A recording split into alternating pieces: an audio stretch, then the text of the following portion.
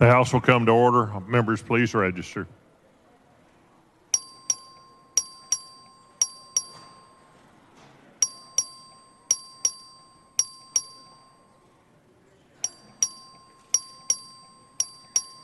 Have all members registered?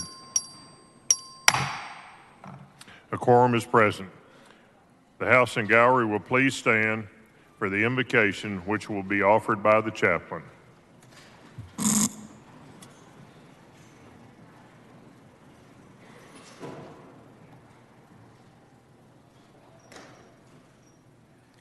Shepherd of souls, we thank you this day for the gift of our families, for the ways that they have formed us into the men and women we are today, and the ways they continue to draw us out of ourselves, teaching us ever new ways to live and to love. We pray especially for all those from this chamber who have lost family members during the course of this session. Watch over them, provide their families comfort, and grant that those souls may gaze upon the light of your face. May peace and harmony reign always within these walls. We ask this through Christ our Lord. Amen. Amen. The chair recognizes the Honorable Mary Ann Perez of Harris County to lead us in the pledges of allegiance to the United States and Texas flags. Thank you, Mr. Speaker. Members and guests in the gallery, please join me in pledging allegiance to our nation's flag, followed by the Texas flag.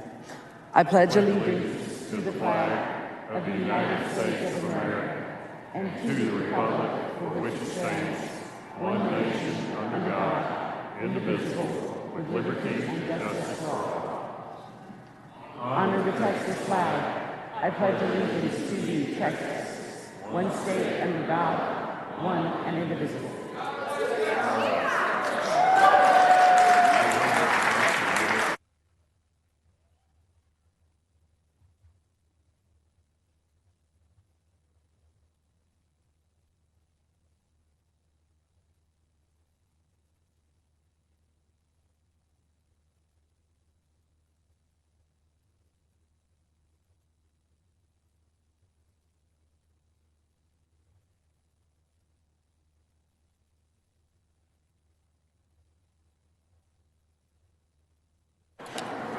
The following announcements, the clerk will read the announcements. The Committee on Energy Resources will meet today on final adjournment in room 3W.9 in a formal meeting to consider pending, referred, and committee business. The Committee on International Relations and Economic Development will meet today upon final adjournment in room 3W.15 in a formal meeting to consider pending, referred, and committee business. The Select Committee on Healthcare Reform will meet today upon final adjournment in room 2W.6, Speaker's Committee Room, in a formal meeting to consider pending, referred, and committee business. The Committee on Ways and Means will meet today upon final adjournment in room 2W.6, Speaker's Committee Room, in a formal meeting to consider pending, referred, and committee business.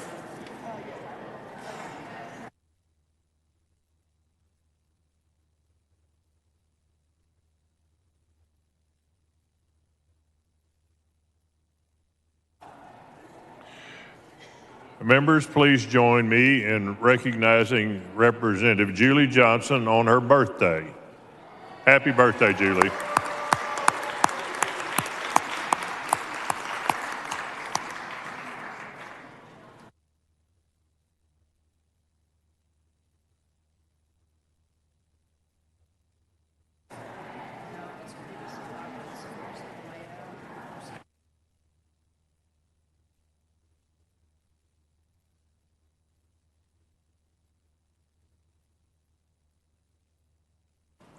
Members, the following resolution is memorial resolutions. Please go to your desks.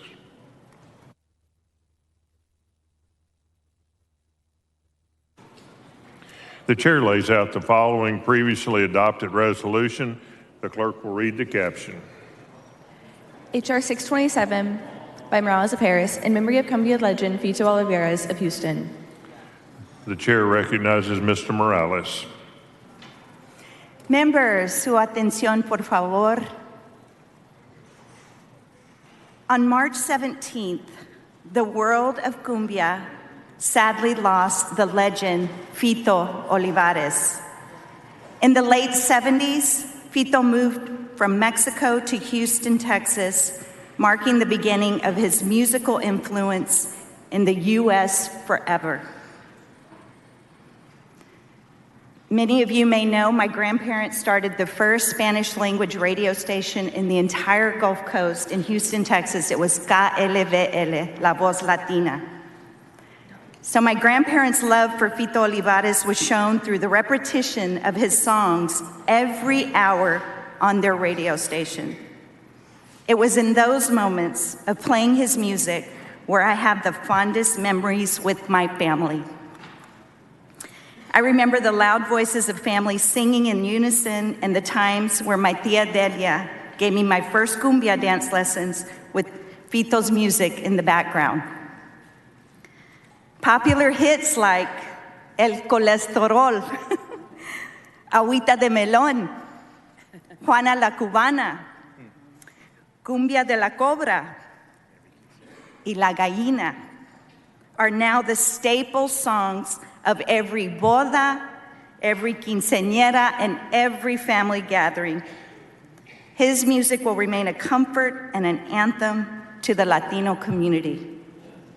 Each album, curated with passion, earned him well-deserved awards and recognition, including 10 of his songs on Billboard's Hot Latin Songs and 7 albums in the top Latin album charts. #1 artists like Los Tigres del Norte, Bad Bunny, Becky G, and Selena, who spread our culture and music across the world, is due to the pathway Fito paved. The legacy of his unique musical talent undeniably continues to impact the future generations of musicians. Today we commemorate El Rey de la Cumbia, the rich history and unity that is brought through Fito Olivares' music, and we welcome his family to the Texas House.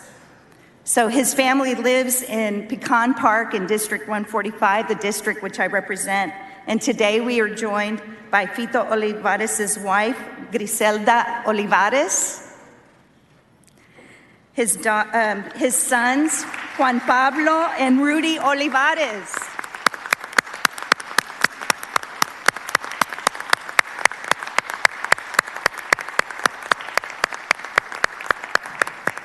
Thank you, Mr. Speaker.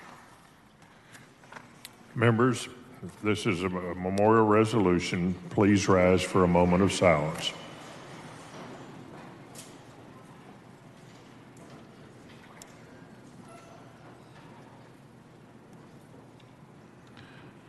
Thank you, members.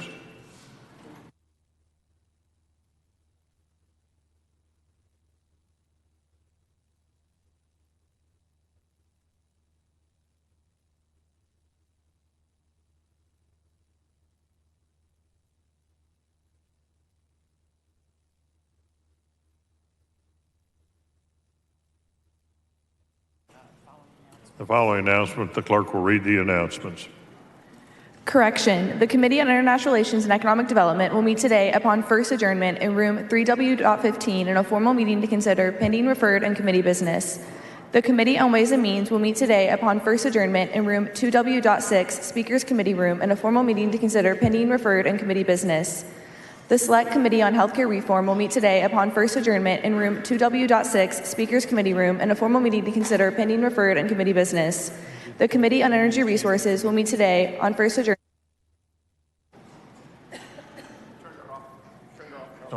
in room 3W.9 in a formal meeting to consider pending referred and committee business.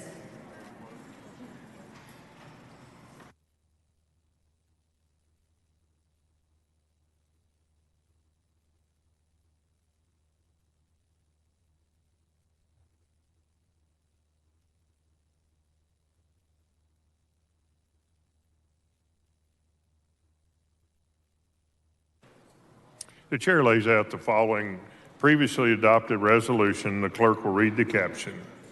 HR 885 by Campos, honoring Texas 400 for its efforts in healthcare safety, transparency, and accountability. The chair recognizes Ms. Campos. Thank you, Mr. Speaker. Members, I move to suspend all necessary rules to take up and consider House Resolution 885. Members, this is a previously adopted resolution. It's already been adopted by the House. I move. Thank you, Mr. Speaker. Texas 400 is a grassroots bipartisan organization of practicing retired physicians. They promote transparency for patient safety and advocate for patients across our state. The members of Texas 400 are united in their commitment to the health and well-being of their fellow citizens and high standards of medical care. Some of Texas 400 members are in the gallery today. Please join me in welcoming them to our state capitol. Thank you for being here and for all that you do. I move adoption.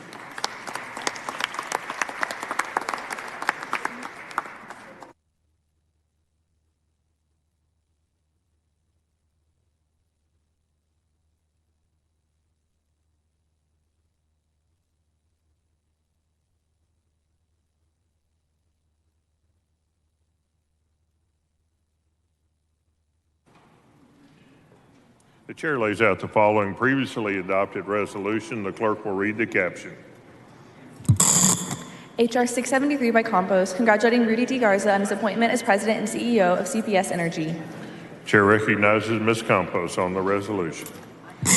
Thank you, Mr. Speaker. Members, as the daughter of a line surveyor who passionately worked for city public servers for nearly 30 years, I am proud to recognize Mr. Rudy Garza, who was named President and CEO of City Public Service Energy in San Antonio in September 22, becoming the first Hispanic to lead the utility company. CPS Energy is ranked as the country's largest municipality-owned electric and natural gas company.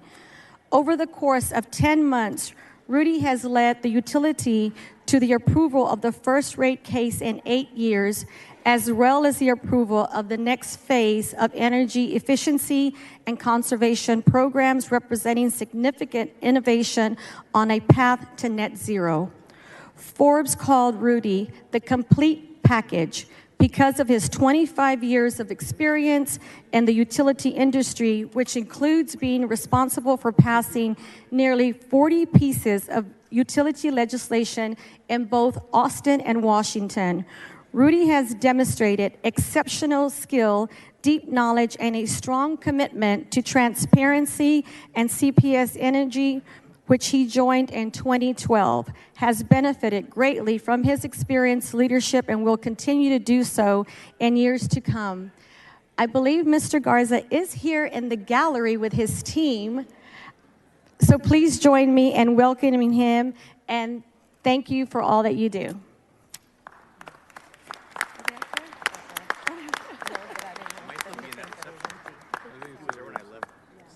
Let's just wait back till he's up there. He didn't make it? They were having a good time. The chair recognizes Mr. Cortez for a motion. Thank you, Mr. Speaker. Members, I move to suspend all necessary rules to take up and consider House Resolution 1422. Members, you've heard the motion. Is there any objection? The chair hears none. The rules are suspended. The following resolution, the clerk will read the resolution. H.R. 1422 by Cortez, congratulating Janie Martinez Gonzalez and Dr. Francine Sanders Romero on their election as Chair and Vice Chair of the CPS Energy Board of Trustees. The chair recognizes Mr. Cortez to explain the resolution. Thank you, Mr. Speaker. Members, we're very fortunate and honored today to be joined in the House chambers in the gallery by two new leaders recently elected by the CPS Board of Trustees, Janie Martinez Gonzalez and Dr. Francine Sanders Romero, who are now the Chair and Vice Chair of CPS Board of Trustees, and they are here in the gallery. First named to the board, Janie Martinez Gonzalez also chairs the CPS Energy Technology and Resilience and Personnel Committees and serves on the Nominations and Operations Oversight Committees. She established a Webhead and went on to also establish Latina CEO, a professional consulting firm for minority women. Ms. Martinez Gonzalez is a graduate of the University of Texas at San Antonio and the UT Austin McCombs School of Business. Also recently elected is my former professor from the University of Texas at San Antonio, Dr. Francine Sanders Romero, and she acts as the chair of the Oversight and risk management committees, in addition to serving as vice chair of the Board of Trustees. She is also an associate professor of UTSA and chairs the university's Department of Public Administration. She holds a master's degree and doctorate in political science from the University of California, Riverside. Members, throughout their careers, these exceptional women have demonstrated their dedication, professionalism, and long-standing commitment to their fellow citizens. It is a pleasure to be joined here by my Bexar County colleagues to recognize these new leaders as they usher in a new era in the history of CPS Energy. We wish them the best success and congratulations to Janie Martinez-Gonzalez and Dr. Francine Sanders Romero. If y'all can stand and please wave, congratulations. Mr. Speaker, I move adoption. Members, you've heard the motion. Is there any objection to the adoption? Chair hears none, so ordered. Yeah. Is it? Oh, Jim. The chair is pleased to recognize Dr. Zapuri from Richardson as our Doctor of the Day.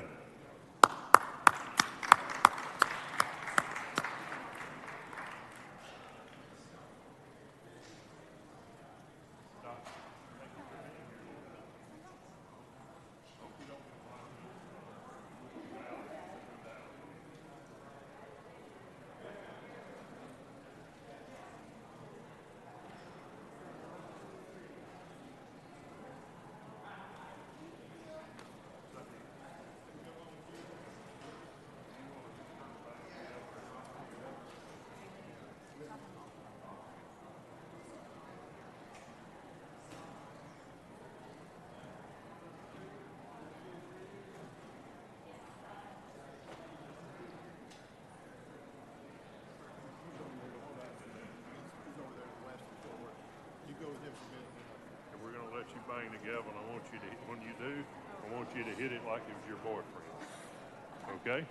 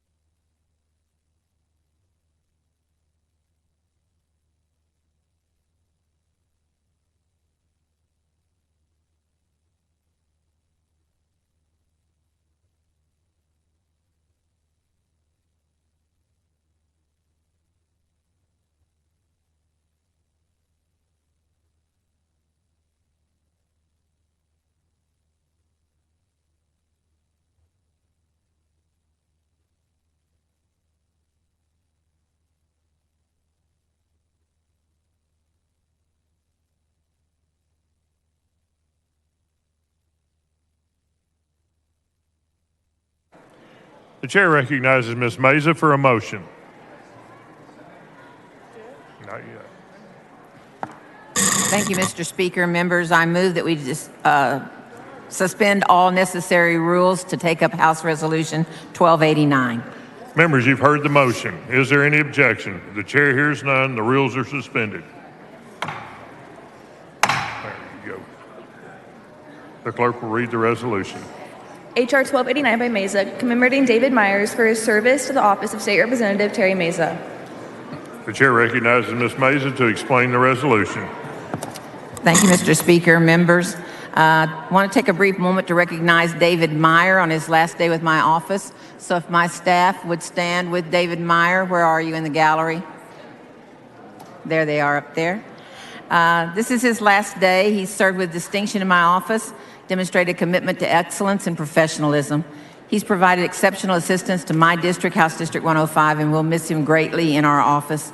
I want to wish the best of luck as he finishes his semester at Texas State University. So anybody who's from Texas State University can be very proud of him and how he represented the university in our office. He's in pursuit of his BA in political science, so we may see him back in the building again. I request the House take a moment to recognize David for his dedication to public service. Wish him all the best in his future endeavors. Best wishes, David. I move adoption. Members, you've heard the motion. Is there any objection? Chair hears none. The resolution is adopted.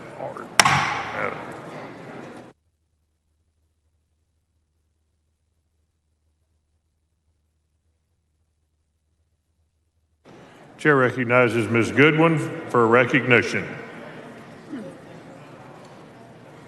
Thank you, Mr. Speaker. Members, I want to recognize the De La Pena family and the founders of Live Like Kati, who are here today in the gallery.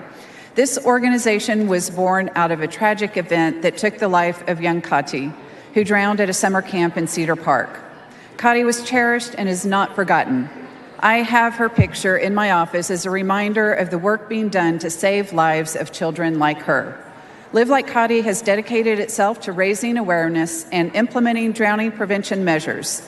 The organization has distributed over 900 life jackets to summer camps across Texas, making a significant impact on the lives of countless children and their families.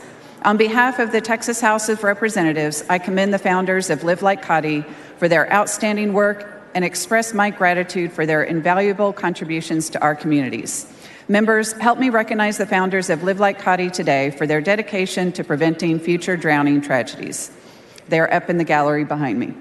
Thank you. Oh, I'm sorry, in front of me. Thank you.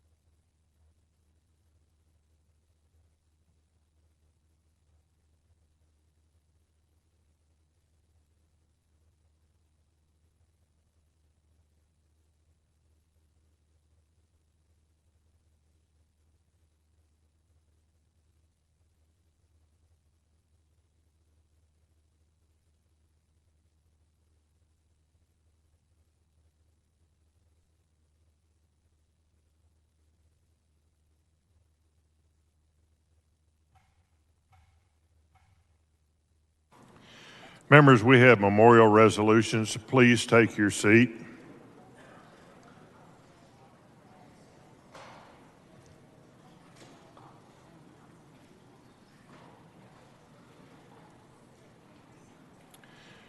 Members, the chair is going to recognize Mr. King of Uvalde for multiple memorial resolutions.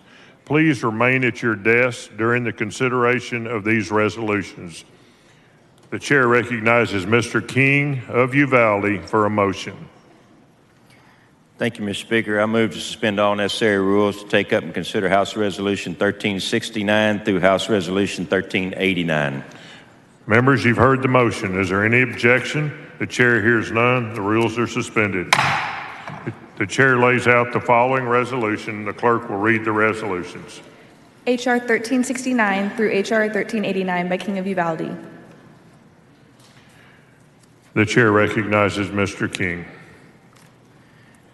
Thank you, Mr. Speaker and members.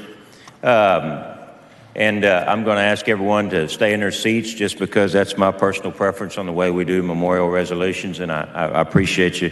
Thank you in advance for doing that. I've asked a couple of 2 or 3 members to help me with part of this presentation just to make sure I get able to finish it.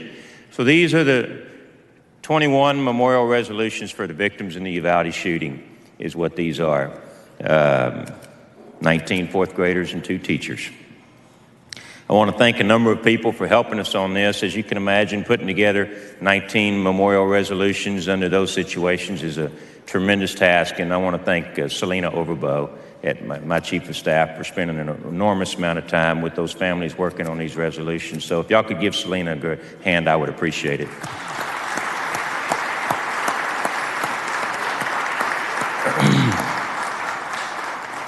And I want to thank so many of my colleagues here on the floor came to Uvalde, went to the funerals. I went to every funeral that was there in Uvalde, and a number of y'all were there at the same time. Speaker Phelan came, Representative Darby came, and some of the other folks that are helping me here today. So many of you have connections with Uvalde County, and I know it was special to y'all.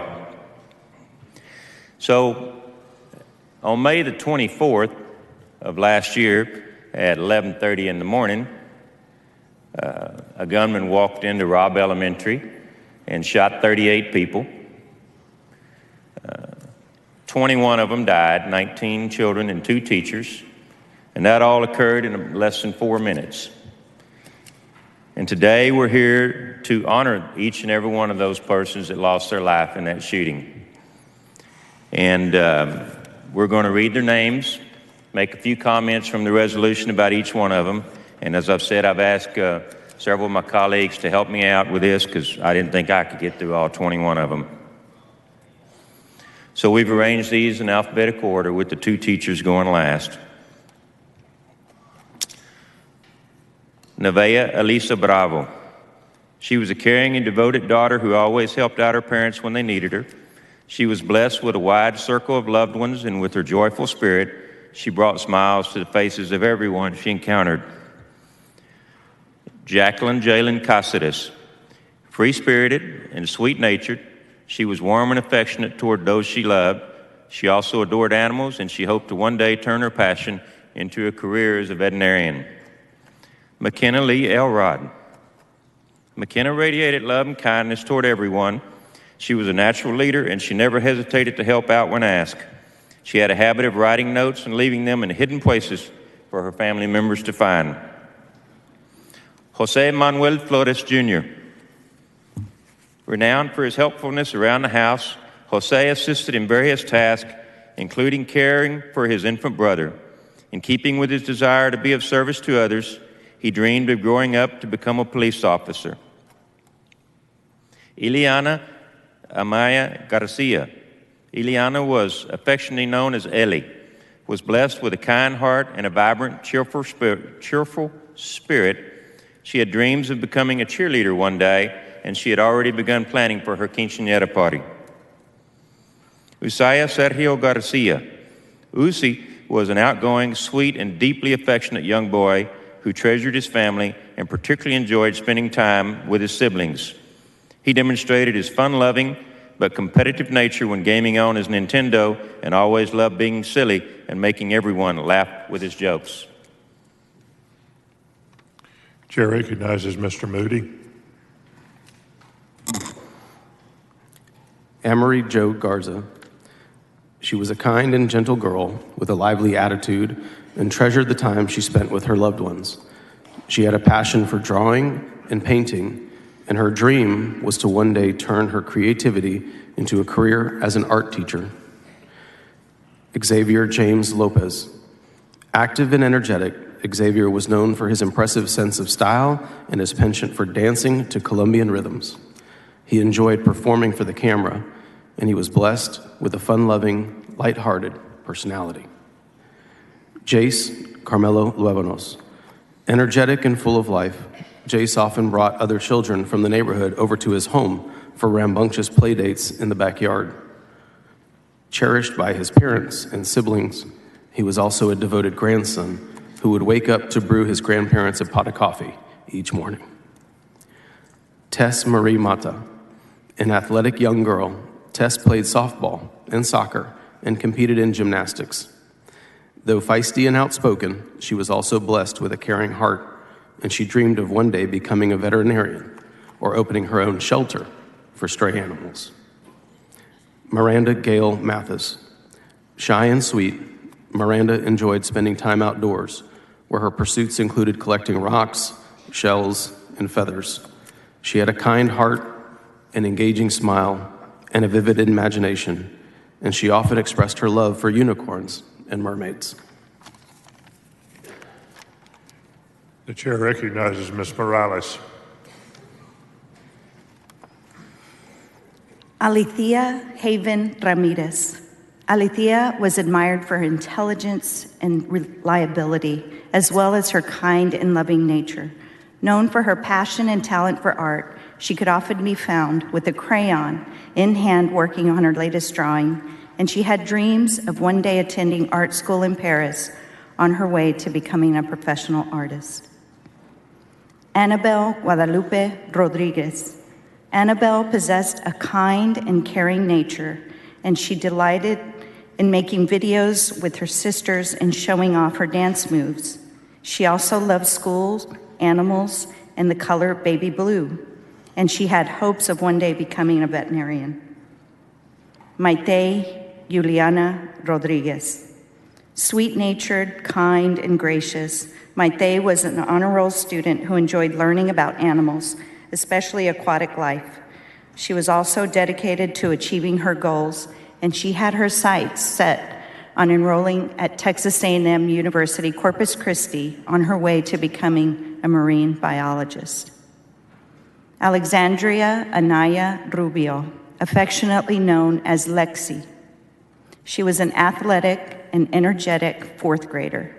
She inherited her father's passion for playing softball and basketball, and they devoted many hours to their one-on-one practice sessions. She also drew inspiration from her mother, who was pursuing a degree from St. Mary's University, where she hoped to one day enroll and study mathematics and then attend law school. Layla Marie Salazar. Layla was a high-spirited young girl who took advantage of any opportunity to sing and dance. Though energetic and sometimes rambunctious, she was also respectful of her elders, and she was the first to greet relatives, friends, and guests who visited the family's home.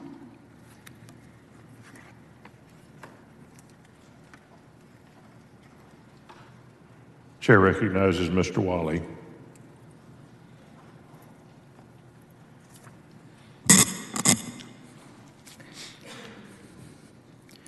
Jayla Nicole Silguero. Active and energetic, Jayla was fond of dancing, riding her skateboard and her bicycle, spending time outdoors, and playing with her cousins. She had a cheerful disposition and a caring heart for others, especially younger children.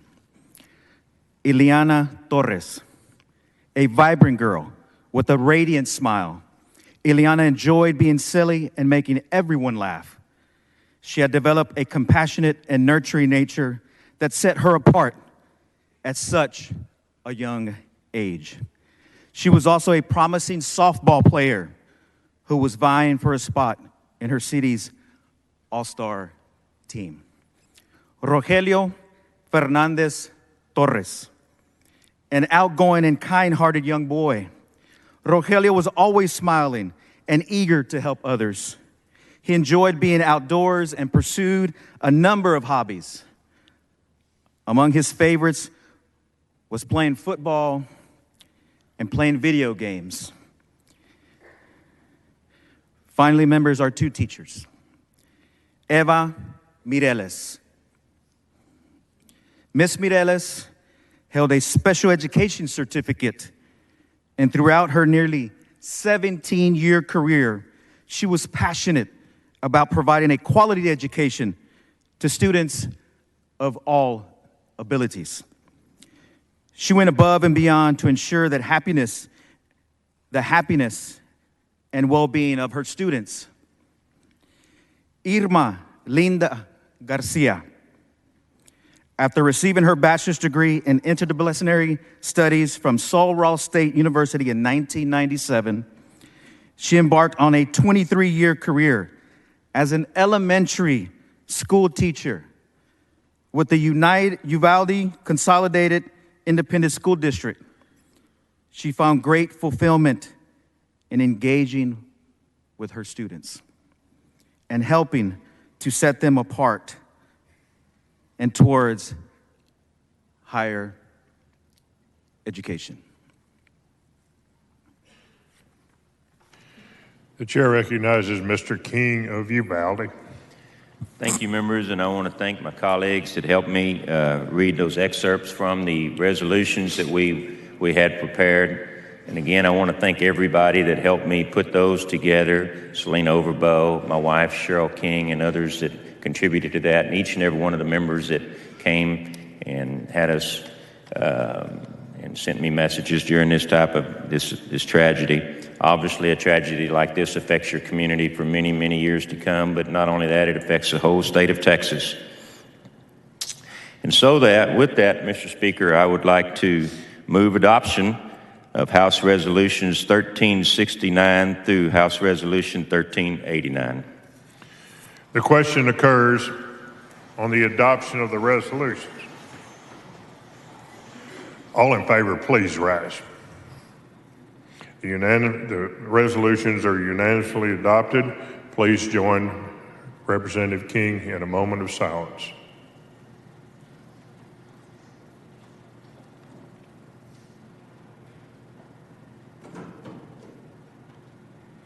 Thank you, members. Mr. Speaker, Mr. Canales. we could reduce to writing the words of all the resolutions and have them placed in the journal, please.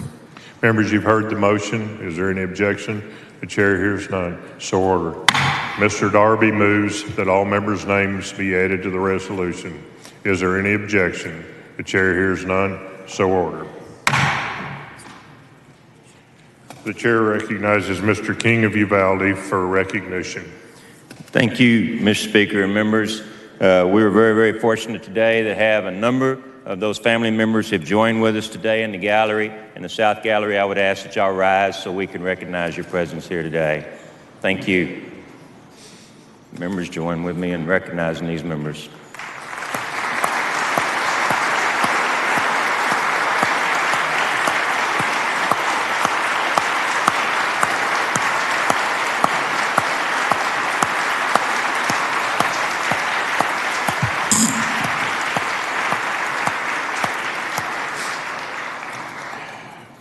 I want to say to the families that we applaud you today because that is our way of recognizing you and recognizing the tremendous sacrifices that you've made since May 24th.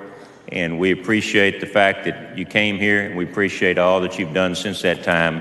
And for that reason, we applauded you. I want to invite all the members, the family members who are going to be at a meet and greet reception at the Ag Museum right after this. Any of you that would like to wish to come down there and visit with them for a minute, well, they'll be there for a while. So thank you so much, Mr. Speaker. Thank you, members.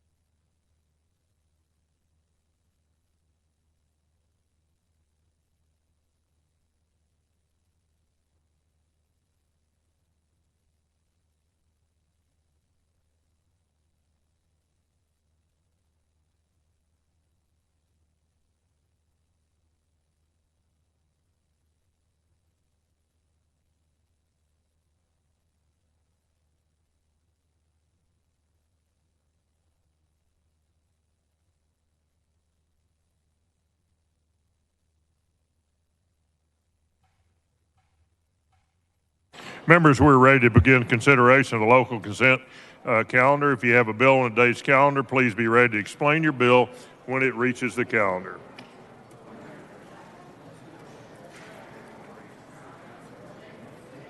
Okay, that piece of paper's out of the way. Who's the lucky winner today?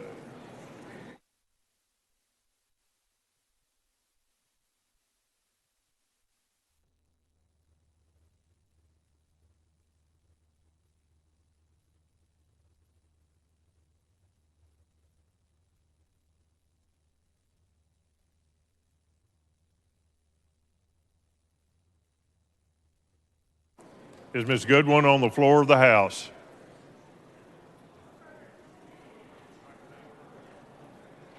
Is Ms. Goodwin on the floor of the House?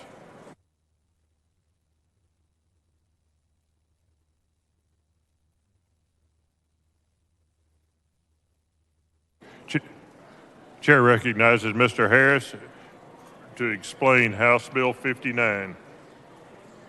Thank you, Mr. Speaker. Members, relating to requirements for certain organizations, move to passage. Members, you've heard explanation of House Bill 59. Is there objection to consideration? The chair hears none. The chair lays out House Bill 59. The clerk will read the bill.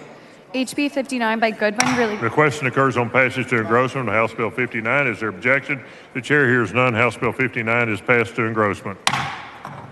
Chair recognizes Mr. Cortez to explain House Bill 108. Thank you, Mr. Speaker. House Bill 108 creates specialty Members, license you've heard the plates for explanation of teachers. House Bill 108. Is there objection to consideration? The chair hears none. The chair lays out House Bill 108. The clerk will read the bill. HB 108 by Cortez. The question occurs on passage to engrossment of House Bill 108. Is there objection? The chair hears none. House Bill 108 is passed to engrossment. Chair recognizes Ms. Noble to explain House Bill 158. Protect teachers' private information. Members, you've heard the explanation of House Bill 158. Is there objection to consideration? The chair hears none. Chair lays out House Bill 158. The clerk will read the bill. HB 158 by Noble relating. The question occurs on passage to engrossment of House Bill 158. Is there objection? The chair hears none. House Bill 158 is passed to engrossment. The chair recognizes Ms. Ortega to explain House Bill 194. Safety standards for Members, operation you've heard the and amusement explanation of rides. House Bill 194. Is there objection to the consideration? The chair hears none. The chair lays out House Bill 194. The clerk will read the bill. HB 194 by Ortega. The question occurs on passage to engrossment of House Bill 194. Is there objection? The chair hears none. House Bill 194 is passed to engrossment. Chair recognizes Mr. Cortez to explain House Bill 229. Thank you, Mr. Speaker. Central Catholic High Members, School. you've heard the explanation of House Bill 229. Is there objection to consideration? The chair hears none. Chair lays out House Bill 229. The clerk will read the bill. HB 229 by Cortez. The question occurs on passage to engrossment of House Bill 229. Is there objection? The chair hears none. House Bill 229 is passed to engrossment. The chair recognizes Mr. Raymond to explain House Bill 558. Thank you, Mr. Speaker. Members, you've heard the explanation of House Bill 558. Is there objection to consideration? The chair hears none. The chair lays out House Bill 558. The clerk will read the bill. HB 558 by Raymond. The question occurs on passage to engrossment of House Bill 558. Is there objection? Chair hears none. House Bill 558 is passed to engrossment.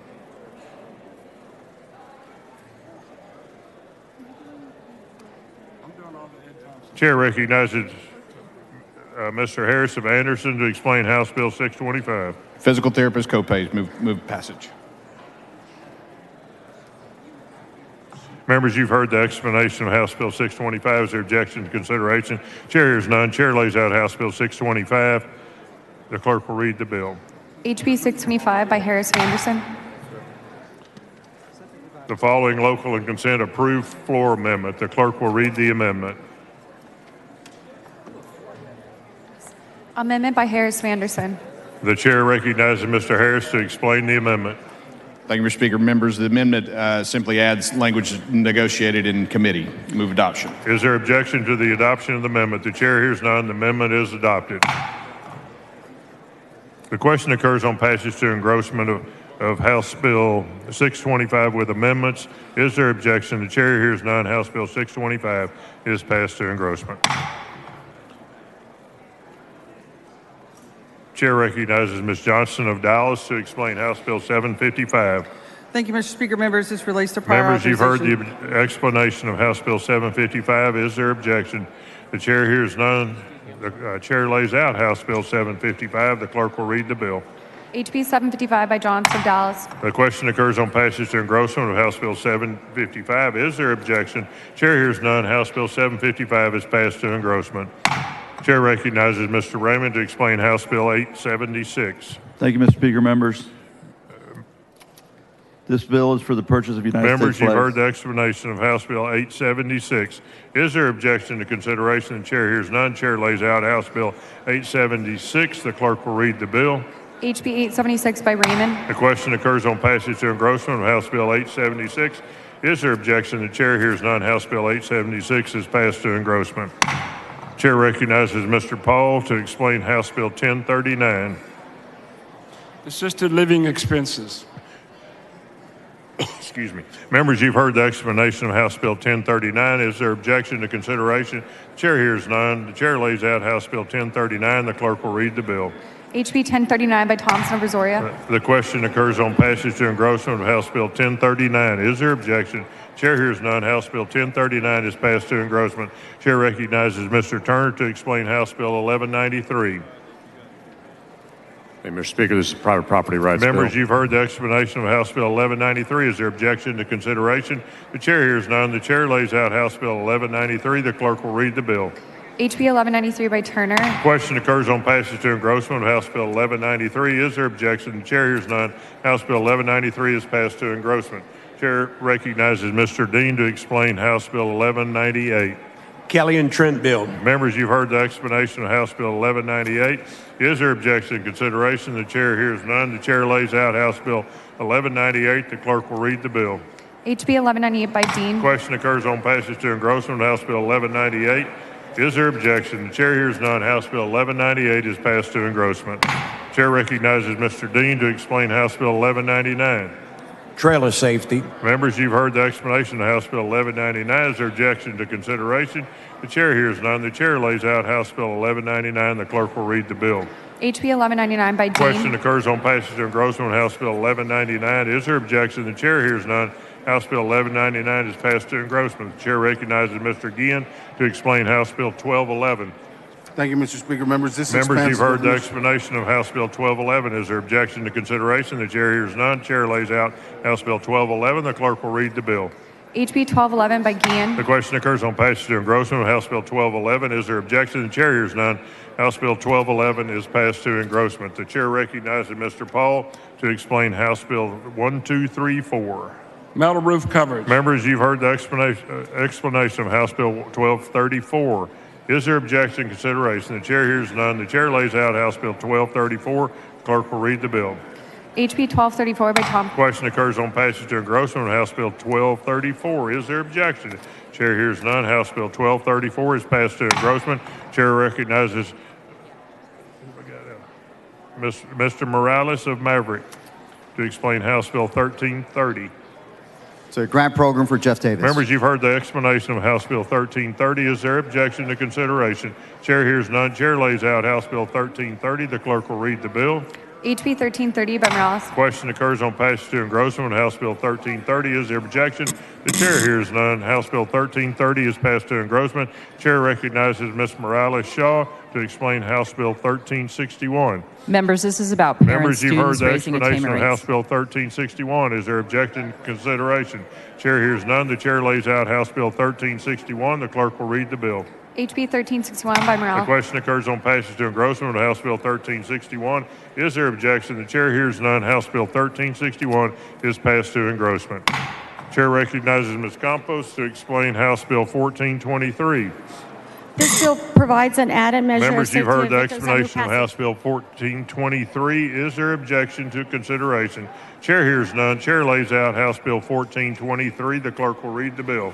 HB 1423 by Campos relating to the expiration of a The question occurs on passage to engrossment of House Bill 1423. Is there objection? Chair hears none. House Bill 1423 is passed to engrossment. Chair recognizes Ms. Campos to explain House Bill 1427. This bill addresses the burner phone Members, you've heard harassment the youth law explanation of House Bill 1427. Is there objection to consideration? The chair hears none. The chair lays out House Bill 1427. The clerk will read the bill. HB 1427 by Campos. The chair, is there objection to the question occurs on passage to engrossment of House Bill 1427. Is there objection? Chair hears none. House Bill 1427 is passed to engrossment. Chair recognizes Mr. Allison to explain House Bill 1578. Health literacy movement. Members, you've heard the explanation of House Bill 1578. Is there objection to consideration? The chair hears none. The chair lays out House Bill 1578. The clerk will read the bill. HB 1578 by Allison. The question occurs on passage to engrossment of House Bill 1578. Is there objection? The chair hears none. House Bill 1578 is passed to engrossment. Chair recognizes Mr. Oliverson to explain House Bill 1588. TWIA bill. Members, you've heard the explanation of House Bill 1588. Is there objection and consideration? The chair hears none. Chair lays out House Bill 1588. The clerk will read the bill.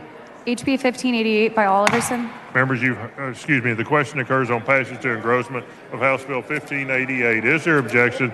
Chair hears none. House Bill 1588 is passed to engrossment.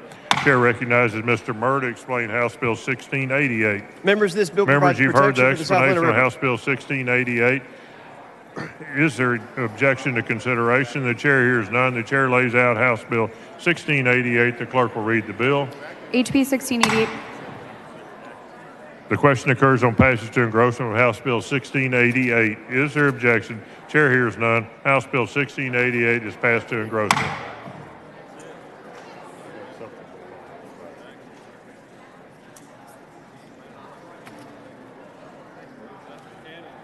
The chair recognizes Mr. Burns to explain House Bill 1765. Thank you, Mr. Speaker. This one has to do with redaction of certain information for law enforcement. Move passage. Members, you've heard the explanation of House Bill 765. The following committee amendment,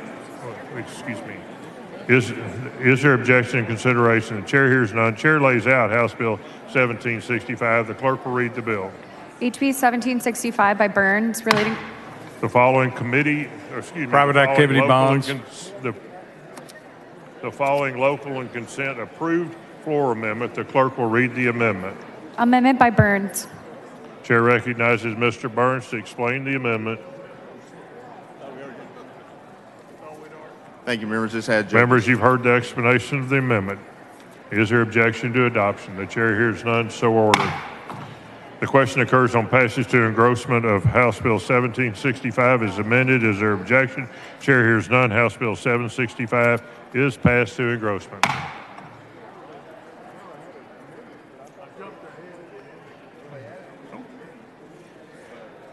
The chair recognizes Mr. Darby to explain House Bill 1766. Members, private activity bonds. Members, you've heard the explanation of House Bill 1766. Is there objection to consideration? Chair hears none. The chair lays out House Bill 1766. The clerk will read the bill. HB 1766. The question occurs on passage to engrossment of House Bill 1766. Is there objection? Chair hears none. House Bill 1766 is passed to engrossment.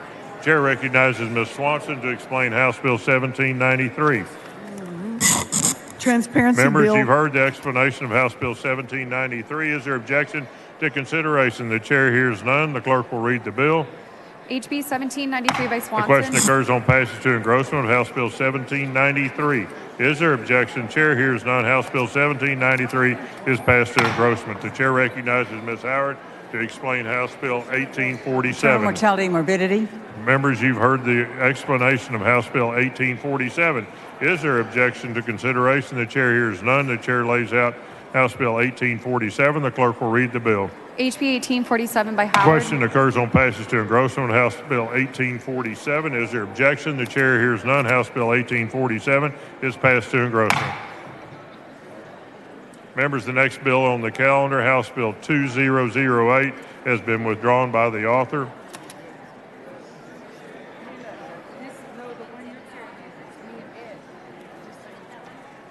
The chair recognizes Mr. Guillen to explain House Bill 2033.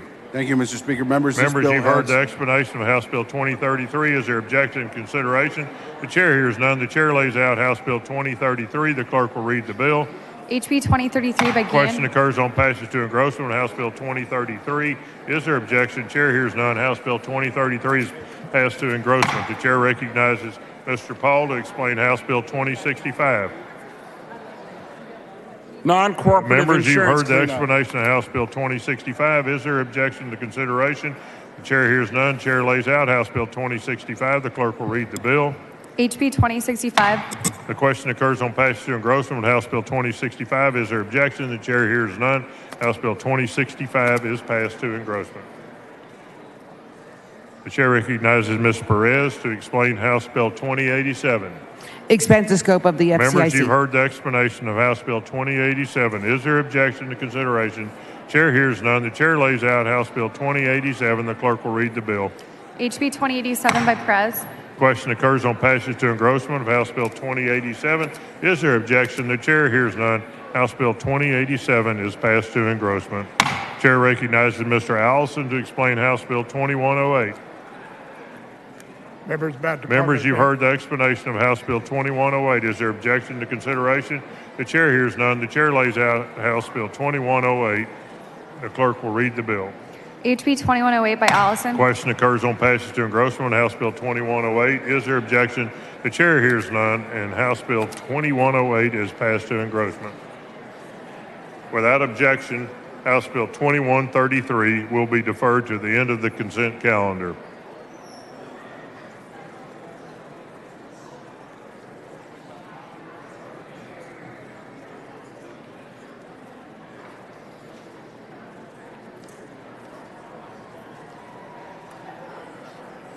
The chair recognizes Mr. Morales of Maverick to explain House Bill 2154. Adoption of fiscal Members, fitness you've heard programs. the explanation of House Bill 2154. Is there objection to consideration? Chair hears none. The chair lays out House Bill 2154. The clerk will read the bill. HB 2154. The question occurs on passage to engrossment. House Bill 2154. Is there objection? Chair hears none. House Bill 2154 is passed to engrossment. Chair recognizes Mr. Stuckey to explain House Bill 2177.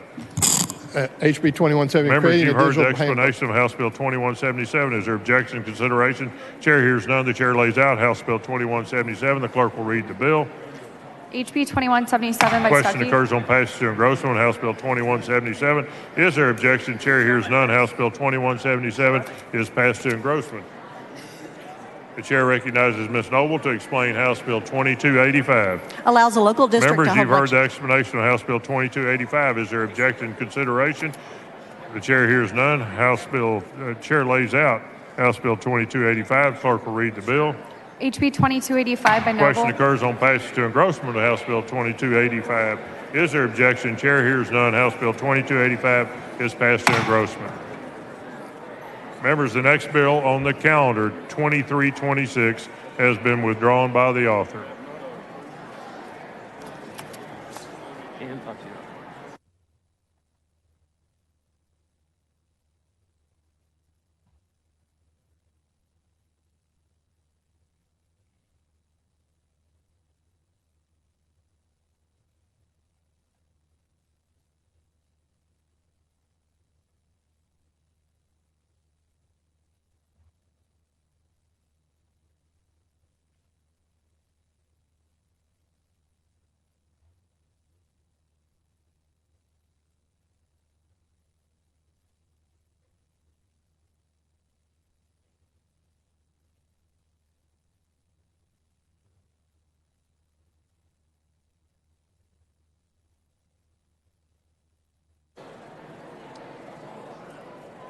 The chair recognizes Mr. Harris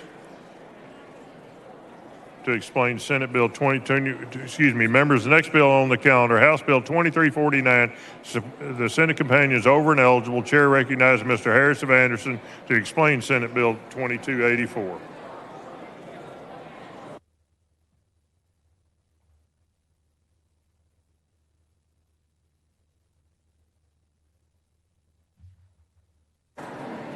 Thank you, Mr. Speaker. Members, this is agreed to bottle bill. Move passage. Members, you've heard the explanation of Senate Bill 2284. Is there objection to consideration? The chair hears none. Chair lays out Senate Bill 2284. The clerk will read the bill. SB 2284 by Middleton. The question occurs on passage to third reading of Senate Bill 2284. Is there objection? Chair hears none. Senate Bill 2284 is passed to third reading. Representative Harris of Anderson moves to lay House Bill 2349 on the table, subject to call. Is there objection? Chair hears none. The motion is adopted. Chair recognizes Mr. Paul to explain House Bill 2366. TWIA. Members, you've heard the explanation of House Bill 2366. Is there objection to consideration? Chair hears none. The chair lays out House Bill 2366. Clerk will read the bill. HB 2366. The question occurs on passage to engrossment of House Bill 2366. Is there objection? Chair hears none. House Bill 2366 is passed to engrossment. Members, the next bill on the calendar, House Bill 2398, has been withdrawn by the author.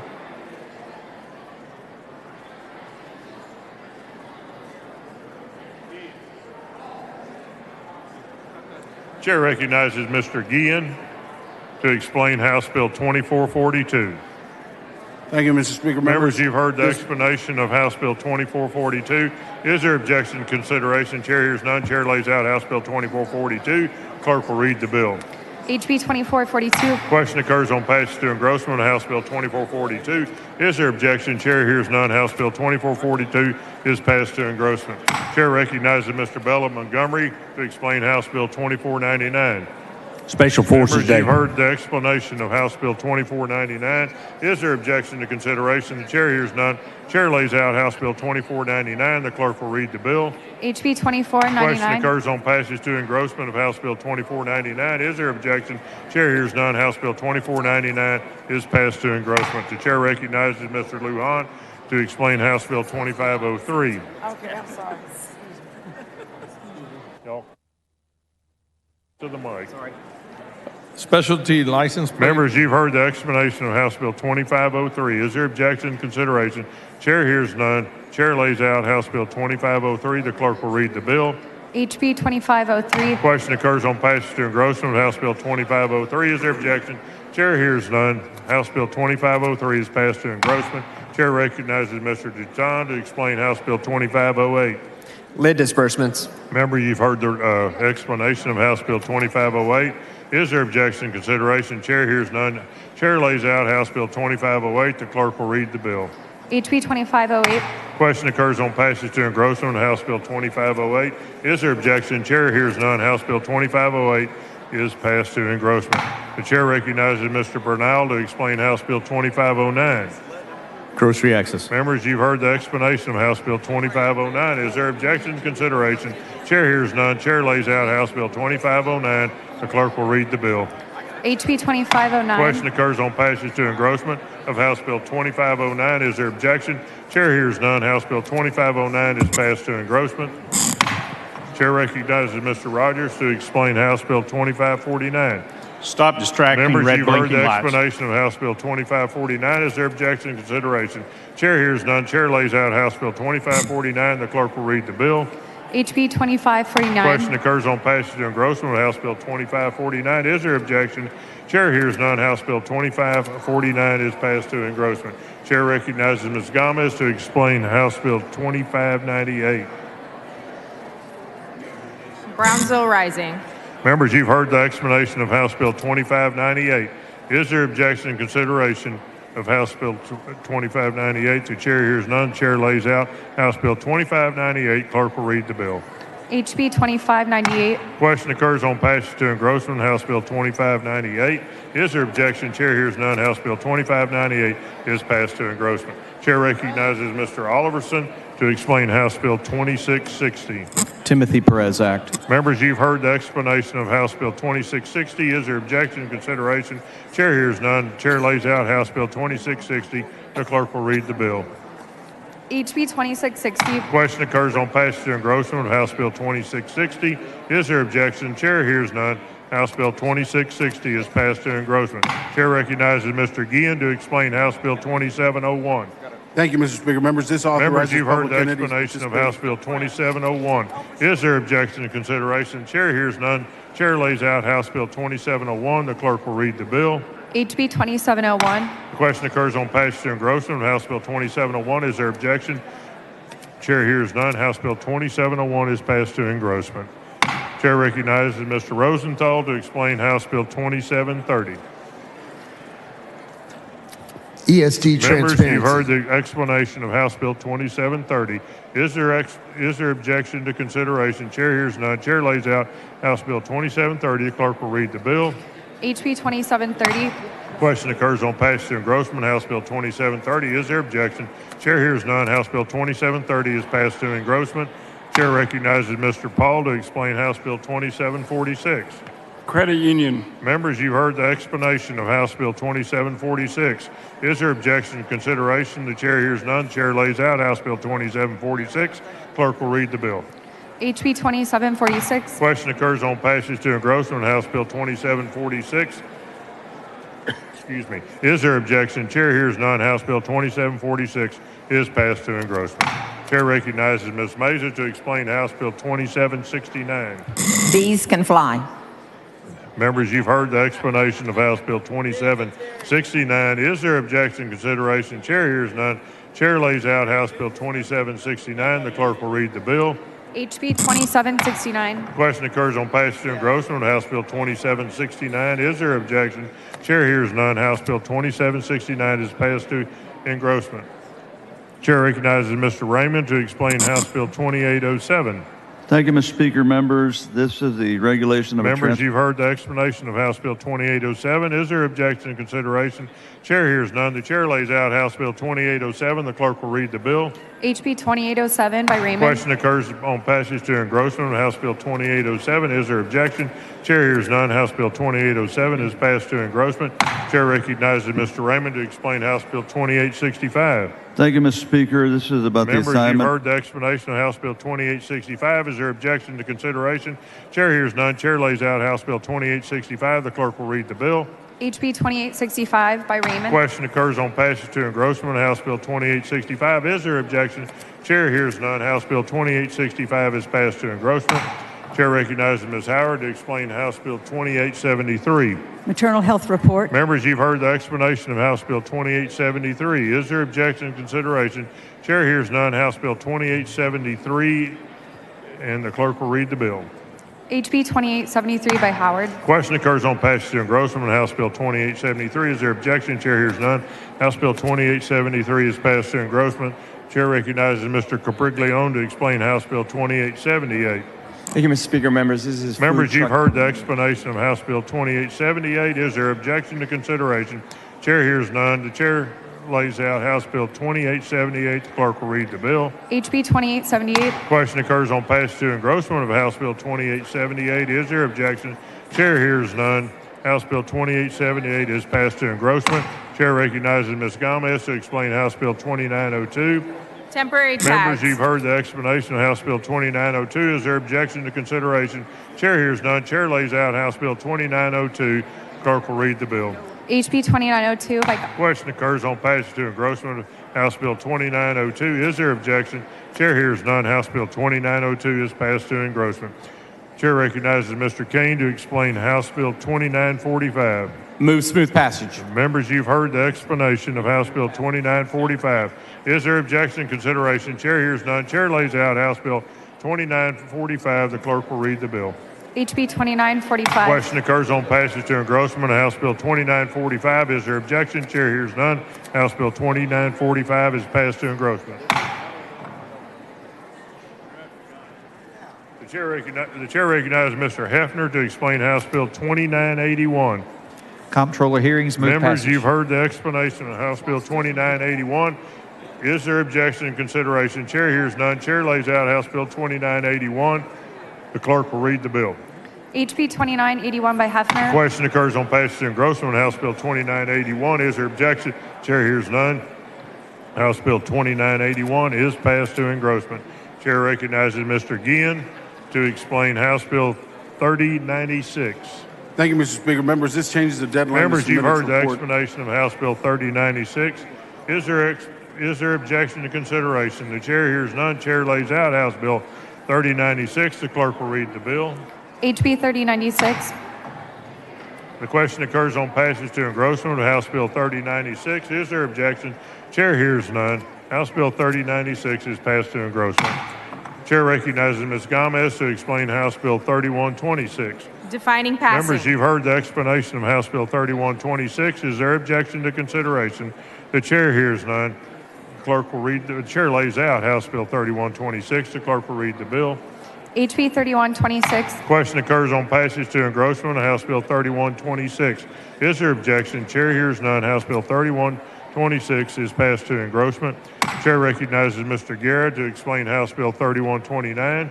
This bill simply claims that. Members, you've heard the explanation of House Bill 3129. Is there objection to consideration? Chair hears none. Chair lays out House Bill 3129. The clerk will read the bill. HB 3129. Question occurs on passage to engrossment of House Bill 3129. Is there objection? Chair hears none. House Bill 3129 is passed to engrossment. Chair recognizes Ms. Hull to explain House Bill 3161. This bill ensures that all Members, you've heard the unidentified. explanation of House Bill 3161. Is there objection, consideration? Chair hears none. Chair lays out House Bill 3161. The clerk will read the bill.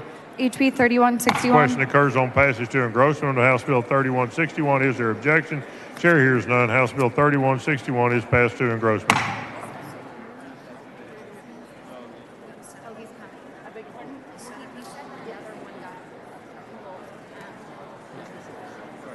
Members, the next bill on the calendar, House Bill 3194, the Senate companion is over and eligible. Chair recognizes Mr. Perez to explain Senate Bill 2233. To automatic renewals. Members, you've heard the explanation of of Senate Bill 2233. Is there objection to consideration? Chair hears none. Chair lays out Senate Bill 2233. The clerk will read the bill. SB 2233. Member, the question occurs on passage to third reading of Senate Bill 2233. Is there objection? Chair hears none. Senate Bill 2233 is passed to third reading. Representative Perez moves to lay House Bill 3194 on the table subject to call. Is there any objection? Chair hears none. The motion is adopted. Members, the next bill on the calendar, House Bill 3208, has been withdrawn by the author.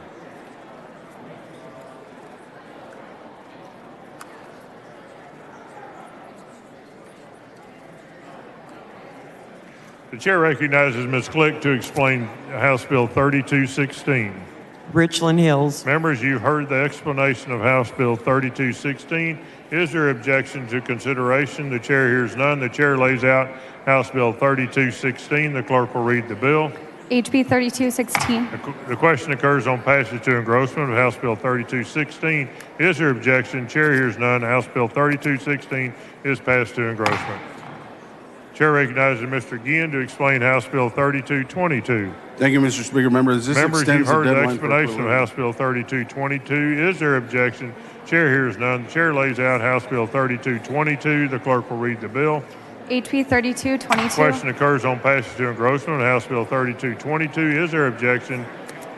Chair hears none. House Bill 3222 is passed to engrossment. Chair recognizes Mr. Guillen to explain House Bill 3223. Thank you, Mr. Speaker. Members, this Members, you've authorizes heard the the chair of the Texas explanation of House Bill Emergency Management Council. 3223. Is there objection to consideration? Chair hears none. Chair lays out House Bill 3223. The clerk will read the bill. HB 3223. Question occurs on passage to engrossment of House Bill 3223. Is there objection? Chair hears none. House Bill 3223 is passed to engrossment. Chair recognizes Mr. Guillen to explain House Bill 3224. Thank you, Mr. Speaker. This eliminates Members, the you've heard the suspension of motor explanation of House vehicles Bill registration. 3224. Is there objection to consideration? Chair hears none. Chair lays out House Bill 3224. The clerk will read the bill. HB 3224. The question occurs on passage to engrossment of House Bill 3224. Is there objection? Chair hears none. House Bill 3224 is passed to engrossment. Without objection, the next bill on the calendar, House Bill 3235, will be deferred to the end of the calendar.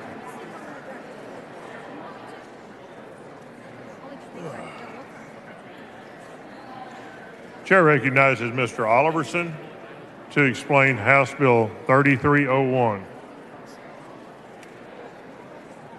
Mr. Oliverson.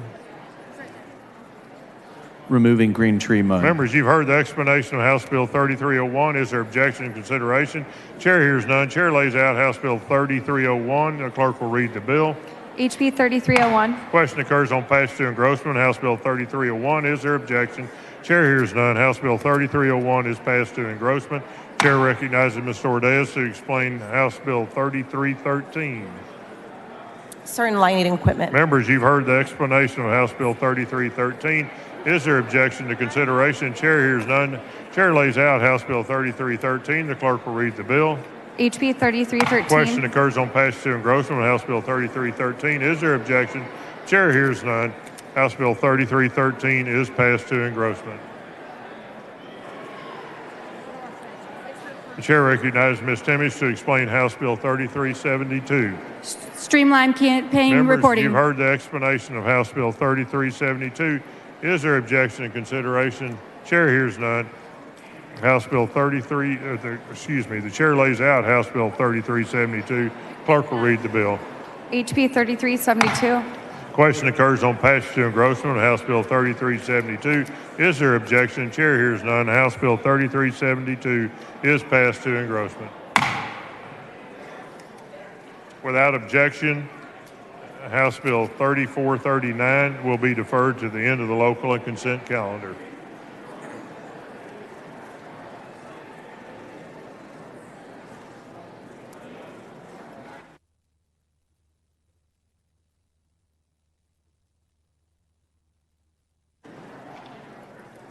The chair recognizes Mr. Jeton to explain House Bill 3453.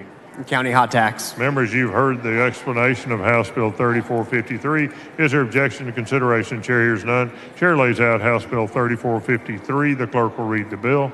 HB 3453. Question occurs on passage to engrossment of House Bill 3453. Is there objection? Chair hears none, and House Bill 3453 is passed to engrossment. Chair recognizes Ms. Collier to explain House Bill 3469. Property disposition. Members, you've heard the explanation of House Bill 3469. Is there objection to consideration? The chair hears none. The chair lays out House Bill 3469. The clerk will read the bill. HB 3469. The question occurs on passage to engrossment of House Bill 3469. Is there objection? Chair hears none. House Bill 3469 is passed to engrossment. Chair recognizes Ms. Johnson of Harris to explain House Bill 3524. Provides general anesthesia Members, you've for heard the pediatric explanation of House Bill 3524. Is there objection to consideration? Chair hears none. The chair lays out House Bill 3524. The clerk will read the bill. HB 3524. Question occurs on passage to engrossment of House Bill 3524. Is there objection? Chair hears none. House Bill 3524 is passed to engrossment. The chair recognizes Mr. Guillen to explain House Bill 3645. Thank you, Mr. Speaker. Members, You've heard the education course explanation of requirement. House Bill 3645. Is there objection to consideration? The chair hears none. The chair lays out House Bill 3645. The clerk will read the bill. HB 3645. Question occurs on passage to engrossment of House Bill 3645. Is there objection? Chair hears none. House Bill 3645 is passed to engrossment. Chair recognizes Mr. Guillen to explain House Bill 3646. Thank you, Mr. Speaker. This Members, you've updates heard the visual explanation of acuity House Bill standards. 3646. Is there objection to consideration? The chair hears none. The chair lays out House Bill 3646. The clerk will read the bill. HB 3646 by Question Guillen. occurs on passage to engrossment of House Bill 3646. Is there objection? Chair hears none. House Bill 3646 is passed to engrossment. Chair recognizes Mr. Guillen to explain House Bill 3648. Thank you, Mr. Speaker. This adds a special ed Members, director you've to heard the the board. explanation of House Bill 3648. Is there objection and consideration? Chair hears none. Chair lays out House Bill 3648. The clerk will read the bill. HB 3648. Question occurs on passage to engrossment, House Bill 3648. Is there objection? Chair hears none. House Bill 3648 is passed to engrossment. Chair recognizes Mr. Holland to explain House Bill 3668. Thank you, Mr. Speaker. Members, House Bill Members, 3660. you've heard the explanation of House Bill 3668. Is there objection to consideration? Chair hears none. Chair lays out House Bill 3668. The clerk will read the bill. HB 3668. Question occurs on passage to engrossment of House Bill 3668. Is there objection? Chair hears none. House Bill 3668 is passed to engrossment. Members, the next bill on the calendar, House Bill 3672, has been withdrawn by the author.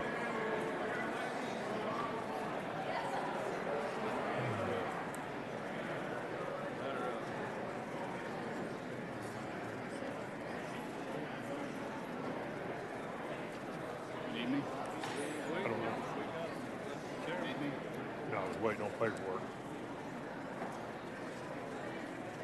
Members, the next bill on the calendar, House Bill 3701. The Senate companion is over and eligible. The chair recognizes Mr. Patterson to explain Senate Bill 1115. This is Senator Hancock's bill, not about unicycles. Members, you've heard the explanation of Senate Bill 1115. Is there objection to consideration? Chair hears none. The clerk will read the bill. SB 1115 by Hancock. The question occurs on passage of third reading of Senate Bill 1115. Is there objection? Chair hears none. Senate Bill 1115 is passed to third reading. Mr. Patterson moves to lay House Bill 3701 on the table, subject to call. Is there objection? Chair hears none. The motion is adopted.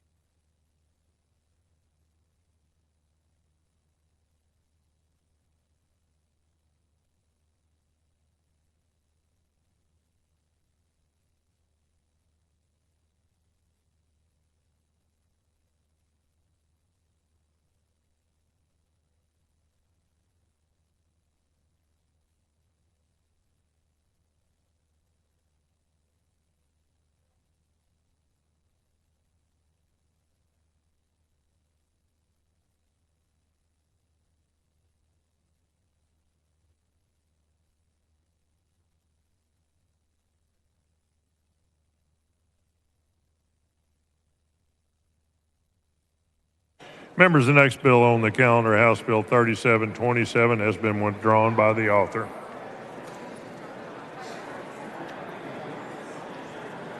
You're down to your next to last spot. Yes, sir. Thank you. The chair recognizes Mr. Wilson to explain House Bill 3730. Via our email directly. Members, you've heard the explanation of House Bill 3730. Is there objection to consideration? Chair hears none. The chair lays out House Bill 3730. Clerk will read the bill. HB 3730. Question occurs on passage to engrossment of House Bill 3730. Is there objection? Chair hears none. House Bill 3730 is passed to engrossment. The chair recognizes Mr. Goldman to explain House Bill 3744. Water well drillers. Members, you've heard the explanation of House Bill 3744. Is there objection to consideration? Chair hears none. Chair lays out House Bill 3744. The clerk will read the bill. HB 3744. Question occurs on passage to engrossment, House Bill 3744. Is there objection? Chair hears none. House Bill 3744 is passed to engrossment. Chair recognizes Mr. Guillen to explain House Bill 3798. Thank you, Mr. Speaker. This standardizes Members, donation you've heard the officers for explanation of licensed House Bill 3798. Is there objection to consideration? Chair hears none. Chair lays out House Bill 3798. The clerk will read the bill. HB 3798. The question occurs on passage to engrossment, House Bill 3798. Is there objection? Chair hears none. House Bill 3798 is passed to engrossment. Chair recognizes Mr. De Ayala to explain House Bill 3813. Thank you, Mr. Speaker. This is a Windham School District Members, bill. you've heard the explanation of House Bill 3813. Is there objection to consideration? Chair hears none. Chair lays out House Bill 3813. The clerk will read the bill. HB 3813. Question occurs on passage to engrossment of House Bill 3813. Is there objection? Chair hears none. House Bill 3813 is passed to engrossment.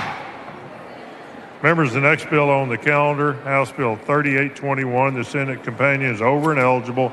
Chair recognizes Ms. Perez to explain Senate Bill 2232. Agent requirements. Members, you've heard the explanation of Senate Bill 2232.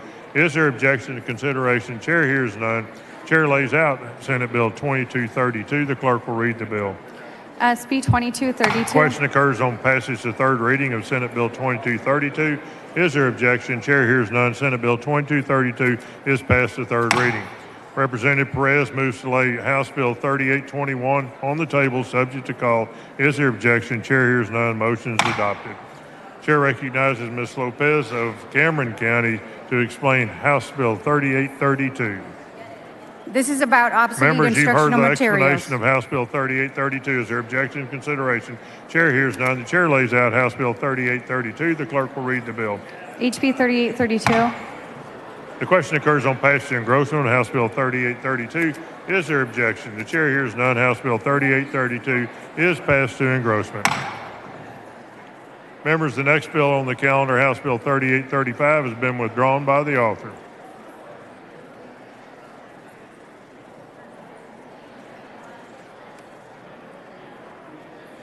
The chair recognizes Mr. Bell of Montgomery to explain House Bill 3849. Woodlands firefighters. Members, you've heard the explanation of House Bill 3849. Is there objection, consideration? Chair hears none. Chair lays out House Bill 3849. The clerk will read the bill. HB 3849. Question occurs on passage and engrossment on House Bill 3849. Is there objection? Chair hears none. House Bill 3849 is passed to engrossment. Chair recognizes Ms. Perez to explain House Bill 3852. Credit card and debit Members, card you've heard skimming. the explanation of House Bill 3852. Is there objection and consideration? Chair hears none. Chair lays out House Bill 3852. The clerk will read the bill. HB 3852. Question occurs on passage to engrossment. House Bill 3852. Is there objection? Chair hears none. House Bill 3852 is passed to engrossment. Chair recognizes Mr. Goldman to explain House Bill 3861. Registration of motor Members, vehicles. you've heard the explanation of House Bill 3861. Is there objection to consideration? Chair hears none. Chair lays out House Bill 3861. The clerk will read the bill. HB 3861. Question occurs on passage to engrossment of House Bill 3861. Is there objection? The chair hears none. House Bill 3861 is passed to engrossment. Without objection, House Bill 3899 will be deferred to the end of the local and consent calendar.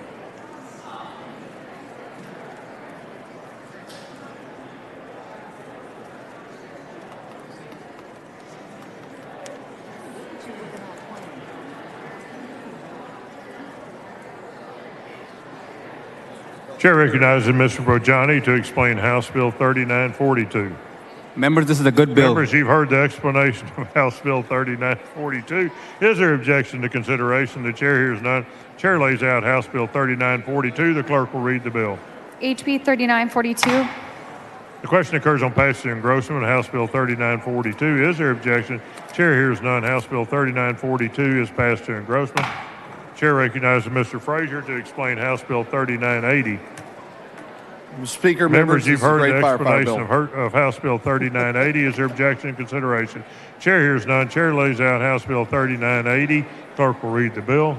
HB 3980. Question occurs on passage to engrossment of House Bill 3980. Is there objection? Chair hears none. House Bill 3980 is passed to engrossment. Chair recognizes Ms. Johnson of Dallas to explain House Bill 4034.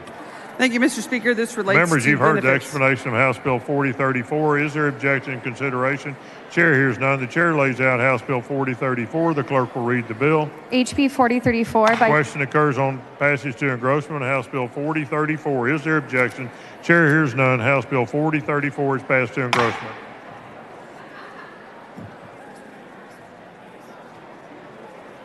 Chair recognizes Mr. Guillen to explain House Bill 4047. Thank you, Mr. Speaker. Members, this requires Members, you've heard the TCQ. explanation of House Bill 4047. Is there objection and consideration? Chair hears none. Chair lays out House Bill 4047. The clerk will read the bill. HB 4047. Question occurs on passage to engrossment of House Bill 4047. Is there objection? Chair hears none. House Bill 4047 is passed to engrossment.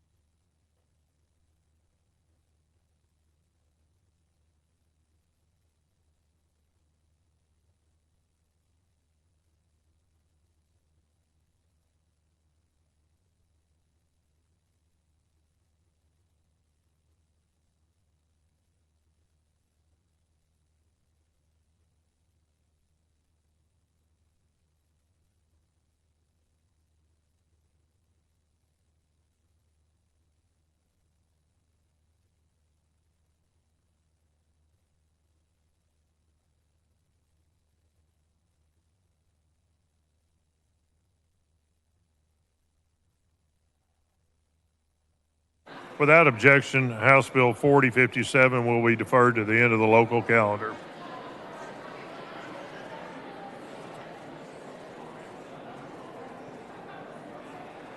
We just did 4047.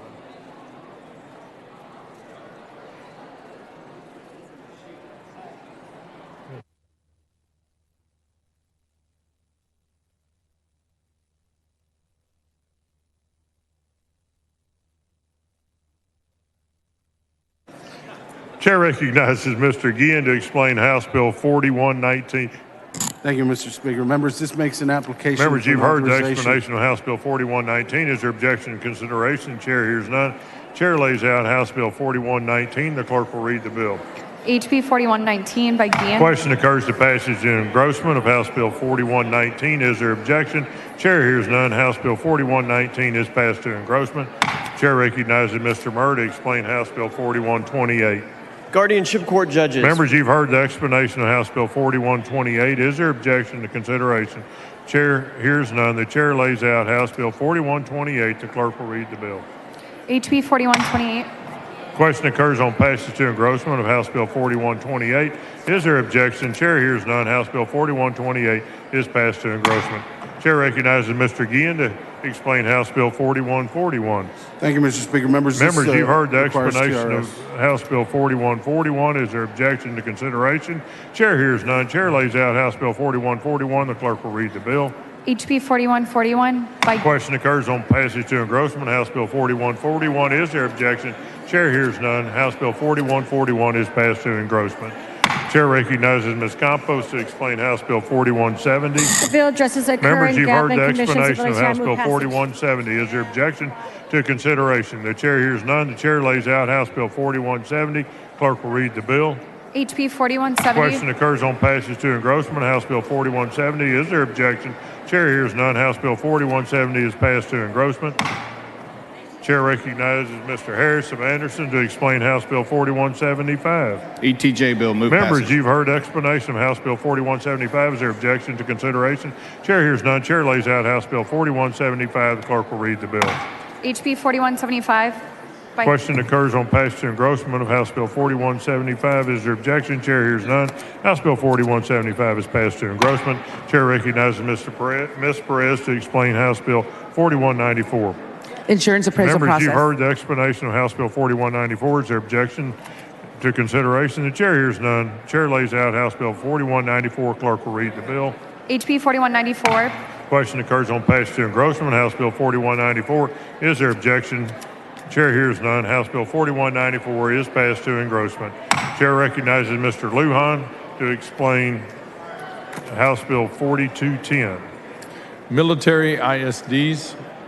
Members, you've heard the explanation of House Bill 4210.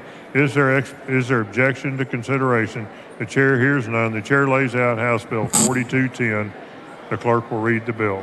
HB 4210 by Lujan relating to the appointment and term. The following local and consent approved floor amendment. The clerk will read the amendment.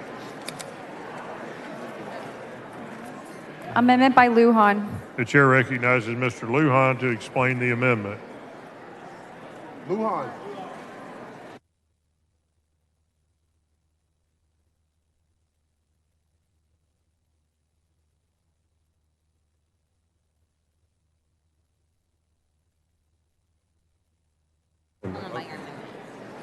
Yes, sir. The amendment is.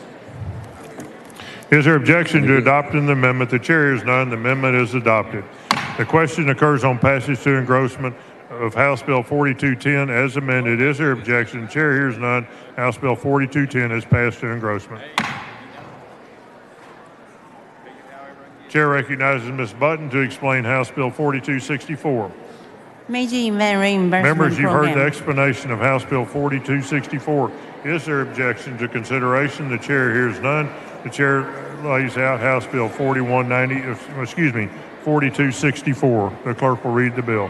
HB 4264 by Button. Question occurs on passage to engrossment, House Bill 4264. Is there objection? Chair hears none. House Bill 4264 is passed to engrossment. Members, the next bill on the calendar, House Bill 4285, has been withdrawn by the author.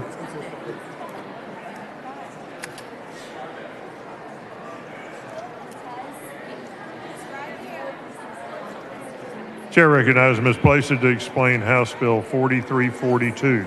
Thank you, Mr. Speaker. Members, Members, financial you've heard the literacy. explanation of House Bill 4342. Is there objection to consideration? Chair hears none. Chair lays out House Bill 4342. The clerk will read the bill. HB 4342. The question occurs on passage to engrossment, House Bill 4342. Is there objection? Chair hears none. House Bill 4342 is passed to engrossment. Chair recognizes Mr. Cortez to explain House Bill 4367. Thank you, Mr. Speaker. Healthcare providers. Members, you've heard the explanation of House Bill 4367. Is there objection to consideration? The chair hears none. Chair lays out House Bill 4367. Clerk will read the bill. HB 4367. Question occurs on passage to engrossment, House Bill 4367. Is there objection? Chair hears none. House Bill 4367 is passed to engrossment. Chair recognizes Mr. Wilson to explain House Bill 4421. Medal of Honor. Members, you've heard the explanation of House Bill 4421. Is there objection to consideration? The chair hears none. Chair lays out House Bill 4421. The clerk will read the bill. HB 4421. Question occurs on passage to engrossment of House Bill 4421. Is there objection? Chair hears none. House Bill 4421 is passed to engrossment. Chair recognizes Mr. Vasut to explain House Bill 4494. Speaker Guerin, Members, you've such a heard the great job. explanation of House Bill 4494. Is there objection to consideration? Chair hears none. Chair lays out House Bill 4494. The clerk will read the bill. HB 4494. The question occurs on passage to engrossment of House Bill 4494. Is there objection? Chair hears none. House Bill 4494 is passed to engrossment. Chair recognizes Mr. Moody to explain House Bill 4504. This authorizes the building of a Paul Walker Members, you've statue heard on the the Capitol explanation grounds. of House Bill 4504. Is there objection to consideration? Chair hears none. Chair lays out House Bill 4504. The clerk will read the bill. HB 4504. Question occurs on passage to engrossment, House Bill 4504. Is there objection? Chair hears none. House.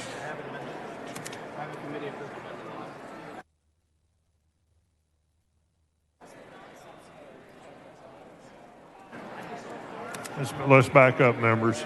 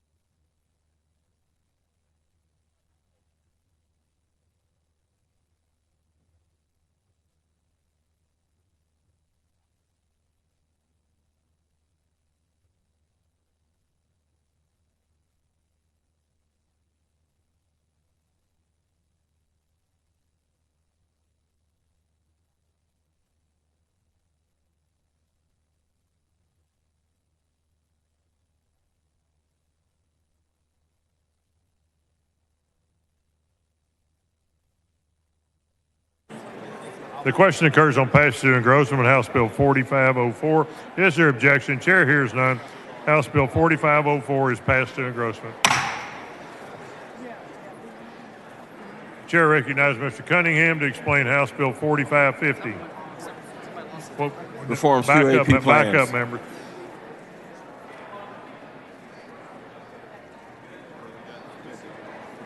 Excuse me.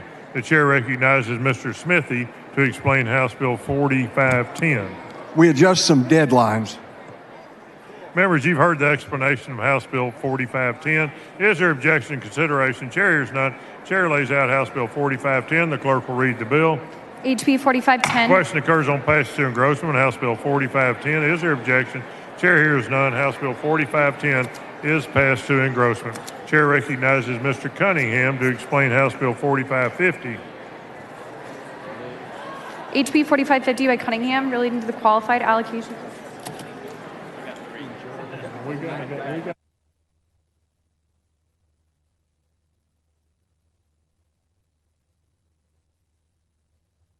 Chair recognizes Mr. Cunningham to explain House Bill 4550. Reforms QAP. Members, you've heard the explanation of House Bill 4550. Is there objection and consideration? The chair hears none. The chair lays out House Bill 4550. Clerk will read the bill. HB 4550. Question occurs on passage to engrossment of House Bill 4550. Is there objection? Chair hears none. House Bill 4550 is passed to engrossment. Chair recognizes Mr. Longoria to explain House Bill 4553. DIR Members, customer you've heard alignment. the explanation of House Bill 4553. Is there objection to consideration? Chair hears none. Chair lays out House Bill 4553. The clerk will read the bill. HB 4553. Question occurs on passage to engrossment of House Bill 4553. Is there objection? Chair hears none. House Bill 4553 is passed to engrossment. Chair recognizes Mr. Longoria to explain House Bill 4563. San Benito Hotel Members, you've occupancy. heard the explanation of House Bill 4563. Is there objection to consideration? Chair hears none. Chair lays out House Bill 4563. The clerk will read the bill. HB 4563. Question occurs on passage to engrossment House Bill 4563. Is there objection? Chair hears none. House Bill 4563 is passed to engrossment. Chair lays out, the chair recognizes House Representative Longoria to explain House Bill 4565. Harlingen hot tax. Members, you've heard the explanation of House Bill 4565. Is there objection to consideration? Chair hears none. Chair lays out House Bill 4565. Clerk will read the bill. HB 4565. Question occurs on passage to engrossment. House Bill 4565. Is there objection? Chair hears none. House Bill 4565 passed to engrossment. Chair recognizes Mr. Leach to explain House Bill 4595. This is Hugh Brady's Members, favorite you've bill heard of the the session. explanation of House Bill 4595. Is there objection and consideration? Chair hears none. Chair lays out House Bill 4595. The clerk will read the bill. HB The question occurs 4595. on passage to engrossment of House Bill 4595. Is there objection? Chair hears none. House Bill 4595 is passed to engrossment. Chair recognizes Mr. Ashby to explain House Bill 4609. Wildfire Members, prevention. you've heard the explanation of House Bill 4609. Is there objection and consideration? Chair hears none. Chair lays out House Bill 4609. The clerk will read the bill. HB 4609 by Question occurs on passage to engrossment. House Bill 4609. Is there objection? Chair hears none. House Bill 4609 is passed to engrossment. Chair recognizes Mr. Price to explain House Bill 4611. Code cleanup bill. Members, you've heard the explanation of House Bill 4611. Is there objection to consideration? The chair hears none. The chair lays out House Bill 4611. Clerk will read the bill. HB 4611. Question occurs on passage to engrossment of House Bill 4611. Is there objection? Chair hears none. House Bill 4611 is passed to engrossment. Chair recognizes Mr. Vasut to explain House Bill 4616. You do me? Members, you've heard the explanation of House Bill 4616. Is there objection to consideration? Chair hears none. Chair lays out House Bill 4616. The clerk will read the bill. HB 4616. Question occurs on passage to engrossment of House Bill 4616. Is there objection? Chair hears none. House Bill 4616 is passed to engrossment. Chair recognizes Mr. Leach to explain House Bill 4622. Thank you, Mr. Speaker. I'd like to take some time to go through Members, this. you've heard the explanation of House Bill 4622. Is there objection to consideration? The chair hears none. The chair lays out House Bill 4622. The clerk will read the bill. HB 4622 by Leach. The question occurs on passage to engrossment of House Bill 4622. Is there objection? Chair hears none. House Bill 4622 is passed to engrossment. Chair recognizes Ms. Click to explain House Bill 4629. IDD as Members, read. you've heard the explanation of House Bill 4629. Is there objection to consideration? Chair hears none. House Bill 4629 is passed, Chair lays out House Bill 4629. Clerk will read the bill. HB 4629. The question occurs on passage to engrossment of House Bill 4629. Is there objection? Chair hears none. House Bill 4629 is passed to engrossment. Chair recognizes Ms. Timmons to explain House Bill 4644. Agricultural alert Members, you've heard system. the explanation of House Bill 4644. Is there objection to consideration? Chair hears none. Chair lays out House Bill 4644. The clerk will read the bill. HB 4644. Question occurs on passage to engrossment of House Bill 4644. Is there objection? The chair hears none. House Bill 4644 is passed to engrossment. Without objection, House Bill 4660 will be deferred to the end of the local and consent calendar.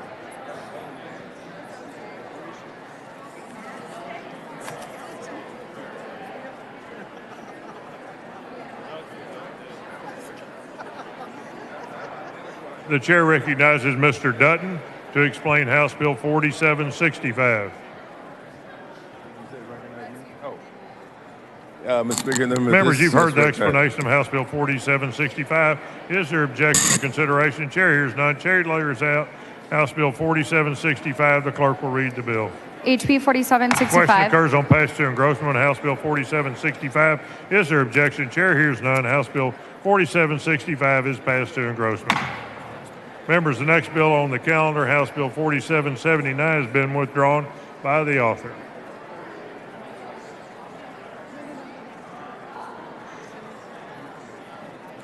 The chair recognizes Mr. Holland to explain House Bill 4879.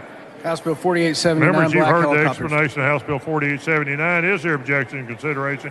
Chair hears none. Chair lays out House Bill 4879. The clerk will read the bill. HB 4879. Question occurs on passage to engrossment of House Bill 4879. Is there objection? Chair hears none. House Bill 4879 is passed to engrossment. Chair recognizes Ms. Garcia to explain House Bill 4972. Thank you, Mr. Speaker and members. House Bill 4972 requires... Is there objection to consideration? The chair hears none. Chair lays out House Bill 4972. The clerk will read the bill. HB 4972 by Garcia. Question occurs on passage to engrossment of House Bill 4972. Is there objection? Chair hears none. House Bill 4972 is passed to engrossment.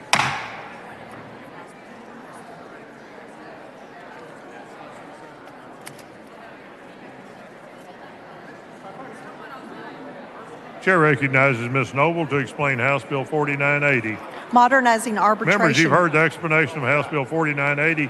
Is there objection and consideration? Chair hears none. Chair lays out House Bill 4980. The clerk will read the bill.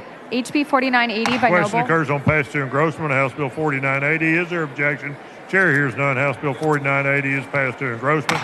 Chair recognizes Mr. Rainey to explain House Bill 5146. Building better futures. Members, you've heard the explanation of House Bill 5146. Is there objection to consideration? Chair hears none.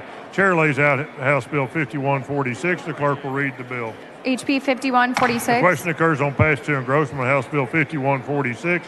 Is there objection? Chair hears none. House Bill 5146 is passed to engrossment. Chair recognizes Mr. Rainey to explain House Bill 5148. Student disability Members, scholarship. you've heard the explanation of House Bill 5148. Is there objection to consideration? The chair hears none. Chair lays out House Bill 5148. The clerk will read the bill. HB 5148. Question occurs on passage to engrossment of House Bill 5148. Is there objection? Chair hears none. House Bill 5148 is passed to engrossment. The chair recognizes Mr. Ashby to explain House Bill 5178. Angelina County. Members, you've heard the explanation of House Bill 5178. Is there objection to consideration? Chair hears none. Chair lays out House Bill 5178. The clerk will read the bill. HB 5178 by Ashby. Question occurs on passage to engrossment of House Bill 5178. Is there objection? Chair hears none. House Bill 5178 is passed to engrossment. The chair recognizes Mr. Guillen to explain House Bill 5183. Thank you, Mr. Speaker. Members, This you've heard the clarifies explanation of House Bill duties of 5183. Is there objection and consideration? Chair hears none. Chair lays out House Bill 5183. The clerk will read the bill. HB 5183. Question occurs on passage of House Bill 5183. Is there objection? The chair hears none. House Bill 5183 is passed to engrossment.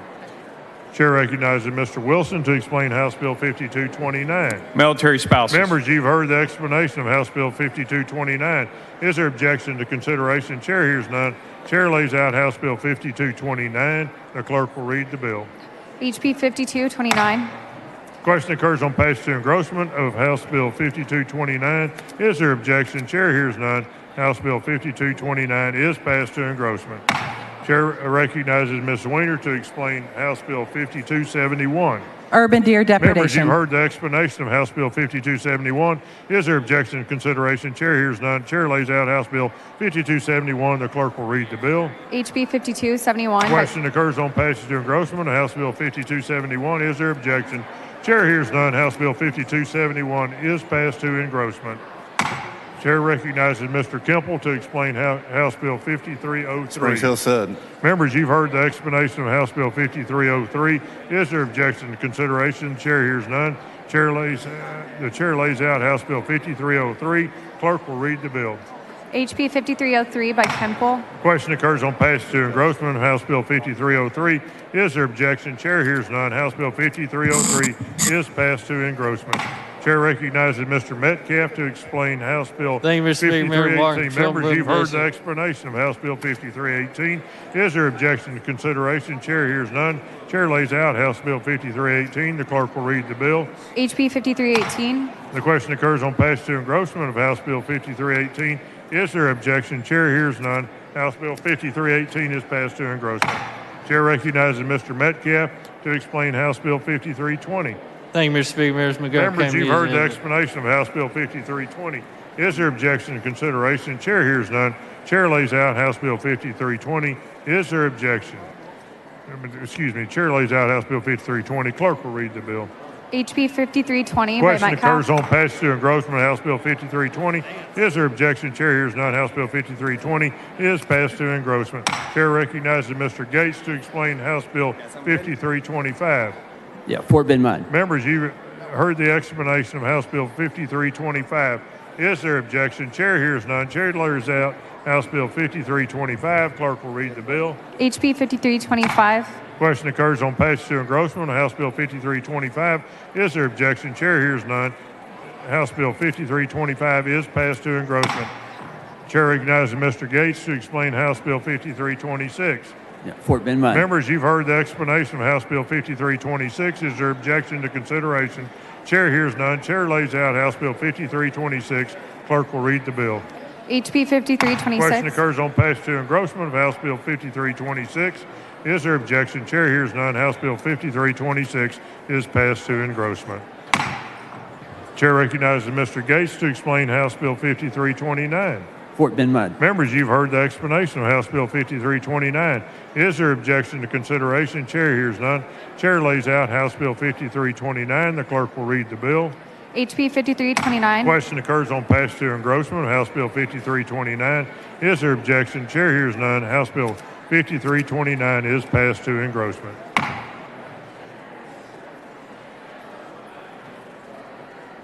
Members, the next bill on the calendar, House Bill 5331, has been withdrawn by the author.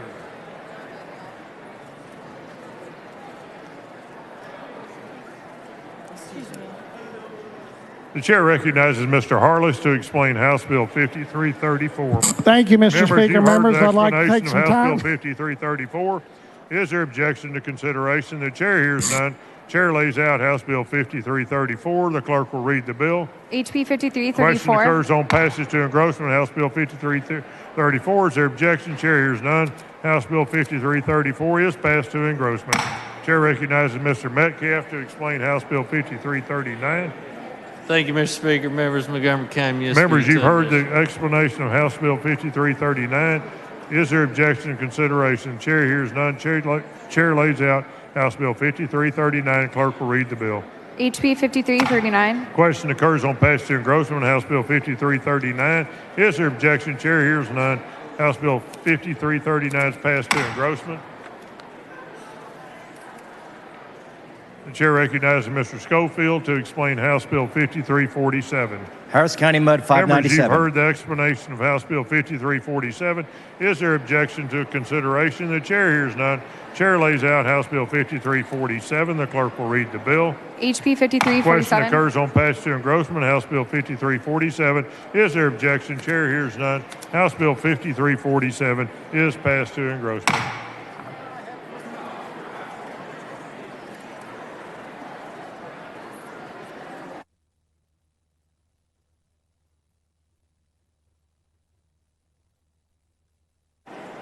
Chair recognizes Mr. Kitzman to explain House Bill 5348. Mud 49. Members, you've heard the explanation of House Bill 5348. Is there objection to consideration? Chair hears none. Chair lays out House Bill 5348. The clerk will read the bill. HB 5348. Question occurs on passage to engrossment. House Bill 5348. Is there objection? Chair hears none. House Bill 5348 is passed to engrossment. Chair recognizes Mr. Kitzman to explain House Bill 5350. Mud 40. Members, you've heard the explanation of House Bill 5350. Is there objection to consideration? Chair hears none. Chair lays out House Bill 5350. The clerk will read the bill. HB 5350. Question occurs on passage to engrossment of House Bill 5350. Is there objection? Chair hears none. House Bill 5350 is passed to engrossment. Chair recognizes Mr. Price to explain House Bill 5355. POB. Members, you've MMD. heard the explanation of House Bill 5355. Is there objection to consideration? Chair hears none. Chair lays out House Bill 5355. The clerk will read the bill. HB 5355. Question occurs on passage to engrossment of House Bill 5355. Is there objection? Chair hears none. House Bill 5355 is passed to engrossment. Chair recognizes Mr. Kitzman to explain House Bill 5362. Mud 57. Members, you've heard the explanation of House Bill 5362. Is there objection to consideration? Chair hears none. Chair lays out House Bill 5362. The clerk will read the bill.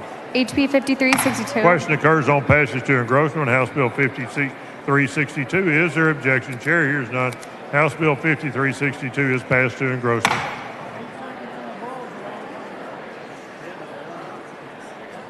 Chair recognizes Mr. Casal to explain House Bill 5366.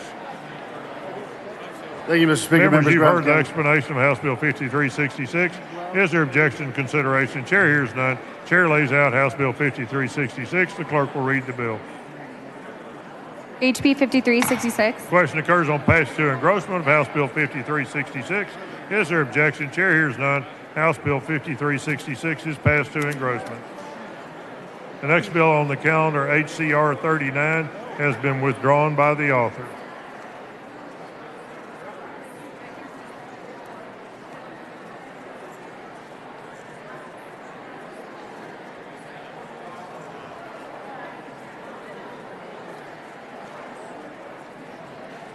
Members, the next few bills will require record votes. Without objection, HCR 42 will be deferred to the end of the local and consent calendar.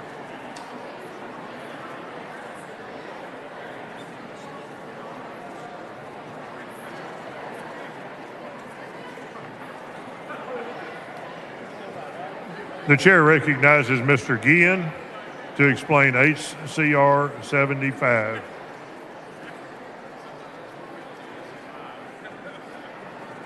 Thank you, Mr. Speaker. Members, this would Members, you've designate heard the first week in explanation of November. HCR 75. Is there objection and consideration? Chair hears none. Chair lays out HCR 75. The clerk will read the bill. HCR 75 by Guillen. The question occurs on the adoption of HCR 75. This is a record vote. The clerk will ring the bell.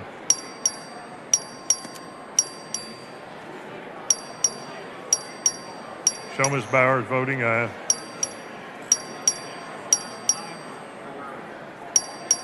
Have all members voted? Show Mr. Bell voting aye. Have all members voted? There being 137 ayes, 4 nays, HCR 75 is adopted. The chair recognizes Mr. Hunter to explain HCR 103. Thank you, Mr. Speaker. Members, Members, you've heard the Special Art. explanation of HCR 103. Is there objection to consideration? The chair hears none. Chair lays out HCR 103. The clerk will read the bill. HCR 103 by Herrera, The question occurs on adoption of HCR 103. This is a record vote. The clerk will ring the bell.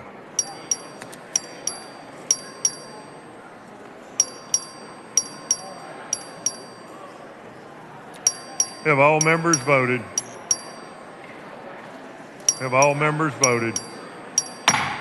There being 139 ayes and 5 nays, HCR 103 is adopted.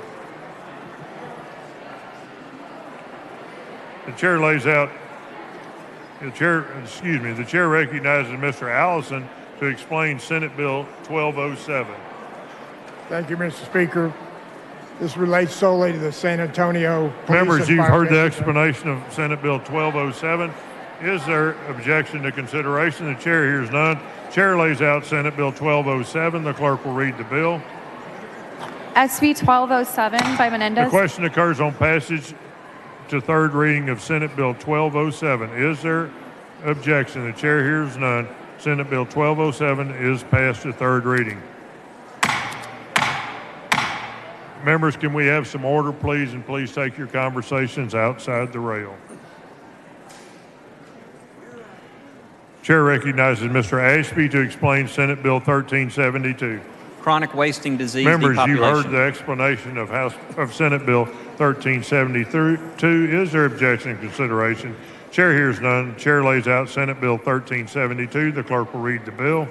SB 1372 by Question Perry. occurs on passage to third reading of Senate Bill 1372. Is there objection? Chair hears none. Senate Bill 1372 is passed to third reading. Chair recognizes Mr. Raymond to explain Senate Bill 1859. Benefits and services for veterans. Members, you've heard the explanation of Senate Bill 1859. Is there objection to consideration? Chair hears none. Chair lays out Senate Bill 1859. The clerk will read the bill. SB 1859 by Hancock. The question occurs on passage to third reading of Senate Bill 1859. Is there objection? Chair hears none. Senate Bill 1859 is passed to third reading.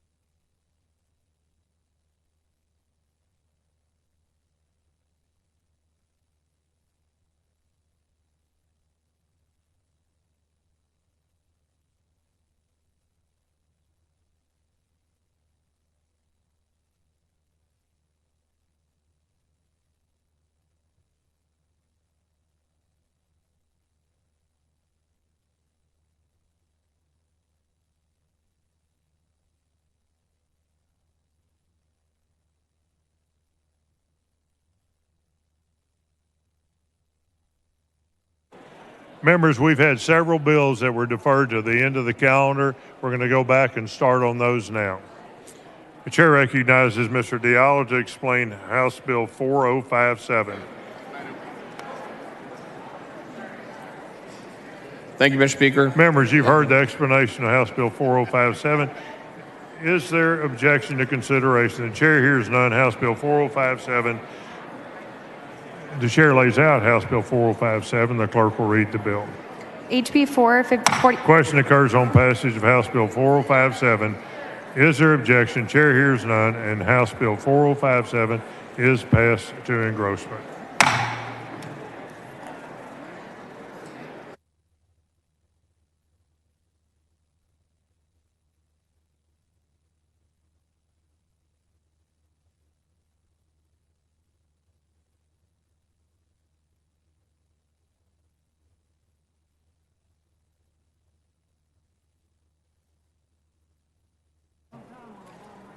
The chair recognizes Ms. Troxclair to explain 3235, and I believe this may be her first bill.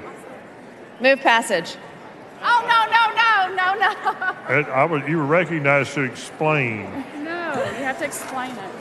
House Bill 3235 allows Members, you've heard the County. explanation of House Bill 3235. Is there objection to consideration? I tried. The chair hears none. The chair lays out House Bill 3235. The clerk will read the bill. HB 3235 by Trox.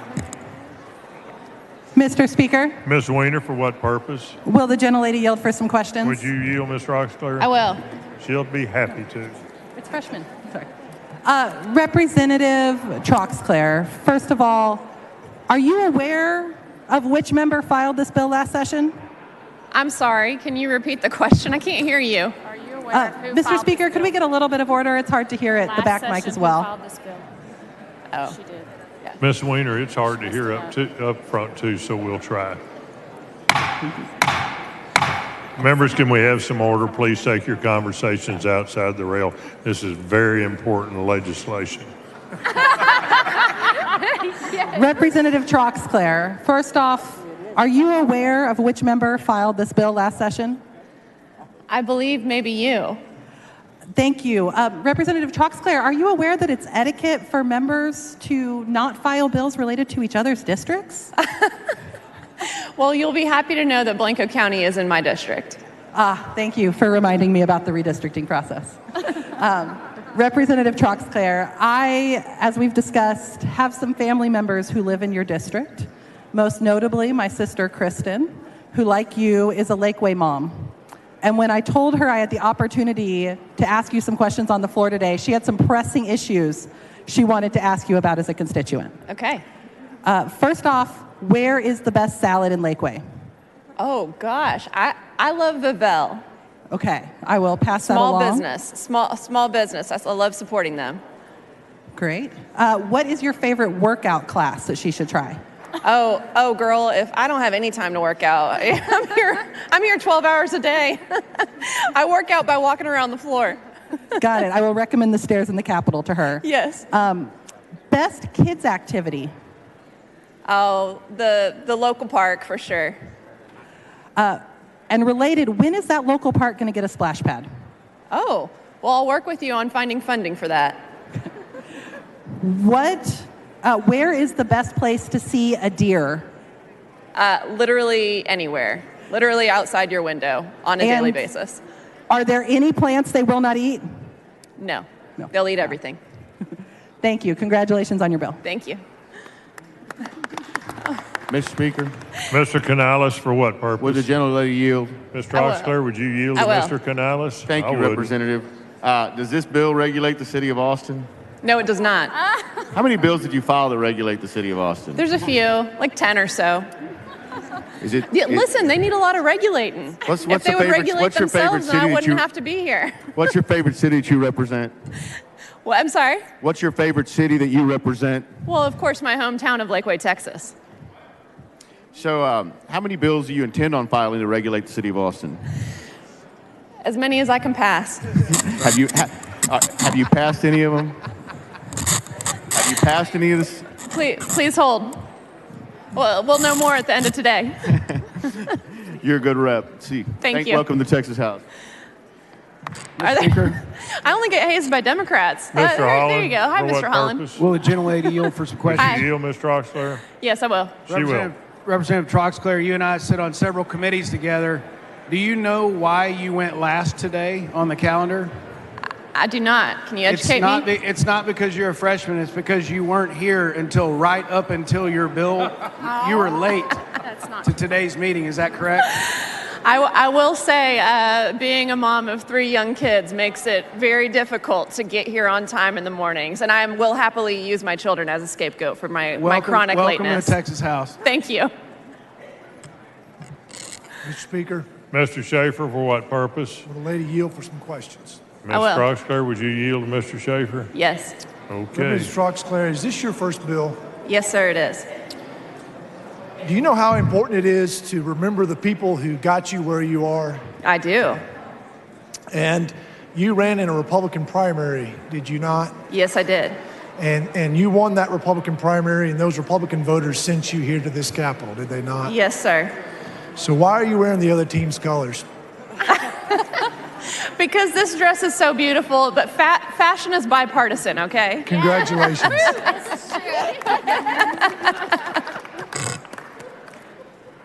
Mr. Speaker, Ma'am, for what purpose? will the gentlelady yield for some Would questions? you yield, Ms. Troxler? Yes, I will. So I will. have my Travis County delegation. Well, of course, you're part of the Travis County delegation. Does it make you nervous when you see us together? It does, just a little bit. But I am honored to serve along other smart, strong women. So thank you for being my colleagues. So I'm just curious. I watch the board sometimes, but I haven't really paid super close attention. Do we ever vote the same way? Not often. Every once in a while. Nevertheless, you have signed on to a couple of my bills, so thank you for that. Good bipartisanship. So I'm curious, one of the bills that I heard in one of my committees was about labeling things made in Texas, honey. So we can now, or if it passes the Senate, I suppose, we can say that honey is made in Texas, but you have a bill that would label something made in Texas, or at least the original bill. What was that? Oh, ammunition. Ammunition. Don't you think that we need some ammunition storage here in Texas? I'm grateful that Representative Garcia had signed on with me. Okay, so honey and bullets made in Texas. All right. So, you know, we don't vote the same way, but we do have some things in common. What do we have in common? Well, we have in common a shared community of Bee Cave. We have in common that we're concerned about the safety on Highway 71 and traffic. And we have in common that we're working together to get a new elementary school built in one of our communities. Absolutely. We represent Lakeway. We also have in common somebody that we ran against. Oh, Ms. you mean that? I'd You speak mean that? very quickly if I were you. Yeah, we'd like to forget about that. Okay. All right. Well, then changing the subject, I know we also have something in common. We both like queso. Where do you think the best queso is? All right, I got to made? move passage. Question occurs on passage to engrossment of House Bill 3235. Is there objection? The chair hears none. House Bill 3235 is passed to engrossment. Good job. That was a lot of Democrats.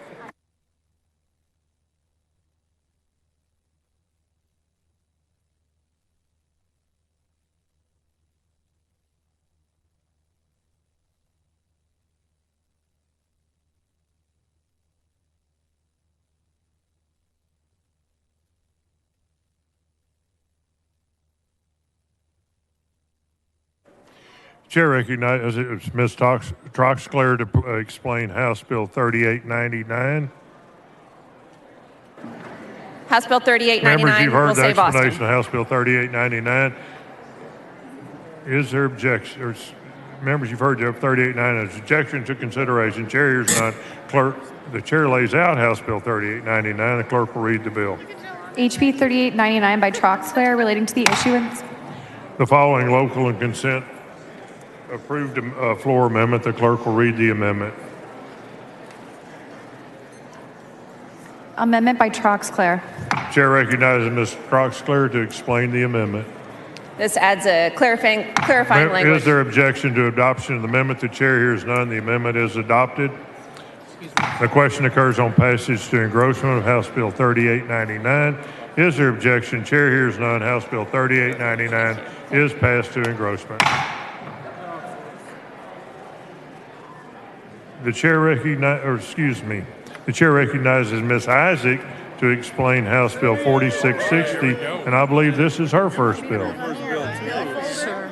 House Bill 4660. Members, you've heard the explanation of House Bill 4660. Is there objection to consideration? Chair hears none. Chair lays out House Bill 4660. The clerk will read the bill. HB 4660 by Isaac relating to the use of municipal hotel. Chair recognizes Ms. Isaac.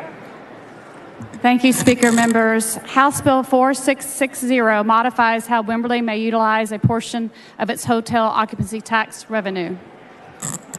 It extends to Wimberley the authority to use a portion of their local hotel occupancy tax to promote ecological tourism and to promote dark skies.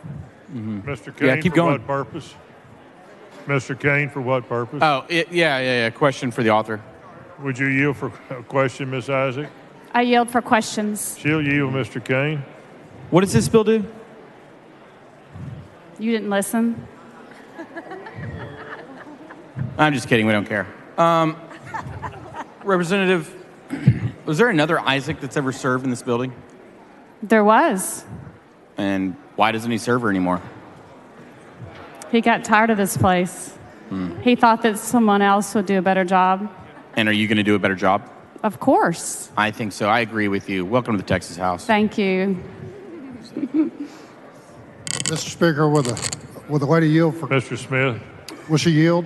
Would you yield, Ms. Isaac? I'll yield for questions. Oh. She will. Ms. Isaacs. Is it Isaacs? No S at the end. You know that. Oh, there's no S at the end. Is this Representative Isaacs' bill? I'm trying to figure out... Possessive? Yes, possession, yes. I'm trying to figure out why S. Caroline Harris is presenting Ms. Isaacs' bill. Oh, wait a minute. Oh, yeah. There's Ms. Harris. I'm sorry. I'm sorry. Yes, I am too. Would you please explain for us all, because there's a really amazing thing that's going on up there right now at this podium. Would you explain for us how you get your hair to do this? It takes special tools. And my son went 4 places yesterday looking for a special tool for my hair today. Do you take like a rolling pin and like roll it up? I can show you later if you'd like. Well, no, I don't want you touching this. Oh, come on. But I mean, even I can help your hair. Is there something that you have to warn people about? Because if that comes undone, I mean, like, Troxclair is going to get hit. I'm just saying. No, it's absolutely safe. I promise it's safe. All right. Yes or no? Isn't it true that I can outrun you? No. You have not proven that. You're scared. You keep rescheduling on me. Isn't it true that I've challenged you like 5 times to a foot race and you will not show up? I showed up. You didn't. Where were you? I showed up to the race. Where were you? Isn't it true that the end of session, we're going to go right out here and I'm going to outrun you in front of everybody? I look forward to the challenge. I do too. All right. And welcome to the House, by the way. Thank you. Ms. Hull, for what purpose? Will the lady yield for a question? Would you yield for questions? Yes, I will Ms. yield Hull? for questions. She's happy to. Representative Isaac, have you ever lost another member's diamond ring? Oh my gosh. I'm guilty, yes. What member was that? Miss Troxclair. And who found that ring? Was it your husband? Or my husband? One of them. Probably mine because he didn't have to buy it. Yes. That's Welcome a funny to the story. Forgot about that. Mr. Speaker. Will the lady yield for a question? Yes, she will yield for a question. Now, you're not the first Isaac to serve in this chamber, right? Correct. but are you the best Isaac to serve in this chamber? I'm the prettier, smarter Isaac, yes. Welcome to the Texas House. Thank you. Mr. Speaker, Ms. Weiner, for what purpose? will the gentlelady yield for some questions? Would you yield, Ms. Isaac? Of course. Representative Isaac, when were you elected to office? November 2022. And had you ever run for office before? I did. When exactly? 2020. And what office did you run for at that time? State representative. For which district? 45. And which district do you represent now? 73, the most beautiful district in the entire state of Texas. So explain that shift for me, 45 to 73. So my home was in 45 before redistricting. After redistricting, my home is now in 73. So your race in 2020, how did that go? It was decided very, very narrowly. My opponent prevailed by about 1%. Can you tell me a little bit about your opponent? I gave her a run for her money. She's lucky that redistricting happened. Iron sharpens iron, and I'm honored to serve with her in the Texas House. That's wonderful to hear. I'm honored to serve with you as well, Representative Isaac. Congratulations on your persistence in finding your way to the Texas House. Congratulations on your first bill. And thank you for correcting an error I made in 2019 with this legislation. Thank you. Mr. Vasut, for what purpose? Parliamentary inquiry. State your inquiry. How much time's left? Not a lot. Okay. Representative Isaac, you had a question mark on... Do you have a I'm question? sorry. Mr. Speaker, would the lady yield for questions? Would you yield for a question, Ms. Isaac? I will yield for questions. You had I stole your bill book, by the way. You had a question mark on Representative Noble on this bill. Is she going to vote yes or no? Do you know? She told me she would. Okay. What is a hot tax? Is that about, sizzling or? It's about hot time to finish this one. Okay, I would suggest, will the lady yield to move passage? Move passage. The question occurs on passage to engrossment of House Bill 4660. Is there objection? The chair hears none. House Bill 4660 is passed to engrossment. We got the memo. Terry Leo's turn. Yep, Terry. Thank you. Thank you. The chair recognizes Ms. Leo Wilson to explain HCR 42, and I believe this is also her first bill. Designating Winnie as the rice Members, you capital heard of the Texas. explanation of HCR 42. Is there objection to consideration? Chair hears none. The chair lays out HCR 42. The clerk will read the bill. HCR 42 by Leo Wilson, designating. Chair recognizes Ms. Leo Wilson. Thank you, Mr. Chairman. Mr. Speaker. Mr. Schaefer, for what purpose? Will the gentlelady yield for some questions? Would you yield to Mr. Schaefer? I wouldn't, but would Yes, you? I'll yield. Colonel Wilson, where are you from? I share the same name as Colonel Wilson, but I am from Galveston County. Oh, wait a second. You're not. How do we know you're not Terry Wilson that we are familiar with? Because I changed my name from a Terry with a Y to a Terry with an I. Okay, so what is the proper name that we should call you? You can just call me Terry. We can just call you Terry. And if we refer to your last name, should we call you Wilson or Terry Leo Wilson? You can call me Terry Leo Wilson. Very good. Is this your first bill? Yes, it is. And how many times have you been confused this session with Colonel Wilson? Multiple times because we office right across from each other. Very good. Thank you for your bill and welcome to the House. Thank you. Mr. Vasut, for what purpose? Will the lady yield for questions? Would you yield to Mr. Vasut? Yes, I'll yield for questions. Okay. Does your bill have anything to do with the State Board of Education? No, it does not. Okay. Did you previously serve on the State Board of Education? Yes, I served 3 terms on the State Board of Education. Very good. How much, what town are you trying to designate as like the rice capital of the world? Winnie, Texas, because it is the rice capital of Texas. How much rice is produced out of Winnie? A lot. A lot. Is it more than my towns in Brazoria County? I believe so. I think that we surpassed the Wharton County area for rice production. But they don't have a rice festival the first weekend of October, and they furthermore do not celebrate the rice festival for an ongoing 2 weeks and have rice balls. You said rice balls? Yes, we are famous for rice balls. What on earth is that?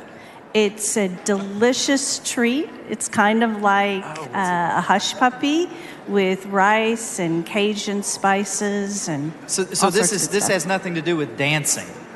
We do have dancing at the Rice Festival. We also have a diaper derby. A diaper derby? Yes, we have a diaper derby. Sounds like but a- you have to be 12 months or under to enter the diaper derby. Welcome to the Texas House. Thank you. Miss Terrence. Mr. Kane, for what purpose? Yeah, question for the author. Do you yield to Mr. Kane? Yes, I yield. Ma'am, who Questions? did you replace before you came to this building? Mays Middleton. Do you own any oil wells or anything? I do not. I do not have the same Supercars, resources as Mr. Middleton. Okay, well, that's too bad. Yeah, I'm gonna need him back then. So. But he's an extremely generous person, and I do him know quite well. So if you ever need something, please Yeah. don't hesitate coming to my office. Excellent. Well, we really need some embarrassing stuff to come out here. Right now, it's not really working out. Welcome to Texas House, though. Thank you. Yeah, go ahead, Valerie.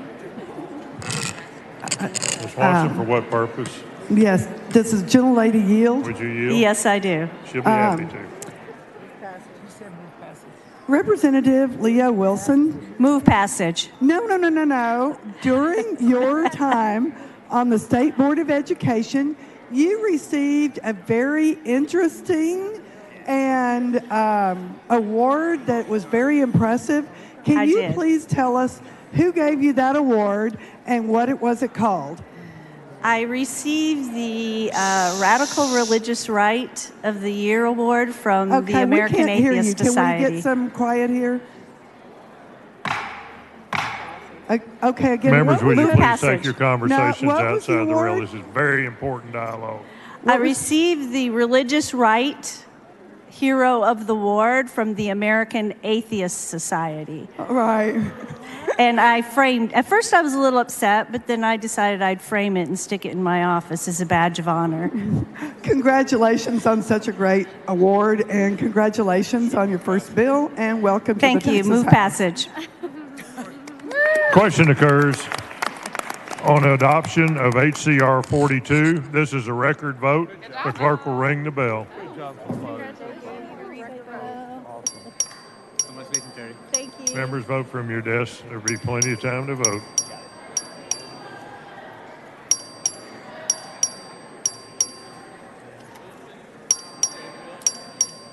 Have all members voted? There being 143 ayes, 2 nays, HCR 42 is adopted.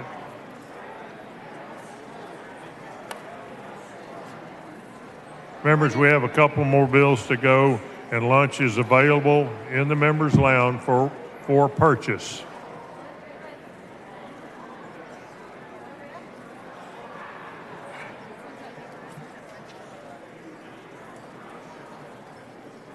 The chair recognizes Ms. Stemish to explain House Bill 2133. Mr. Speaker, members, Mr. this bill. Tenderholt, for what purpose? Will the representative yield for questions, please? Would you let us lay the bill out first, Mr. Tenderholt? Yes, sir. Thank you. Ms. Stemish, explain the bill. This bill, House Bill 2133, is for a city in my district. Members, you've heard the explanation of House Bill 2133. Is there objection to consideration? Mr. Speaker, Mr. Tenderholt. will the representative yield Would for you let questions me at this finish point? laying out the bill, and then we'll get to you, Mr. Yes, sir. Tenderholt? The chair hears none. The chair lays out House Bill 2133. The clerk will read the bill. HB 2133 by Temish. Mr. Tenderholt. Mr. Speaker, I have questions for the author, or I can come down and speak Ms. for Timmons, 10 would minutes. you yield? Let him come down.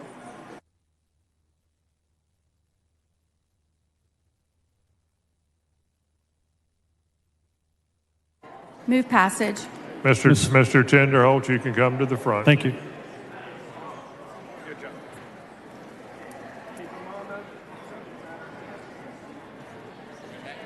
Mr. Tinderholt, you understand that you have to talk 10 minutes and you have to stay on the subject of the bill. The chair recognizes Mr. Tinderholt. Thank you, Mr. Speaker. Hello, Mr. Speaker, thank you.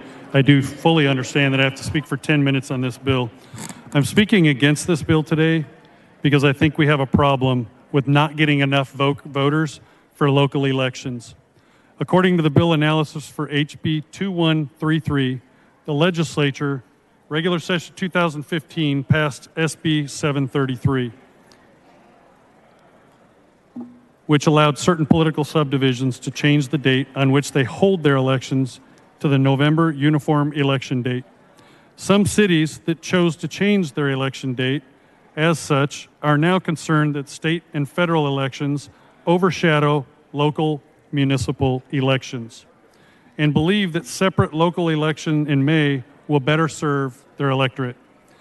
Continuing down the analysis portion of the bill's BA, we read that 2133 amends the election code to authorize the governing body of a political subdivision other than a county or municipal utility district that holds its general election for officers in November uniform election date to change the date on which it holds for the May uniform election date. The authorization applies only to a municipality through which State Highway 121 runs that meets the following criteria: has a population of more than 30,000 people, is wholly located in a county with a population of more than 500,000 that borders two counties, each of which has a population of more than 2 million. The bill establishes December 31st, 2024 as the deadline for making the change. For those who aren't familiar with this bracket, this refers to the Colony, which is in North Texas, very close to my district. The committee substitute included some cleanup language which limits the applicability of this authorization to a municipality through which State Highway 121 runs that meets certain population and Mr. Hayes, location for criteria. what purpose? Whereas the introduced did not limit that applicability. But members, we all know the real impact of having different election Mr. Hayes, dates for what purpose? for more different positions. Mr. Speaker, I'm on a point of order. State your point of order. The representative is reading from papers. He is allowed to read from papers. He's not allowed to just read the bill.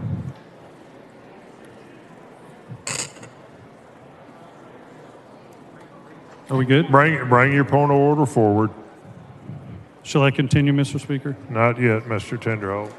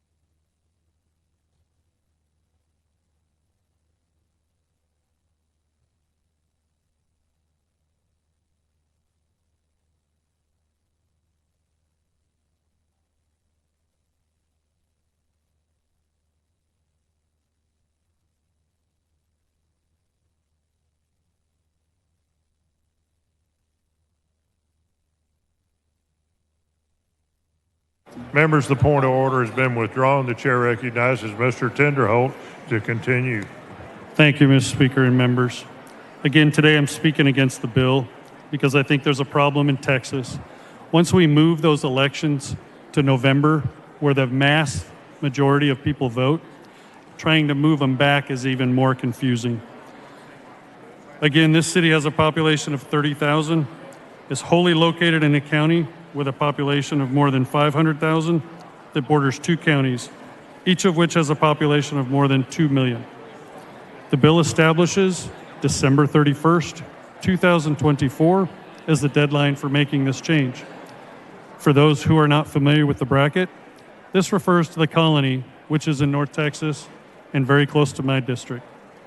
The committee substitute included some cleanup language, which limits the applicability of this authorization to a municipality through which State Highway 121 runs that meets certain population and location criteria, whereas the introduced did not limit that applicability.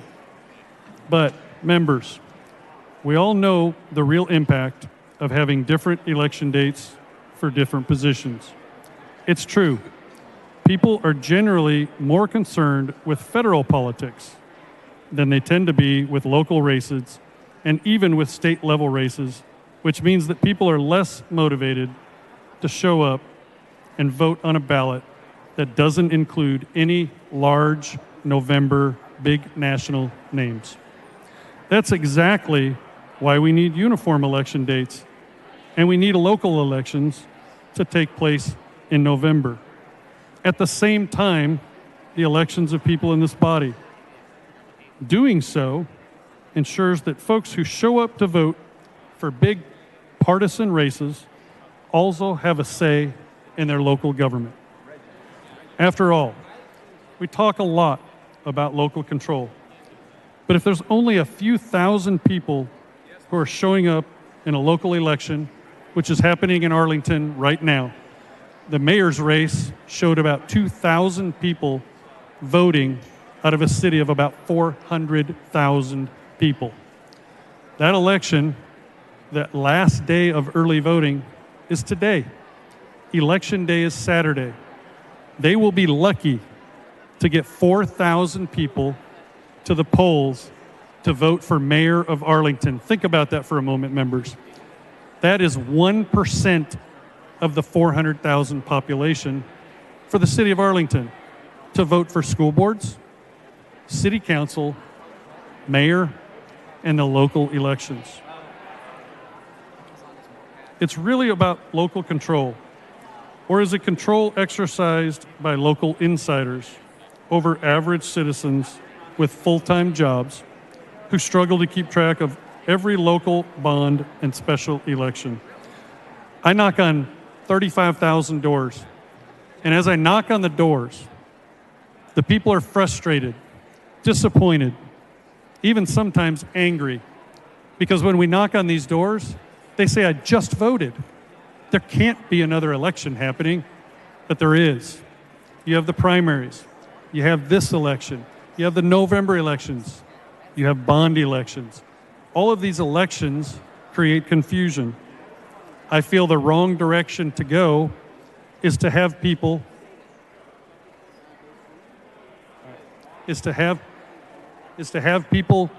switch their election to November and then change their mind and move it to May. I believe we should be going the other direction. My staff and I, you want me to finish the 10? Mr. Speaker, I believe the bill is being pulled down. Is the bill being removed?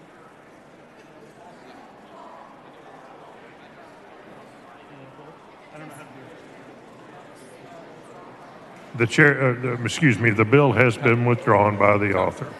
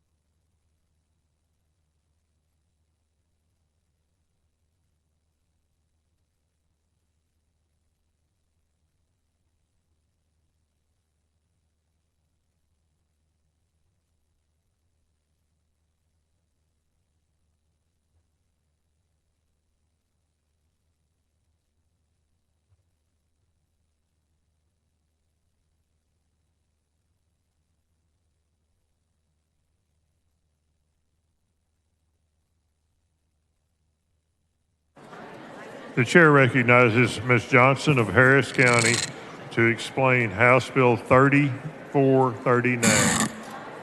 Mr. Speaker, I intend to speak against this bill as well, sir. Mr. Tenderholt, would you allow us to lay the bill out? Yes, sir. Thank you. The chair recognizes Ms. Johnson of Harris County to explain House Bill 3439.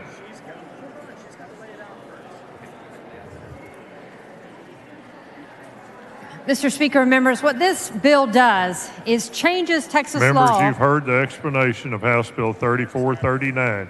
Is there objection to consideration? The chair hears none. The chair lays out House Bill 3439. The clerk will read the bill. HB 3439 by A. Johnson of Harris. The chair recognizes Ms. Johnson. Move passage.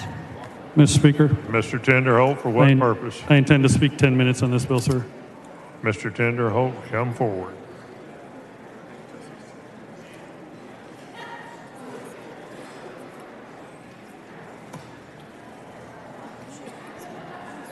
I don't.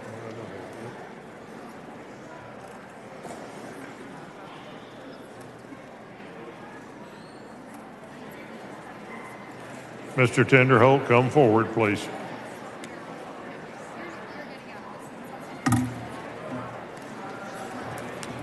The chair recognizes Mr. Tenderholt. Thank you, Mr. Speaker, members. I intend to speak for 10 minutes on this bill because this bill was potentially going to put someone in my district that does great work out of business. I don't think intentionally, by the way. I have a person in my district that does nonprofit Ms. Johnson, assistance for what for purpose? pets. Will the gentleman yield for questions? Would you yield for questions? I will Mr. as soon as I'm Tenderholt? done doing this layout, ma'am. Wait, what'd you say? I couldn't hear you. I will as soon as I'm done talking through this. Yeah, I will when I'm finished. Talking through the 10 minutes or talking through As soon as I say the new things issue that I on the need to bill say. that could have been raised as a courtesy of member to member before we got to this point? I brought it to you last night out of respect because I Your didn't find chief out of from my... staff sent an Hold on. email saying, I'm going to kill Ms. this Johnson, bill. would stick to questions, please. Mr. Speaker, I'm going to continue. So I had a Tenderholt, what do constituent you that like owns a about the business. Ms. Johnson, for what purpose? Will the gentleman yield for questions? Not at this time, Ms. Johnson. I had a constituent that lives in my district that called. She provides care to pets in the area, and she does thousands of them every year. The way that this bill is worded right now could potentially cause several issues. But I'll tell you this. The stakeholder on her side came to my office this morning, and the stakeholder on my side came to my office. They're at lunch right now, and they think they have a solution. So I want to be clear. The intent of what I'm doing is to not kill this. It's to allow it to come off the calendar, and I hope that changes are made. So as I looked through this, the permanent rules of House Representatives of 88th Legislature were adopted via H.R. 4. Mr. Speaker, will the gentleman yield for questions? As soon as I'm done speaking about the bill. Mr. Tenderholt, have I ever not tried to work with you? Absolutely, all the time. And I found out about this last night. And if I let this go through, it will put a constituent out of business. Mr. Speaker, Representative Johnson, please know that I respect you and very much appreciate your good work for Texas and the legislative district you serve. Mr. Speaker, members, this bill relates to wherever a veterinarian employed by a releasing agency may perform non-emergency veterinary services other than spay or neuter services on an animal that the releasing agency knows or should know has an owner. Okay. They're going to fix it.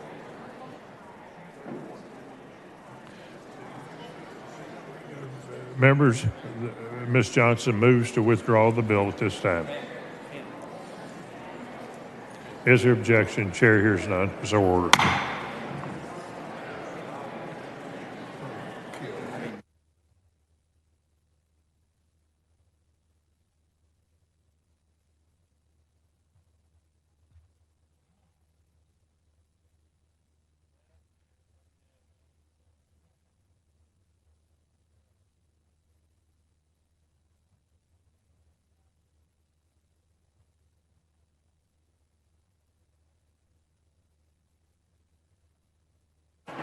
The following announcement, the clerk will read the announcement. The The Committee on Local and Consent Calendars will meet today upon first adjournment in room 2W6, Speakers Committee Room, and a formal meeting to consider committee business. Now we got to do all the big stuff, don't we?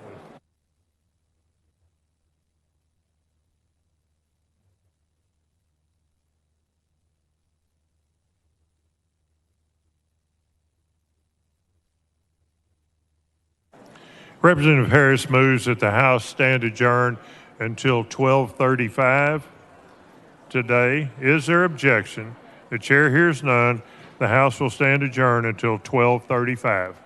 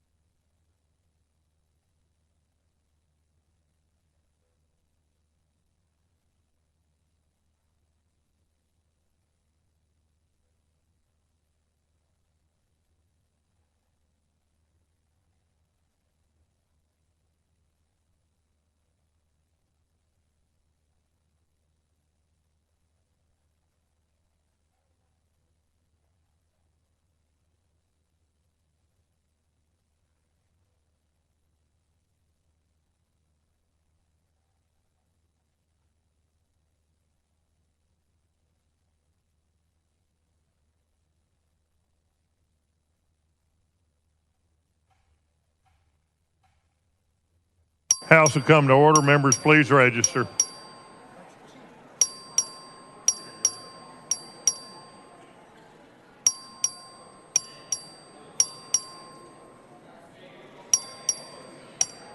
Have all members registered?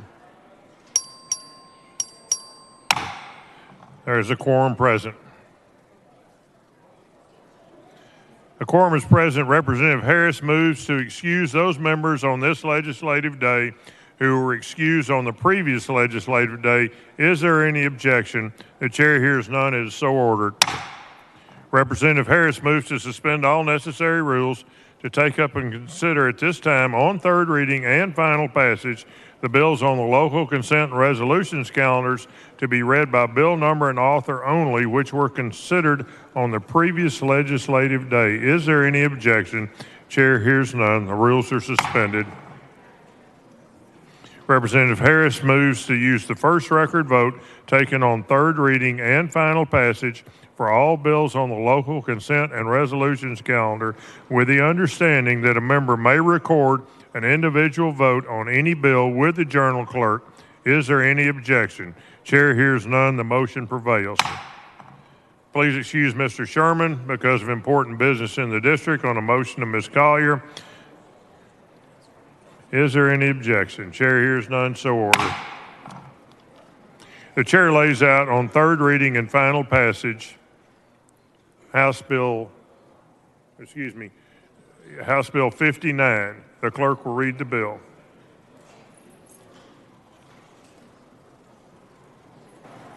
HB 59 by Goodwin, relating to child water safety requirements for certain organizations, authorizing disciplinary action, including an administrative penalty. The chair recognizes Ms. Goodwin to explain the bill. Thank you, Mr. Speaker. Members, this is Cotty's Act, drowning prevention. The question occurs on final passage of House Bill 59. This is a record vote. The clerk will ring the bell.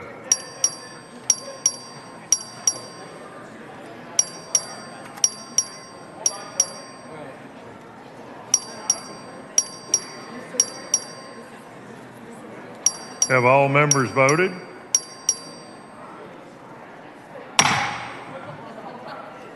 There being 144 ayes, 0 nays, House Bill 59 is finally passed. The chair lays out on third reading and final passage the following bills to be finally passed on the record vote just recorded on House Bill 59. The clerk will read the bills.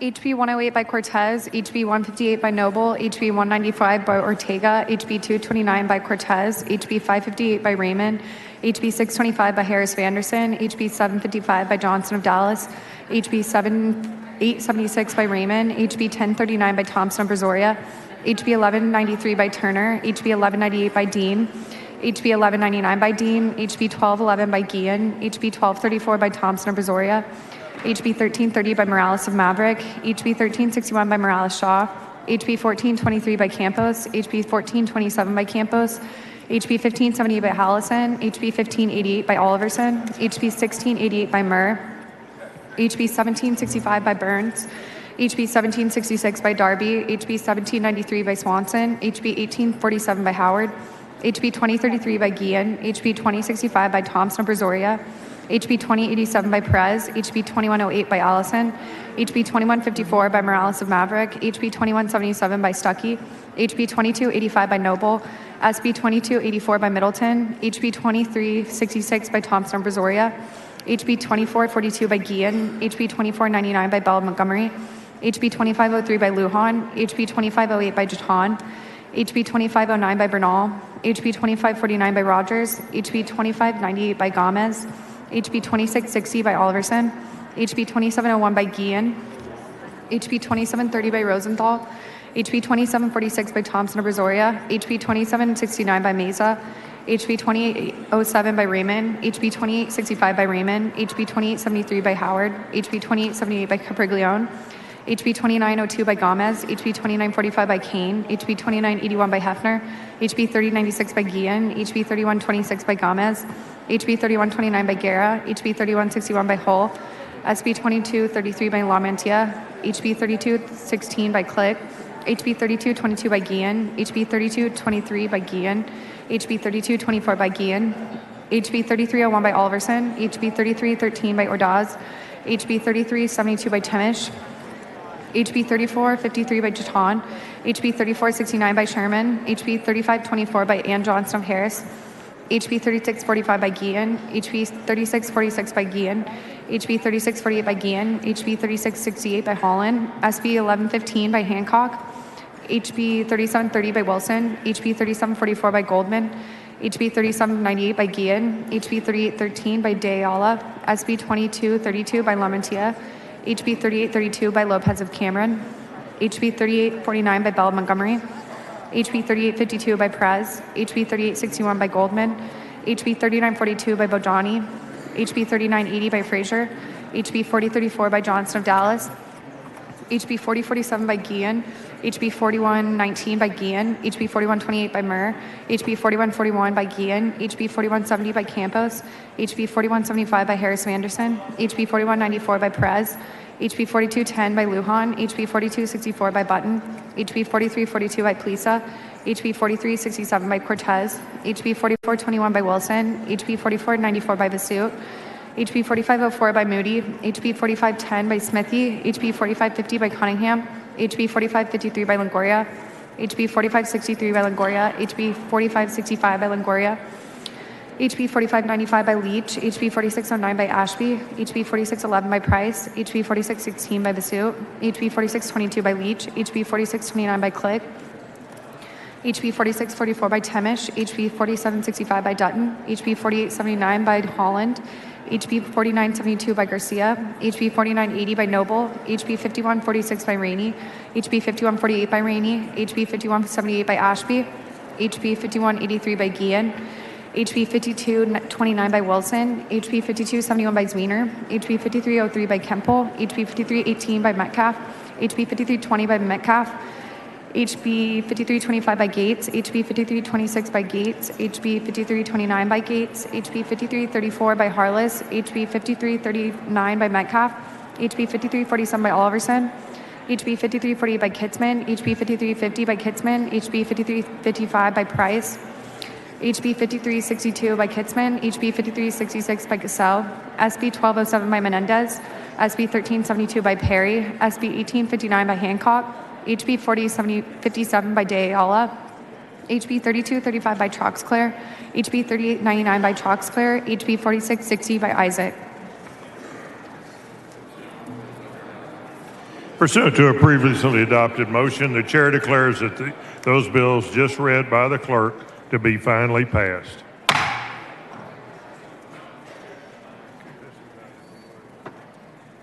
Please excuse Mr. Herrero because of important business by Mr. Jones of Harris.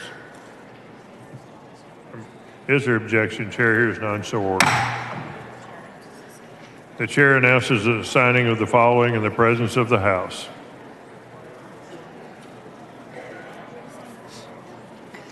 SB 59, SB 60, SB 159, SB 464, SB 483, SB 505, SB 861, SB 926, SB 938, SB 1003, SB 1017, SB 1047, SB 1052, SB 1226, SB 1305, SB 1325, SB 1333, SB 1375, SB 1514, SB 1965, SB 2144.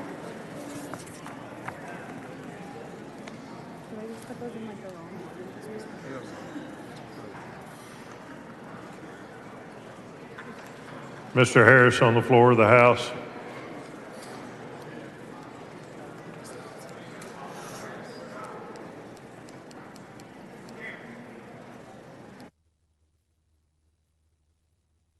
Is Mr. Harris on the floor of the House?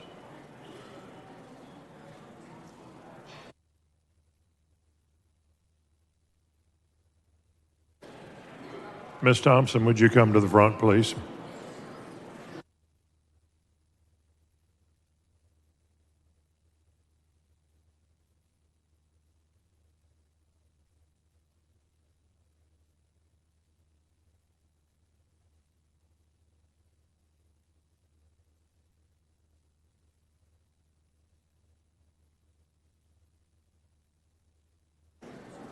Chair recognizes Ms. Thompson for a motion.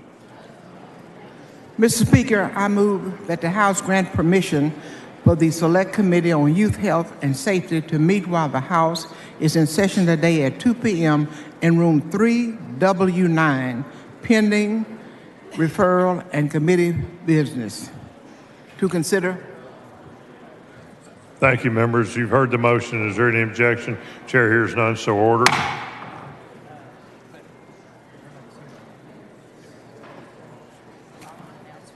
Following announcements, the clerk will read the announcements. The Select Committee on Youth Health and Safety will meet today at 2 p.m. in room 3W9 in a formal meeting to consider pending, referred, and committee business. The Committee on Higher Education will meet today upon final adjournment at desk 124 in a formal meeting to consider pending and referred business.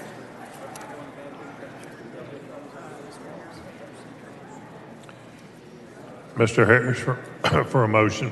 Thank you, Mr. Speaker. I move to set a local consent and resolutions calendar for 9 a.m. Saturday, May 6th. Is there objection? Chair hears none, so ordered. That's why I gavelled it.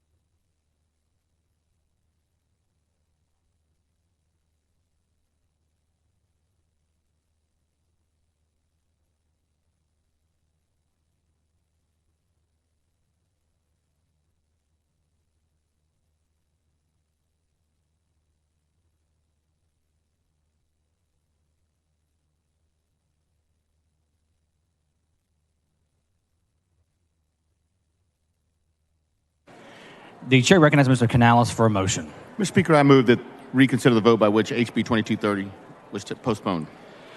Members heard the motion. Is objection? The chair hears none. Motion is adopted. The chair lays out on second reading HB 2230. The clerk will read the bill.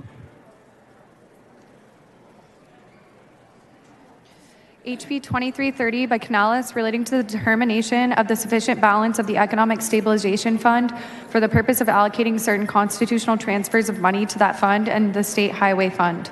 The chair recognizes Mr. Canales to explain the bill. Thank you, Mr. Speaker. Members, 2230 removes the sunset date from Proposition 1, which is a major funding source for Texas transportation. Prop 1 and Prop 7 now account for 40% of the funding in the UTP, which is how we build roads. If you want to continue building roads or maintaining roads in Texas, vote aye. Move passage. The question occurs on passing the engrossment to HB 2230. All in favor say aye. Opposed say nay. The ayes have HB 2230 is passed to engrossment.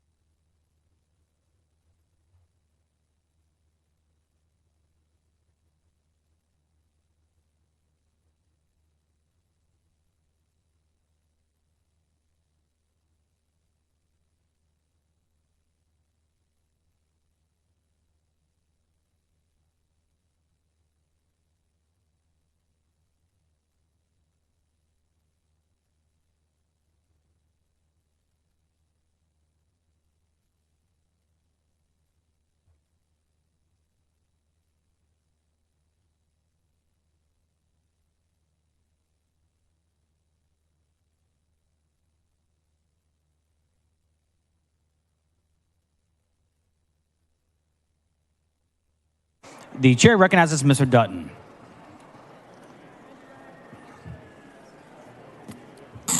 Mr. Speaker, pursuant to Rule 7, Section 44, I call from the Journal the motion to reconsider the vote by which House Bill 2162, as amended, failed to pass to engrossment. Members, the motion to reconsider the vote by which HB 2162, as amended, failed to pass to engrossment is now before the House. Does any member wish to speak for, against, or on the motion? The question occurs on the adoption of the motion. Is there objection? Chair hears none. The motion is adopted. Members, HB 2162, as amended, is now before the House. On second reading, the clerk will read the bill. HB 2162 by Dutton relating to reading instruction, assessment instruments, and interventions provided to public school students. The chair recognizes Mr. Dutton to explain the bill. Thank you, Mr. Speaker and members. Before I explain the bill, let me just make an apology. I asked for the percentage of students that meets grade level, and I was given information that's just the opposite of that. And so when I read the percentages off when I first heard this bill, it was not the percentages that I asked for.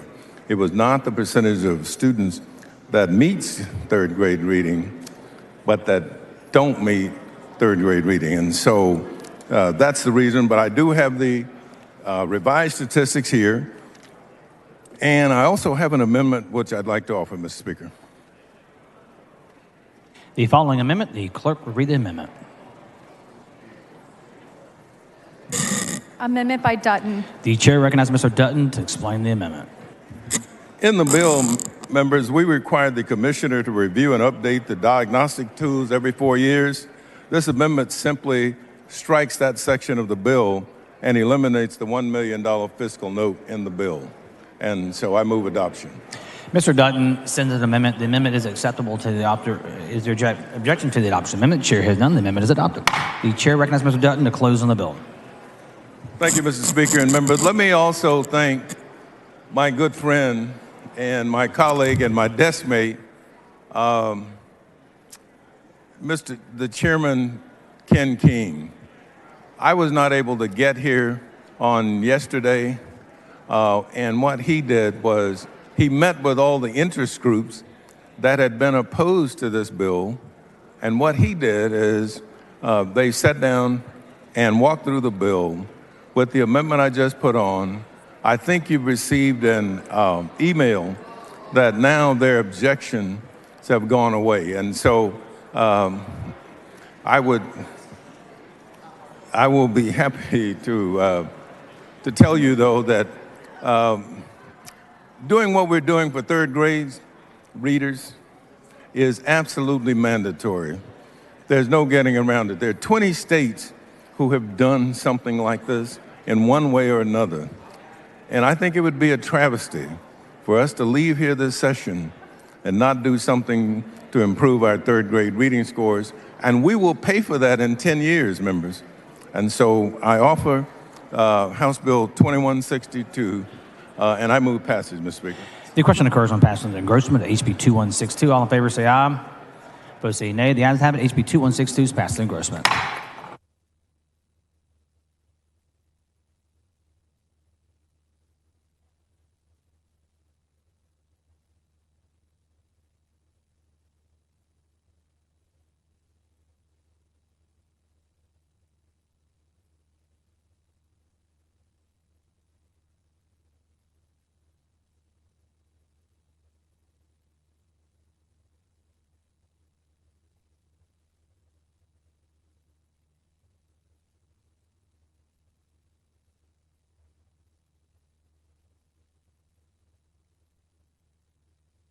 Members, we're about to begin today's supplemental calendar. If you have a bill, please be ready.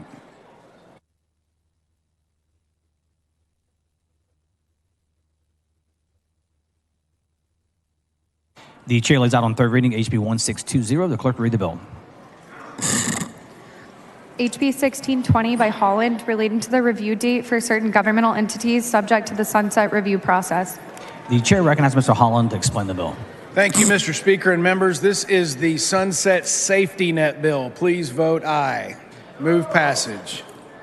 The question occurs on final passage of HB 1620. This is a record vote. The clerk will ring the bell. Show Mr. Holland voting aye.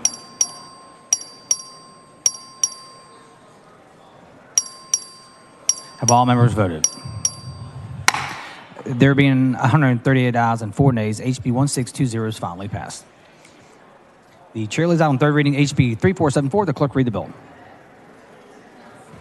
HB 3474 by Leach, relating to the operation and administration of and practices and procedures regarding proceedings in the judicial branch of state government, including the service of process and delivery of documents related to the proceedings, the administration of oaths, and the management of the Texas Indigent Defense Commission, and the composition of certain juvenile boards, establishing a civil penalty, increasing certain court costs, authorizing fees. The chair recognizes Mr. Leach to explain the bill.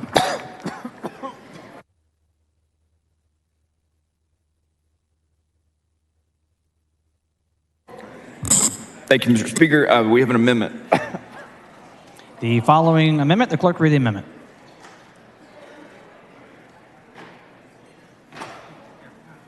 Amendment by Leach. The chair recognizes Mr. Leach to explain the amendment. Thank you, Mr. Speaker. This is just a cleanup amendment. Members, move adoption of the amendment. The question occurs on the adoption of the amendment. Mr. Leach sends an amendment. The amendment is acceptable to the authors. Objection to the adoption of the amendment. The chair has done. The amendment is adopted. Another one? The chair recognizes Mr. Leach to close on the bill. Thank you, Mr. Speaker. Members, thanks for all your work on this omnibus courts bill. And with that, I move passage.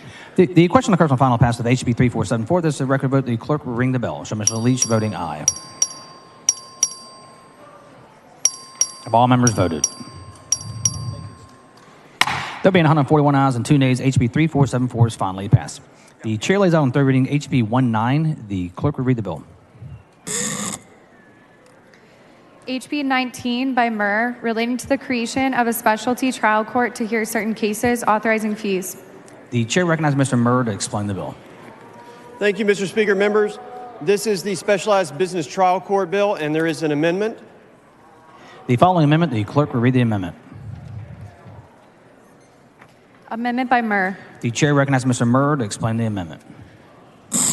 Mr. Speaker, members, this amendment is offered by the drafters, and it changes the word "and" to the word "or" and does nothing else. It refers to an amendment that was offered yesterday that it contains essentially a laundry list of exceptions to jurisdiction and wanted to make sure that each one stood on their own merits, and it is acceptable to the author. Mr. Murr sends up an amendment. The amendment is acceptable to the author's objection to the adoption amendment. The chair has done. The amendment is adopted. The chair recognizes Mr. Murr to close on the bill. Move passage. The question occurs on final passage of HB 19. This is a record vote. The clerk will ring the bell. Show Mr. Murr voting aye.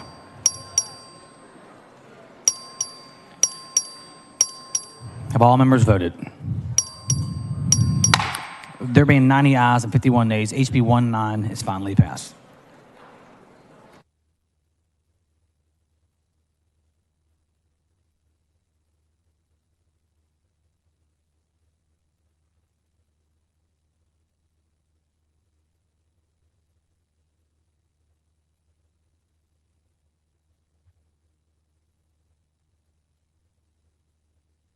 The chair lays out on third reading HJR 132. The clerk will read the bill. HJR 132 by Hefner, proposing a constitutional amendment prohibiting the legislature from imposing a tax on the net worth of individuals or businesses. The chair recognizes Mr. Hefner to explain the resolution. Thank you, Mr. Speaker. Members, House Joint Resolution 132 would offer the people of Texas an opportunity to have a direct say in whether or not the government taxes their wealth. This is a bill to protect people's hard-earned assets and the fruits of their labor, and move passage. The chair recognizes Mr. Martinez Fisher in opposition to the resolution. Thank you, Mr. Speaker. Members, for the reasons we talked about yesterday, again, this is something that we're not doing now and have not considered, and no reason to put this in our Constitution. I'd ask that you vote no. The chair recognizes Mr. Hefner to close on the resolution. Thank you, Mr. Speaker. Members, I move passage. The question occurs on passage of the resolution. This is a record vote. The clerk will ring the bell. Show Mr. Martinez Fisher voting nay, Mr. Hepner voting aye, Mr. Meyer voting aye.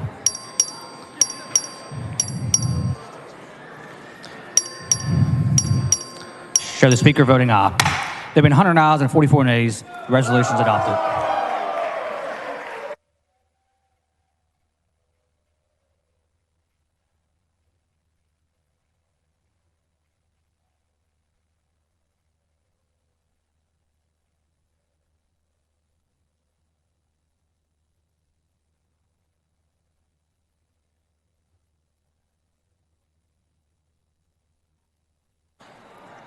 The chair lays out on third reading HB 1506. The clerk will read the bill.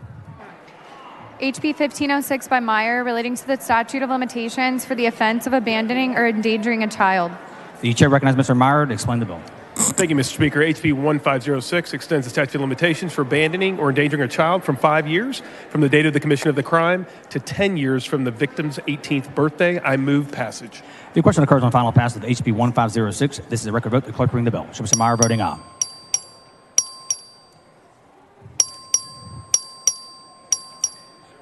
Mr. Holland voting aye. Have all members voted? There have been 142 ayes and 0 nays. HB 1506 is finally passed. The chair lays out on third reading HB 1357. The clerk will read the bill. HB 1357 by Holland, relating to Medicaid reimbursement for certain medication-assisted treatments for opioid or substance use disorder. The chair recognizes Mr. Holland to explain the bill. Thank you, Mr. Speaker. This is the bill yesterday for the opioid or substance abuse medication-assisted treatments. Move passage. The question occurs on final passage of HB 1357. This is a record vote. The clerk will ring the bell. Show Mr. Holland voting aye. Show Ms. Garcia voting aye. Have all members voted? There have been 132 ayes, 11 nays. HB 1357 is finally passed. The chair lays out on third reading HB 1683. The clerk will read the bill. HB 1683 by Wally, relating to the occupational therapy licensure compact authorizing fees. The chair recognizes Mr. Wally to explain the bill. Thank you, Mr. Speaker. HB 1683 would create an interstate compact for occupational therapists and occupational therapist assistants. I move passage. The question occurs on final passage of HB 1683. This is a record vote. The clerk will ring the bell. Show Mr. Wally voting aye. Ms. Garcia voting aye. Have all members voted?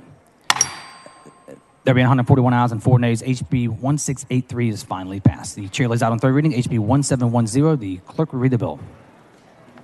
HB 1710 by Canales, relating to notice provided to a court regarding a defendant confined in a state jail felony facility. The chair recognizes Mr. Canales to explain the bill. Thank you, Mr. Speaker. Members, this is a simple, straightforward bill allowing the community supervision TDCJ to notify a court on the 60th day of defendant serving 75 days. Move passage. The question occurs on final passage of HB 1710. This is a record vote. The clerk will ring the bell. Show Mr. Canales voting aye. Have all members voted? There be 143 ayes and 1 nay. HB 1710 is finally passed. The chair lays out on third reading HB 475. The clerk will read the bill. HB 475 by Hull, relating to certain policies and procedures for healthcare specialty consultations and certain child abuse or neglect investigations and assessments. The chair recognizes Ms. Hull to explain the bill. Thank you, Mr. Speaker. Members, this is my bill that ensures parents receive their child's medical records and prohibits conflicts of interest. Move passage. The question occurs on final passage of HB 475. This is a record vote. The clerk will ring the bell. Show Ms. Hull voting aye. Have all members voted? There have been 144 ayes, 0 nays. HB 475 is finally passed. The chair lays out on third reading HB 433. The clerk will read the bill. HB 433 by Van Dever, relating to the definition of a commercial fleet. The chair recognizes Mr. Van Dever to explain the bill. Thank you, Mr. Speaker. Members, this lowers the number of vehicles required to qualify as a fleet from 25 to 15. I move passage. The question occurs on final passage of HB 433. This is a record vote. The clerk will ring the bell. Show Mr. Van Dever voting aye. Mr. Harris of Anderson voting aye. Have all members voted? There have been 145 ayes, 0 nays. HB 433 is finally passed.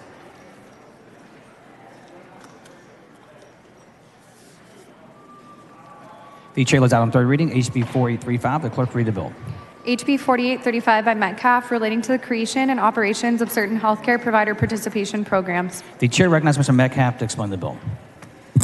Thank you, Mr. Speaker. Members, House Bill 4835 authorized establishment of local provider participation fund. I move passage. The question occurs on final passage of HB 4835. This is a record vote. The clerk will ring the bell. Show Mr. Metcalf voting aye. Have all members voted? There being 141 ayes and 4 nays, HB 4835 is finally passed. The chair lays out on third reading HB 4363. The clerk read the bill. HB 4363 by Kemple relating to the establishment of the Future Texas Teachers Scholarship Program for certain students at public institutions of higher education. The chair recognizes Mr. Kemple to explain the bill. Thank you, Mr. Speaker. 4363 establishes a Future Texas Teacher Scholarship. Move passage. The question occurs on final passage of HB 4363. This is a record vote. The clerk will ring the bell. Show Mr. Kemple voting aye. Have all members voted? There being 108 ayes, 34 nays, HB 4363 is finally passed. The chair lays out on third reading HB 1907. The clerk read the bill. HB 1907 by Anchia relating to the procedures for the expunction of arrest records and files for persons who complete certain court programs or pretrial intervention programs. The chair recognizes Mr. Anchia to explain the bill. Thank you, Mr. Speaker and members. This streamlines the expunction process and the bureaucracy surrounding it for veterans treatment courts and mental health courts. Move passage. The question occurs on final passage of HB 1907. This is a record vote. The clerk will ring the bell. Show Mr. Anchia voting aye. Have all members voted? There being 126 ayes and 19 nays, HB 1907 is finally passed. The chair lays out on third reading HB 2651. The clerk will read the bill. HB 2651 by Howard relating to required training and continuing education requirements for persons who provide medical care or other support to survivors of sexual assault. The chair recognizes Ms. Howard to explain the bill. Thank you, Mr. Speaker. Members, 2651 ensures that ER personnel have the training for forensic evidence collection and trauma-informed care. Move passage. The question occurs on final passage of HB 2651. This is a record vote. The clerk will ring the bell. Show Ms. Howard voting aye. Have all members voted? About 146 ayes and 0 nays. HB 2651 is finally passed. The chair lays out on third reading HB 2316. The clerk will read the bill. HB 2316 by Canales relating to the employment of certain peace officers, detention officers, county jailers, or firefighters who are injured in the course or scope of duty. The chair recognizes Mr. Canales to explain the bill. Thank you, Mr. Speaker. Member, this bill protects our peace officers, detention officers, county jailers, and firefighters who are injured on duty from being terminated by municipalities before they can reach their maximum medical improvement. I move passage. The question occurs on final passage of HB 2316. This is a record vote. The clerk will ring the bell. Show Mr. Canales voting aye. Have all members voted? There being 143 ayes and 0 nays, HB 2316 is finally passed. The chair lays out on third reading HB 1817. The clerk will read the bill. HB 1817 by Capriglione relating to the validity of a contract for which a disclosure of interested parties is required. The chair recognizes Mr. Capriglione to explain the bill. Thank you, Mr. Speaker. Members, House Bill 1817 provides a grace period and validates a contract for which disclosure of 1295 interested parties is required. I move passage. The question occurs on final passage of HB 1817. This is a record vote. The clerk will ring the bell. Show Mr. Capriglione voting aye. Mr. Ashby voting aye. Have all members voted? There being 139 ayes, 3 nays, HB 1817 is finally passed. The chair lays out on third reading HB 1718. The clerk will read the bill. HB 1718 by Ashby relating to rural development funds and insurance tax credits for certain investments in those funds, authorizing fees. The chair recognizes Mr. Ashby to explain the bill. Thank you, Mr. Speaker. Members, this bill expands access to much-needed capital for small businesses across rural Texas. I move passage. The question occurs on final passage of HB 1718. This is a record vote. The clerk will ring the bell. Show Mr. Ashby voting aye. Have all members voted? There being 105 ayes, 35 nays, HB 1718 is finally passed. The chair lays out on third reading HB 2334. The clerk will read the bill. HB 2334 by Burns relating to an exemption from the plumbing licensing law for certain work performed on a certain private property. The chair recognizes Mr. Burns to explain the bill. Thank you, Mr. Speaker. This bill updates the occupations code so that supervision requirements on private property regarding heavy construction of utilities are the same as those on public property and rights of way. Move passage. The question occurs on final passage of HB 2334. This is a record vote. The clerk will ring the bell. Show Mr. Burns voting aye. Have all members voted? There being 119 ayes, 26 nays, HB 2334 is finally passed. The chair lays out on third reading HB 2557. The clerk will read the bill. HB 2557 by Buckley relating to the licensed professional counselors compact authorizing fees. The chair recognizes Dr. Buckley to explain the bill. Thank you, Mr. Speaker. Members, this is a bill we passed yesterday, HB 2557, allow Texas to join the Interstate Counseling Compact. Move passage.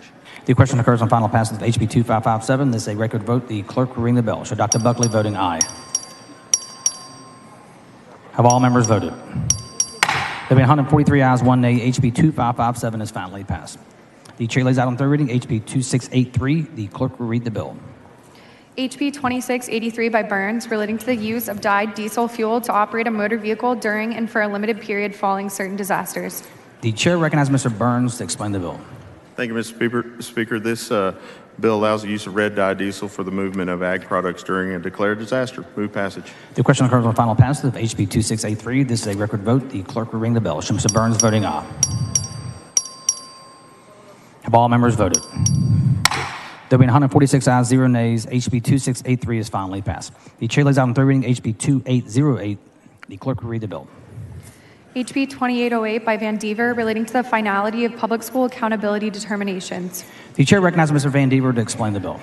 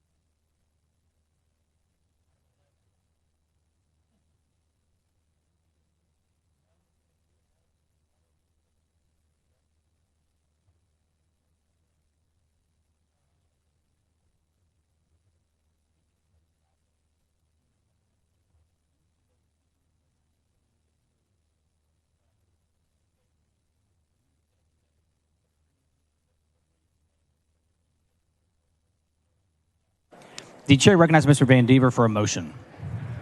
Thank you, Mr. Speaker. I move to postpone further consideration of HB 2808 until 1:45 p.m. today. Members, you heard the motion. Objection. Chair hears none. So ordered.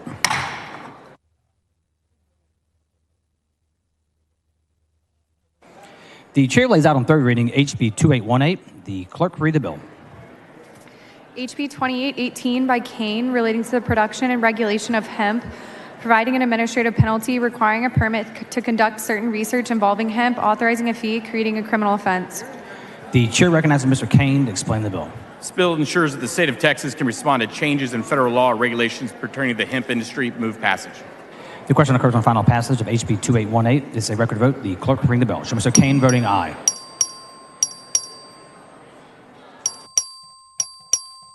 Have all members voted? There being 126 ayes, 17 nays, HB 2818 is finally passed. The chair lays out on third reading HB 2851. The clerk will read the bill. HB 2851 by Burns, relating to the composition of the Board of Directors of the Texas Agricultural Finance Authority and grant amounts under the Young Farmer Grant Program administered by the authority. The chair recognizes Mr. Burns to explain the bill. Thank you, Mr. Speaker. This updates the Texas Ag Finance Authority Board and the grant amounts. Move passage. The question occurs on final passage of HB 2851. This is a record vote. The clerk will ring the bell. Show Mr. Burns voting aye.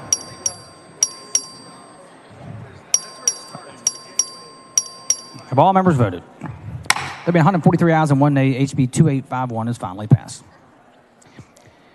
The chair lays out on third reading HB 2673. The clerk will read the bill. HB 2673 by Hull, relating to requirements for the use and transfer of electronic devices to students by a public school. The chair recognizes Ms. Hull to explain the bill. Thank you, Mr. Speaker. Members, this is the bill establishing rules for school-issued devices. I move passage. The question occurs on final passage of HB 2673. This is a record vote. The clerk will ring the bell. Show Ms. Hull voting aye. Have all members voted? There being 141 ayes and 2 nays, HB 2673 is finally passed. The chair lays out on third reading HB 3361. The clerk will read the bill. HB 3361 by Kane, relating to the slaughtering of livestock. The chair recognizes Mr. Kane to explain the bill. The goal of this bill is to reduce the cost of beef by eliminating a duplicitous regulation. That move passage. The question occurs on final passage of HB 3361. This is a record vote. The clerk will ring the bell. Show Mr. Kane voting aye. Have all members voted? There being 107 ayes and 37 nays, HB 3361 is finally passed. The chair lays out on third reading HB 3165. The clerk will read the bill. HB 3165 by Holland, relating to the establishment, administration, and use of the Texas Land and Water Conservation Fund. The chair recognizes Mr. Holland to explain the bill. Thank you, Mr. Speaker. This bill is the enabling legislation for the Texas Land and Water Conservation Fund. Eminent domain is not permitted, nor is federal government transfers. Move passage. The question occurs on final passage of HB 3165. This is a record vote. The clerk will ring the bell. Show Mr. Holland voting aye. Have all members voted? There being 131 ayes, 13 nays, HB 3165 is finally passed. The chair lays out on third reading HB 3315. The clerk will read the bill. HB 3315 by Belle Kaufman, relating to a school district's grievance procedure regarding complaints concerning violation of parental rights. The chair recognizes Mr. Bell of Kaufman to explain the bill. Thank you, Mr. Speaker. Members, House Bill 3315 requires a school board to adopt a grievance procedure addressing complaints and codifies the timeline. Move passage. The question occurs on final passage of HB 3315. This is a record vote. The clerk will ring the bell. Show Mr. Bella Kaufman voting aye. Have all members voted? There will be 145 ayes, 0 nays. HB 3315 is finally passed. The chair lays out on third reading HB 2959. The clerk will read the bill. HB 2959 by Kane, relating to providing children committed to the Texas Juvenile Justice Department with certain documents on discharge release. The chair recognizes Mr. Kane to explain the bill. This bill will ensure that juveniles released from detention will have the proper IDs so that they can, get jobs and have apartments. Move passage. The question occurs on final passage of HB 2959. This is a record vote. The clerk will ring the bell. Show Mr. Kane voting aye. Have all members voted? There will be 143 ayes, 2 nays. HB 2959 is finally passed. The chair lays out on third reading HB 2897. The clerk will read the bill. HB 2897 by Wally, relating to the prosecution of the offense of theft of service. The chair recognizes Mr. Wally to explain the bill. Thank you, Mr. Speaker. HB 2897 addresses an inconsistency in two overlapping theft provisions of the Texas Penal Code. I move passage. The question occurs on final passage of HB 2897. This is a record vote. The clerk will ring the bell. Show Mr. Wally voting aye. Have all members voted?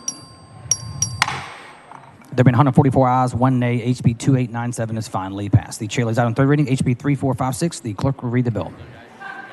HB 3456 by Ashby relating to the continuation and operation of certain healthcare provider participation programs in this state. The chair recognizes Mr. Ashby to explain the bill. Thank you, Mr. Speaker. Members, this bill merely extends the sunset dates for 7 of our 31 local PPF entities in the state of Texas. I move passage. The question occurs on final passage of HB 3456. This is a record vote. The clerk will ring the bell. Show Mr. Ashby voting aye. Have all members voted? There have been 121 ayes, 24 nays. HB 3456 is finally passed. The chair lays out on third reading HB 264. The clerk will read the bill. HB 264 by Toth relating to requirements for the physical presence of a borrower for signing certain documents related to a home equity loan. The chair recognizes Mr. Toth to explain the bill. Thank you, Mr. Speaker. Members, this is the Active Duty Home Equity Loan Improvement Act. Move passage. The question occurs on final passage of HB 264. This is a record vote. The clerk will ring the bell. Show Mr. Toth voting aye. Have all members voted? There have been 145 ayes, 0 nays. HB 264 is finally passed. The chair lays out on third reading HB 148. The clerk will read the bill. HB 148 by Johnson of Dallas relating to the Texas Medical Disclosure Panel. The chair recognizes Ms. Johnson of Dallas to explain the bill. Thank you, Mr. Speaker. Members, this is relating to a Texas Medical Disclosure Panel, and I move passage. The question occurs on final passage of HB 148. This is a record vote. The clerk will ring the bell. Show Ms. Johnson of Dallas voting aye. Have all members voted? There have been 112 ayes, 32 nays. HB 148 is finally passed. The chair lays out on third reading HB 469. The clerk will read the bill. HB 469 by Smith relating to the sequestration of a jury in a criminal case. The chair recognizes Mr. Smith to explain the bill. Thank you, Mr. Speaker. Members, 469 simply streamlines a process to request the sequestration of a jury and allows jurors, courts prepare, lodging, etc. I move passage. The question occurs on final passage of HB 469. This is a record vote. The clerk will ring the bell. Show Mr. Smith voting aye. Have all members voted? There being 143 ayes, 1 nay. HB 469 is finally passed. The chair lays out on third reading HB 3419. The clerk will read the bill. HB 3419 by Kane relating to the transportation of horse meat. The chair recognizes Mr. Kane to explain the bill. This bill repeals a dumb law, moves smooth passage. The question occurs on final passage of HB 3419. This is a record vote. The clerk will ring the bell. Show Mr. Kane voting aye. Have all members voted? There have been 141 ayes and 3 nays. HB 3419 is finally passed. The chair lays out on third reading HB 1883. The clerk will read the bill. HB 1883 by Bojani relating to the administration of assessment instruments on religious holy days. The chair recognizes Mr. Bajani to explain the bill. Thank you, Mr. Speakers. Members, state-mandated exams are routinely scheduled on religious holy days, putting certain students in the position of having to choose between practicing their faith traditions and scoring well on high-stakes exams. HB 1883 ensures that the state-mandated exams are not scheduled on religious holy days. I move passage. The question occurs on final passage of HB 1883. This is a record vote. The clerk will ring the bell. Show Mr. Bajani voting aye. Show Mr. Cunningham voting aye. Mr. Frazier voting aye. Have all members voted? There being 110 ayes, 36 nays. HB 1883 is finally passed. The chair lays out on third reading HB 2672. The clerk will read the bill. HB 2672 by Frazier relating to the eligibility for student loan repayment assistance under the Math and Science Scholars Loan Repayment Program. The chair recognizes Mr. Frazier to explain the bill. Mr. Speaker, members, this is my math and science bill for teachers to open it up for the whole state and all schools. Move passage. The question occurs on final passage of HB 2672. This is a record vote. The clerk will ring the bell. Show Mr. Frazier voting aye. Have all members voted? There being 135 ayes, 11 nays. HB 2672 is finally passed. The chair lays out on third reading HB 1392. The clerk will read the bill. HB 1392 by Craddock, relating to the allocation of certain constitutional transfers of money to the Economic Stabilization Fund, the State Highway Fund, and the Grow Texas Fund, and to the permissible uses of money deposited in the Grow Texas Fund. The chair recognizes Mr. Craddock to explain the bill. Mr. Speaker, members, this is the enabling legislation for the constitutional amendment. I move passage. Question occurs on final passage of HB 1392. This is a record vote. The clerk will ring the bell. Mr. Craddock voting aye. Ms. Jones of Harris voting aye. Mr. Landgraf voting aye. Mr. Jatan voting aye. Have all members voted? There being 132 ayes, 13 nays. HB 1392 is finally passed. The chair lays out on third reading HB 2207. The clerk will read the bill. HB 2207 by Landgraf, relating to the allocation of certain constitutional transfers of money to the Economic Stabilization Fund, the State Highway Fund, the Oil and Gas Regulation and Cleanup Account, the Texas Emissions Reduction Plan Fund, the Property Tax Relief Fund, the Texas Severance Tax Revenue and Oil and Natural Gas, Texas Strong Defense Fund, and to the permissible use of money deposited to the Texas Severance Tax Revenue and Oil and Natural Gas, Texas Strong Defense Fund. The chair recognizes Mr. Landgraf to explain the bill. Thank you, Mr. Speaker. House Bill 2207 is the enabling bill for the Texas Strong Fund. I move passage. The question occurs on final passage of HB 2207. This is a record vote. The clerk will ring the bell. Have all members voted? Okay. There being 144 ayes, 1 nay. HB 2207 is finally passed. The chair lays out on third reading HB 718. The clerk will read the bill. HB 718 by Goldman, relating to the issuance of certain tags, permits, and license plates authorizing the movement of vehicles. The chair recognizes Mr. Goldman to explain the bill. Thank you, Mr. Speaker and members. Let's show law enforcement you stand with them and against the criminals using fake paper tags. I move passage. The question occurs on final passage of HB 718. This is a record vote. The clerk will ring the bell. Show Mr. Goldman voting aye. Show Mr. Jones of Dallas voting aye. Mr. Leach voting aye. Have all members voted? There being 145 ayes, 0 nays. HB 718 is finally passed. The chair lays out on third reading HB 1747. The clerk will read the bill. HB 1747 by Leach, relating to the consequences of a criminal conviction on a person's eligibility for an occupational license. The chair recognizes Mr. Leach to explain the bill. Thank you, Mr. Speaker. Members, I heard a member earlier mistakenly refer to this bill as a hug-a-thug bill. That could not be further from the truth. This bill is about giving second chances to deserving Texans who need a job. With that, Mr. Speaker, I move passage. The question occurs on final passage of HB 1747. This is a record vote. The clerk will ring the bell. Show Mr. Leach voting aye. Have all members voted? There being 137 ayes, 5 nays. HB 1747 is finally passed. The chair lays out on third reading HB 1634. The clerk will read the bill. HB 1634 by Wally, relating to the requirements for beneficial tax treatment related to a leasehold or other possessory interest in a public facility used to provide multifamily housing. The chair recognizes Mr. Wally to explain the bill. Thank you, Mr. Speaker. HB 1634 would ensure certain housing developments like PFCs that benefit from a state tax exemption to provide a public benefit. I move passage. The question occurs on final passage of HB 1634. This is a record vote. The clerk will ring the bell. Show Mr. Wally voting aye. Have all members voted? There being 137 ayes, 7 nays. HB 1634 is finally passed. The chair lays out on third reading HB 2700. The clerk will read the bill. HB 2700 by Guillen, relating to the prosecution of certain criminal offenses prohibiting sexually explicit visual material involving children. The chair recognizes Mr. Guillen to explain the bill. Thank you, Mr. Speaker. Members, the use of deep fake technology and AI has made it easier for predators to create explicit visual material involving children. This bill clarifies that the creation, distribution, and possession of such computer-generated content is a criminal offense. Move passage. The question occurs on final passage of HB 2700. This is a record vote. The clerk will ring the bell. Show Mr. Guillen voting aye. Have all members voted? There being 145 ayes, 1 nay. HB 2700 is finally passed. The chair lays out on third reading HB 2026. The clerk will read the bill. HB 2026 by Darby, relating to the Rural Veterinarian Incentive Program. The chair recognizes Mr. Darby to explain the bill. Thank you, Mr. Speaker. Members, this simply reinvigorates our Rural Veterinarian Incentive Program. Move adoption. The question occurs on final passage of HB 2026. This is a record vote. The clerk will ring the bell. Show Mr. Darby voting aye. Have all members voted? There being 112 ayes, 33 nays. HB 2026 is finally passed. The chair lays out on third reading HB 3497. The clerk will read the bill. HB 3497 by Morrison, relating to the requirements that certain persons taking oysters on a licensed commercial oyster boat obtain a commercial fisherman's license. The chair recognizes Ms. Morrison to explain the bill. Thank you, Mr. Speaker. Member, this bill would exempt holders of a commercial oyster boat captain's license from also holding a general fisherman's license to harvest oysters. I move passage. The question occurs on final passage of HB 3497. This is a record vote. The clerk will ring the bell. So Ms. Morrison voting aye. So Ms. Jones of Harris voting aye. Have all members voted? There be 145 ayes, 0 nays. HB 3497 is finally passed. The chair lays out on third reading HB 4051. The clerk will read the bill. HB 4051 by Goldman relating to the criteria for media production development zone recognition.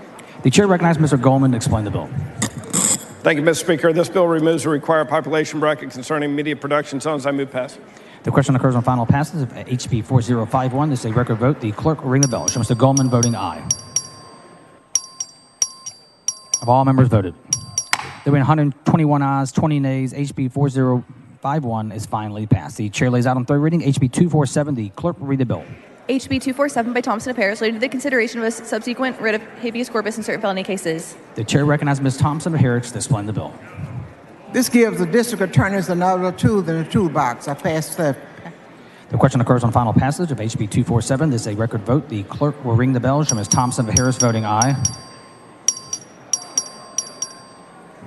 Have all members voted?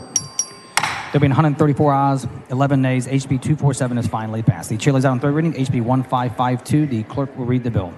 HB 1552 by Guillen relating to the limitation of liability of a financial institution acquiring a trustee financial institution. The chair recognizes Mr. Guillen to explain the bill. Thank you, Mr. Speaker. Members, this sets settlement conditions for beneficiaries and trustees of trusts. Move passage. The question occurs on final passage of HB 1552. This is a record vote. The clerk will ring the bell. Show Mr. Guillen voting aye.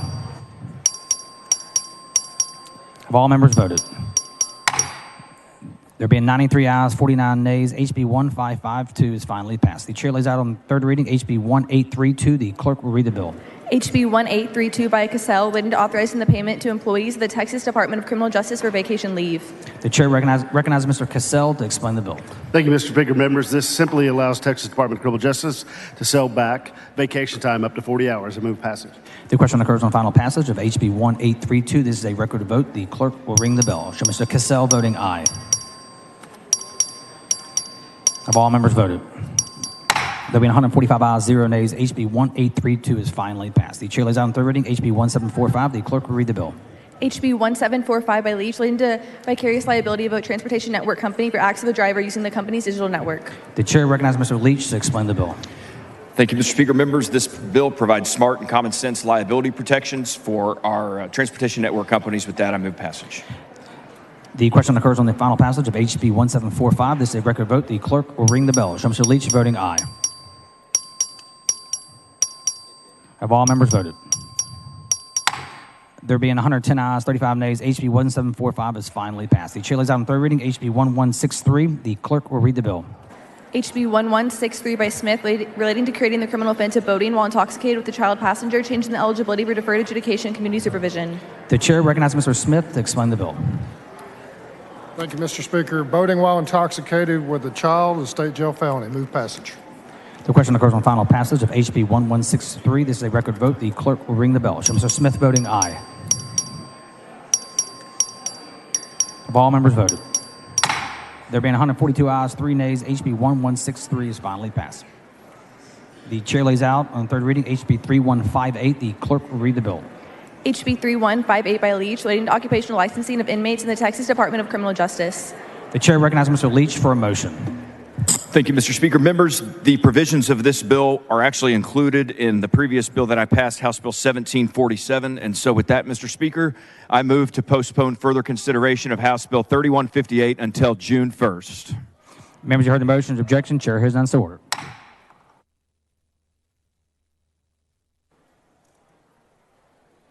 The chair lays out on third reading HB 376. The clerk will read the bill. HB 376 by Rogers relating to a landowner's Bill of Rights statement in connection with acquisition of real property through eminent domain. The chair recognizes Dr. Rogers to explain the bill. Thank you, Mr. Speaker. Members, HB 376 provides the landowner with another tool to report the decreased value for an owner's remaining property after taking through eminent domain. I move passage. The question occurs on final passage of HB 376. This is a record vote. The clerk will ring the bell. So Dr. Rogers voting aye.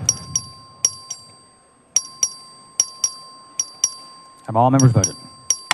There being 143 ayes, 0 nays, HB 376 is finally passed. The chair lays out on third reading HB 2414. The clerk will read the bill.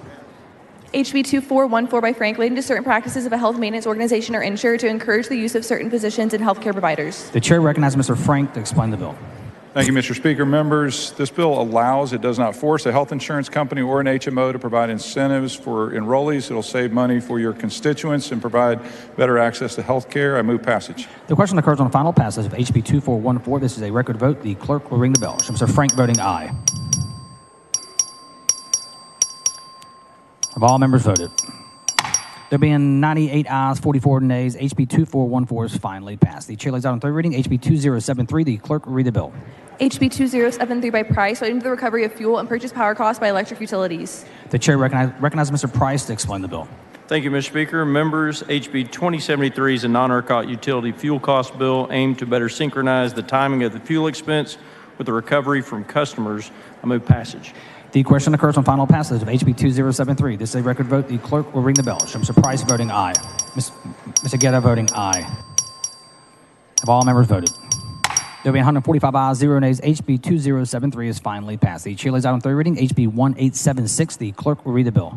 HB 1876 by Guillen, relating to the Rita Littlefield Chronic Kidney Disease Centralized Resource Center established within the Health and Human Services Commission. The chair recognizes Mr. Guillen to explain the bill. Thank you, Mr. Speaker. Members, this creates a chronic kidney disease centralized resource center within HHSC.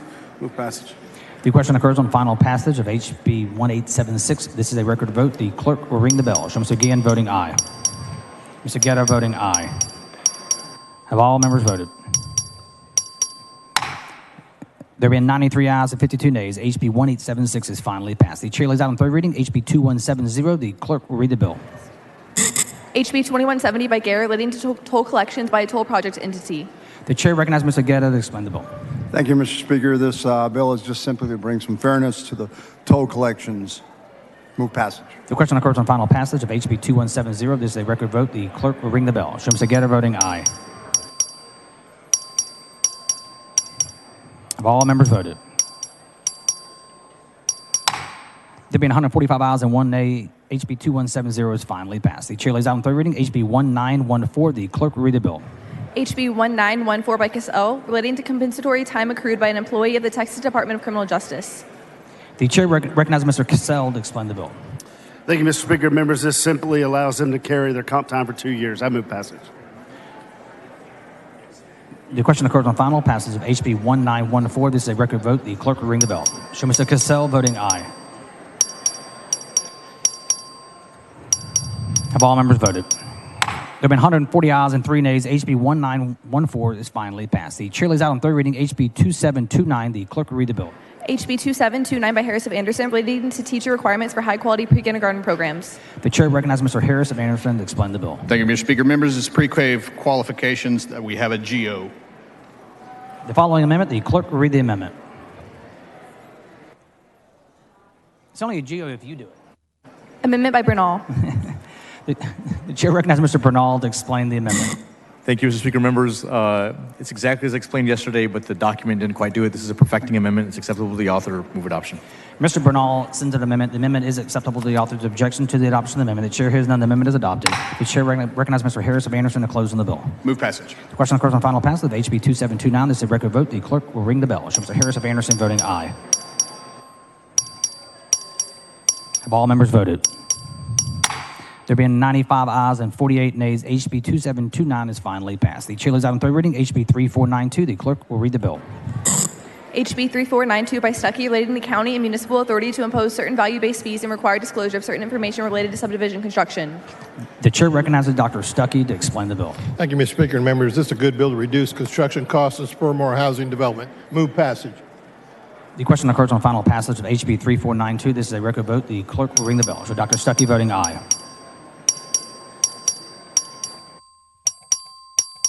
Have all members voted? There have been 142 ayes, 3 nays. HB 3492 is finally passed. The chair lays out on third reading HB 4375. The clerk will read the bill. HB 4375 by Van Dever, relating to instruction in cardiopulmonary resuscitation and the use of an automated external defibrillator in public schools. The chair recognizes Mr. Van Dever to explain the bill. Thank you, Mr. Speaker. Members, this is a cleanup of the Edmund Kemple Act that includes the use of AEDs. I move for passage. The question occurs on final passage of HB 4375. This is a record vote. The clerk will ring the bell. Show Mr. Van Dever voting aye. Have all members voted? There being 138 ayes and 6 nays, HB 4375 is finally passed. The chair lays out on third reading HB 4053. The clerk will read the bill. HB 4053 by Johnson of Dallas, relating to the contents of the personal financial statements filed by public officers and candidates. The chair recognizes Ms. Johnson of Dallas to explain the bill. Thank you, Mr. Speaker. Members, this relates to our personal financial statements, and I move passage. The question occurs on final passage of HB 4053. This is a record vote. The clerk will ring the bell. Show Ms. Johnson of Dallas voting aye. Have all members voted? There being 97 ayes, 47 nays, HB 4053 is finally passed. The chair lays out HB 2808 as a matter of postponed business on third reading. The clerk will read the bill. HB 2808 by Van Dever, relating to the finality of public school accountability determinations. The chair recognizes Mr. Van Dever to explain the bill. Thank you, Mr. Speaker. Members, this changes statute to read that after TEA releases final ratings, rating cannot be changed. I move passage. The question occurs on final passage of HB 2808. This is a record vote. The clerk will ring the bell. Mr. Van Dever voting aye. All members voted. There being 142 ayes, 3 nays, HB 2808 is finally passed. The chair lays out on third reading HB 2839. The clerk will read the bill. HB 2839 by Smithy, relating to liquidity stress tests for certain insurance companies. The chair recognizes Mr. Smithy to explain the bill. Thank you, Mr. Speaker. Members, this bill provides for a liquidity stress test for large life insurers.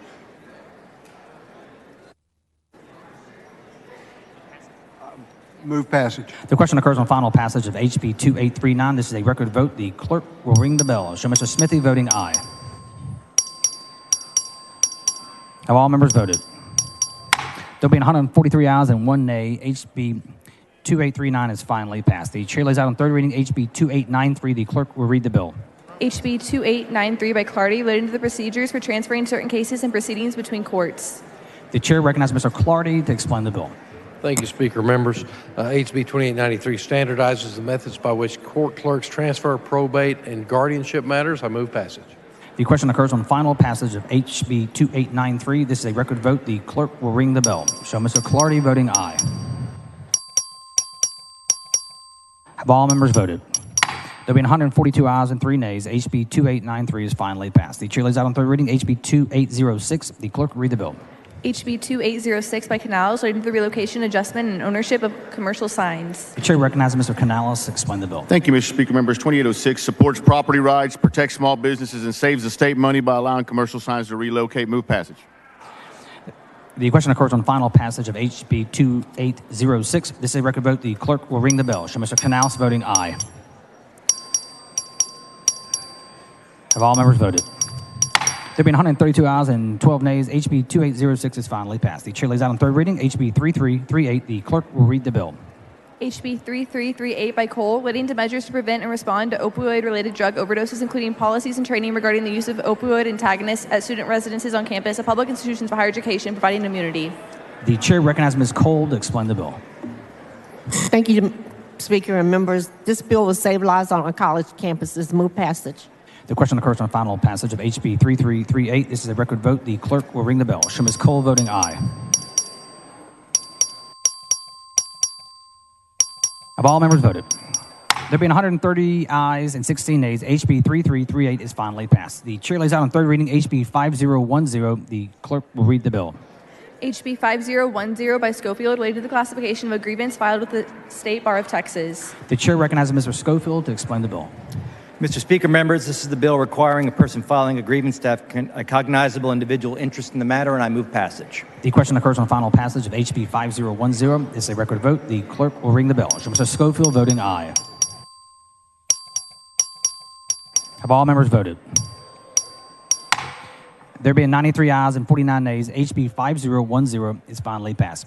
The chair lays out on third reading HB 4990. The clerk will read the bill. HB 4990 by Bonin, relating to the Texas Pharmaceutical Initiative, authorizing fees.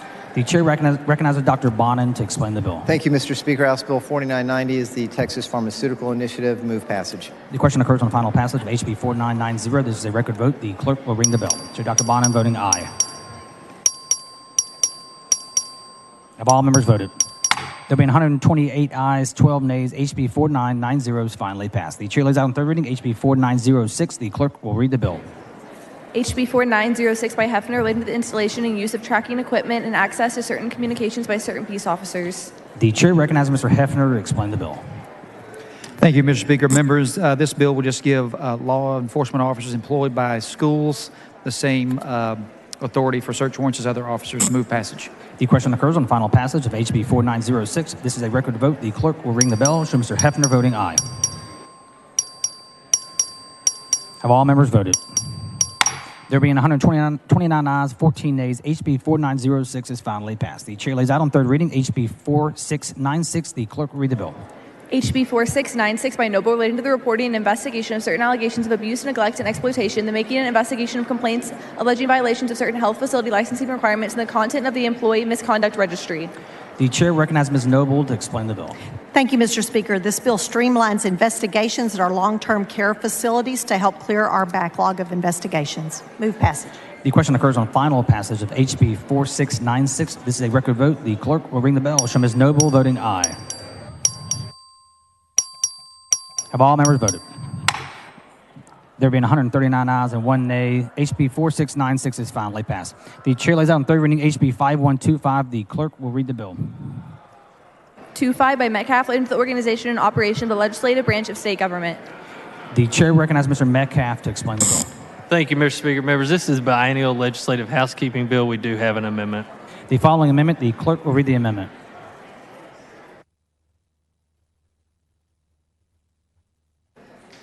Amendment by Metcalf.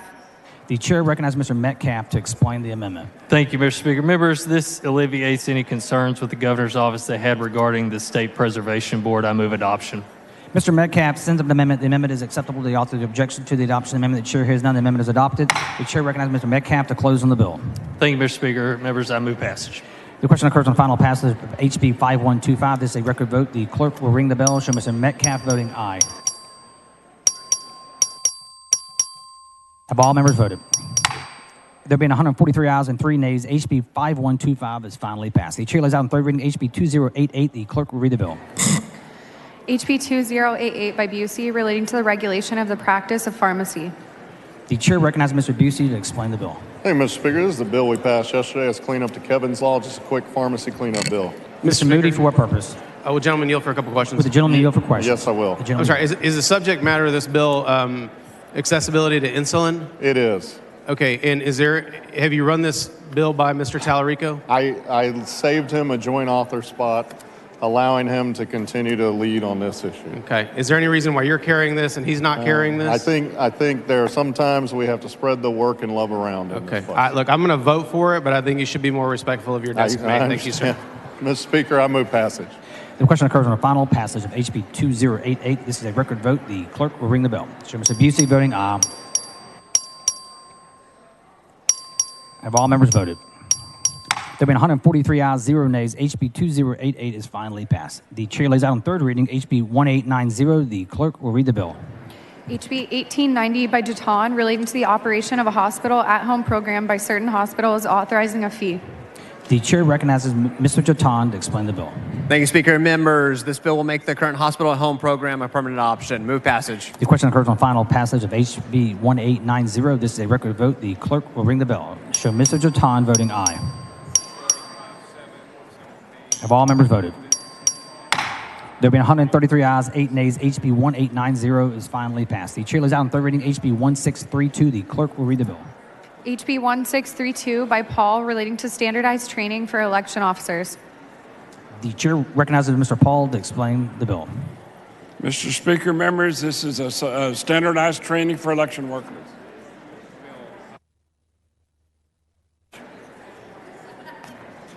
Move passage. The question occurs on final passage of HB 1632. This is a record vote. The clerk will ring the bell. Show Mr. Paul voting aye. Have all members voted? There being 139 ayes, 0 nays, HB 1632 is finally passed.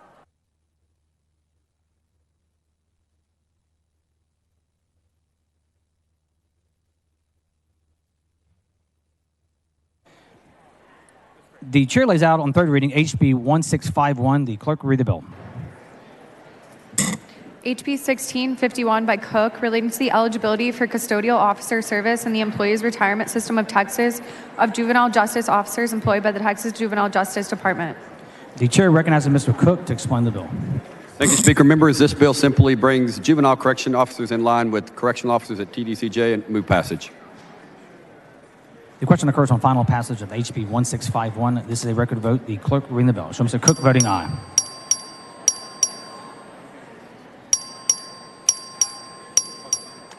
Have all members voted? There have been 139 ayes, 6 nays. HB 1651 is finally passed. The chair lays out on third reading HB 667. The clerk will read the bill. HB 667 by A. Johnson of Harris relating to the licensing and regulation of music therapists requiring an occupational license, authorizing fees. The chair recognizes Ms. Johnson of Harris to explain the bill. Y'all, I apologize. Yesterday, I gave you the short version, and I needed to give you the long version because a bunch of folks voted no and then told me I didn't really mean to vote no on that. This is a bill on music therapy and licensing these folks. So if y'all recall, sometimes people have traumatic brain injuries and they can't speak, but they can sing. And so music therapists are people that are qualified to work with medical professionals to help them get through traumatic brain injuries, dementia, and other things. We're just authorizing those who are legitimately entitled to do it. I ask that you all vote yes on this bill, and I move passage. Thank you. The question occurs on final passage of HB 667. This is a record vote. The clerk will ring the bell.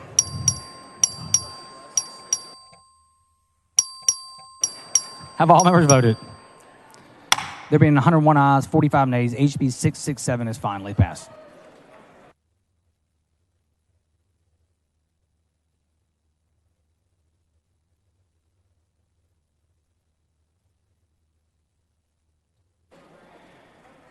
The chair lays out on third reading HB 621. The clerk will read the bill.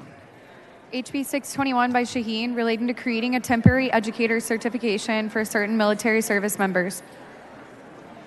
The chair recognizes Mr. Shaheen to explain the bill. Thank you, Mr. Speaker. House Bill 621 allows veterans who have been honorably discharged to gain temporary teacher certificates by allowing them to apply their years of military service towards certification requirements. Move passage. The question occurs on final passage of HB 621. This is a record vote. The clerk will ring the bell. Show Mr. Shaheen voting aye. Have all members voted? There being 107 ayes and 34 nays, HB 621 is finally passed.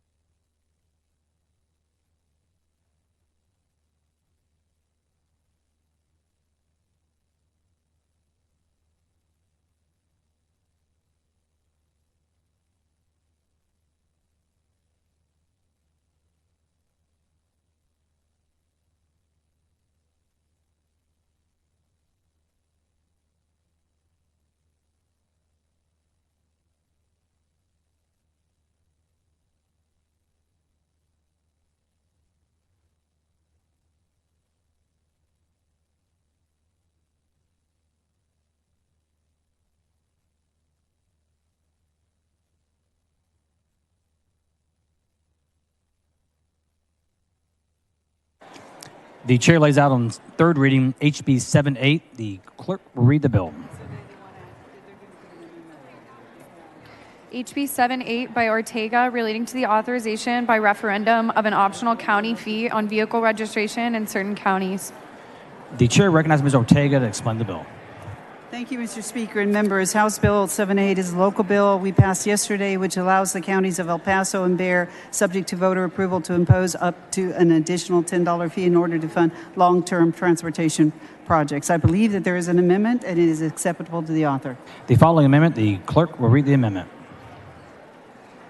Amendment by Howard. The chair recognizes Ms. Howard to explain the amendment. Thank you, Mr. Speaker. Members, this adds Travis County. It's acceptable to the author. I move adoption. Ms. Howard sent an amendment. The amendment is acceptable to the author's objection to the adoption of the amendment. The chair has done. The amendment is adopted. The chair recognizes Ms. Ortega to close on the bill. I move passage. The question occurs on passage of third reading of HB 78. This is a record vote. The clerk will ring the bell. So Mr. Schaefer voting nay. Have all members voted? So Mr. Harrison voting nay. Have all members voted?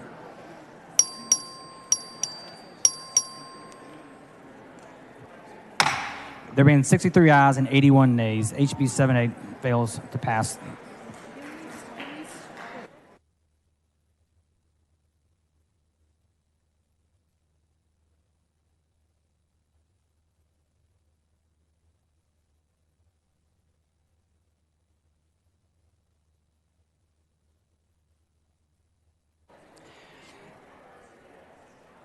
The chair lays out on third reading HB 1524. The clerk will read the bill.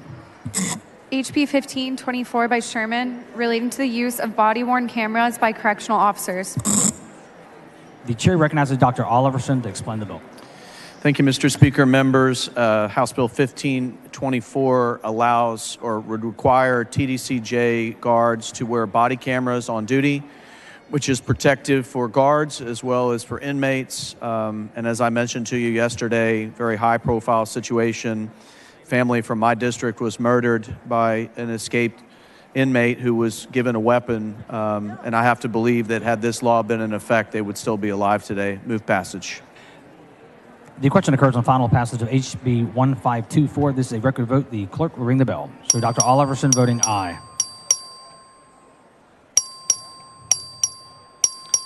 Have all members voted?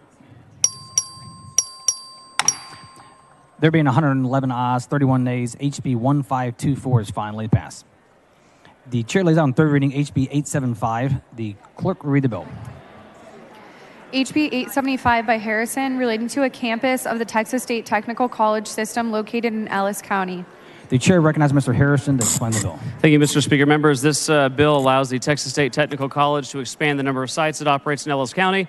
This is a great bill for Ellis County students, Ellis County public schools, and employers and businesses in Ellis County and across the great state of Texas. Move passage. The question occurs on final passage of HB 875. This is a record vote. The clerk will ring the bell. Show Mr. Harrison voting aye. Have all members voted? There have been 143 ayes, 0 nays. HB 875 is finally passed. The chair lays out on third reading HB 2134. The clerk will read the bill. HB 2134 by Timish relating to regulation of massage therapists and massage establishments by political subdivisions. The chair recognizes Ms. Timish to explain the bill.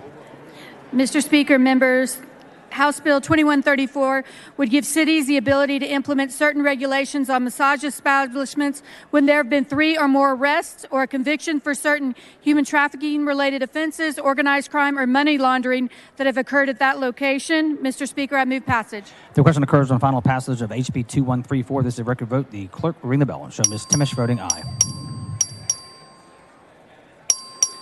Have all members voted?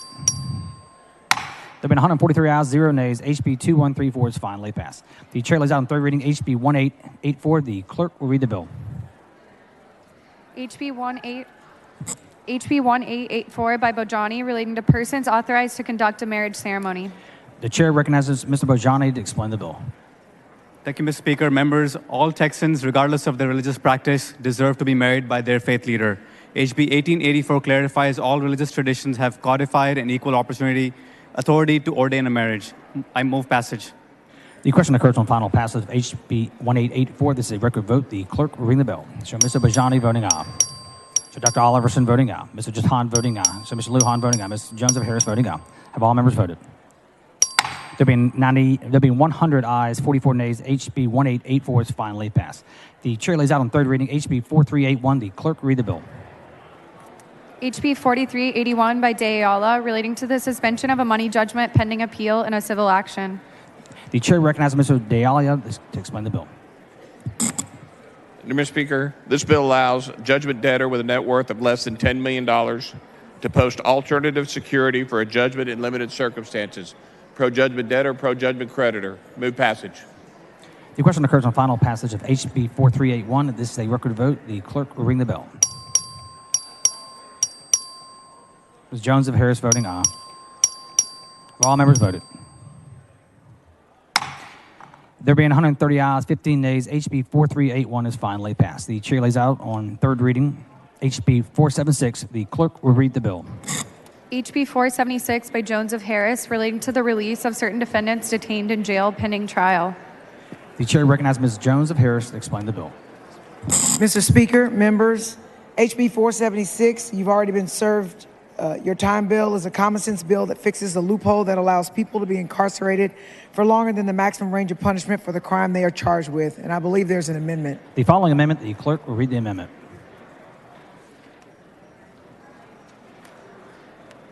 Amendment by Harrison.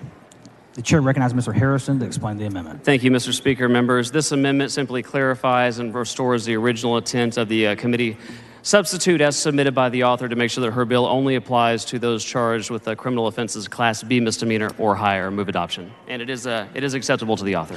Mr. Harrison sent an amendment. The amendment is acceptable to the author. The objection to the adoption of the amendment. The chair has done. The amendment is adopted. The chair recognizes Ms. Jones of Harris to close on the bill. Move passage. The question occurs on final passage of HB 476. This is a record vote. The clerk will ring the bell. So Ms. Jones of Harris voting aye. Is pleased to voting aye. Have all members voted? There being 86 ayes, 57 nays, HB 476 is finally passed. The chair lays out on third reading HB 2568. The clerk will read the bill. HB 2568 by Hayes, relating to a study of Carrizo cane on the international border of the state. The chair recognizes Mr. Hayes to explain the bill. Thank you, Mr. Speaker. There's a need of data to lead the development of a successful eradication program of Carrizo cane. Move adoption. The question occurs on final passage of HB 2568. This is a record vote. The clerk will ring the bell. So Mr. Hayes voting aye. Have all members voted? There being 129 ayes, 13 nays, HB 2568 is finally passed. The chair lays out on third reading HB 2933. The clerk will read the bill. HB 2933 by Durazio, relating to ensuring certain adoptive parents may consent to medical care and access information regarding their child who is eligible for benefits under Medicaid. The chair recognizes Mr. Durazio to explain the bill. Thank you, Mr. Speaker. This bill proposes a statutory change ensuring, if applicable, both parents of adopted children can be listed as medical consenters and be able to provide and receive information on their child's Medicaid benefits. I move passage. The question occurs on final passage of HB 2933. This is a record vote. The clerk will ring the bell. So Mr. Durazio voting aye. Have all members voted? There being 145 ayes, 0 nays, HB 2933 is finally passed. The chair lays out on third reading SB 1238. The clerk will read the bill.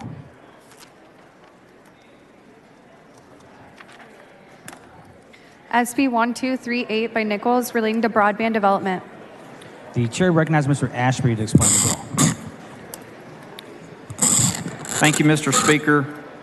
Members, SB 1238 is our comprehensive broadband cleanup bill, which seeks to better align our state statutes with federal guidelines so that the state of Texas can maximize our amount of federal funding made available to the states for broadband expansion. Mr. Speaker. Mr. Turner, for what purpose? The gentleman yield for some questions. The gentleman yield for questions. Be happy to yield to my friend from Grand Prairie. Thank you, Chairman Ashby. Thank you for your leadership on broadband this session. You've done a lot of work on it. I just had a couple questions on this bill. So it's my understanding that the bill does not at this time include language that would instruct the Broadband Development Office to adopt the optional fair labor standards recommended by the federal BEAD program. Am I correct on that? Correct. All right. So since the bill doesn't have that language in it, how can we as legislators work with you and the Broadband Development Office and the Comptroller's Office to adopt agency rules as they go into rulemaking to address labor shortages in the telecom industry and incentivize providers to utilize public broadband funds in a manner that creates good telecom jobs going forward in the spirit of those standards? Absolutely, and thank you for the question, Chairman Turner. So I think it's important to understand that really this is a continuation of some questioning I believe that you asked Controller Hager when this bill was heard before State Affairs. And I know there's some concerns out there in terms of hiring local, creating jobs in Texas.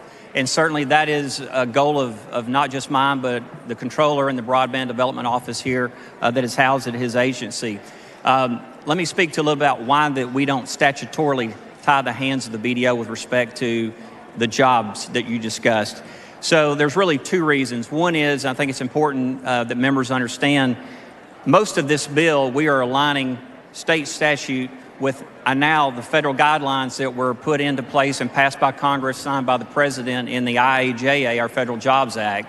And of course, as you know, Chairman Turner, when Congress passed that, when the President signed it, there are strong labor standards that are in labor practices and standards that are included as part of the federal law that we now have in place.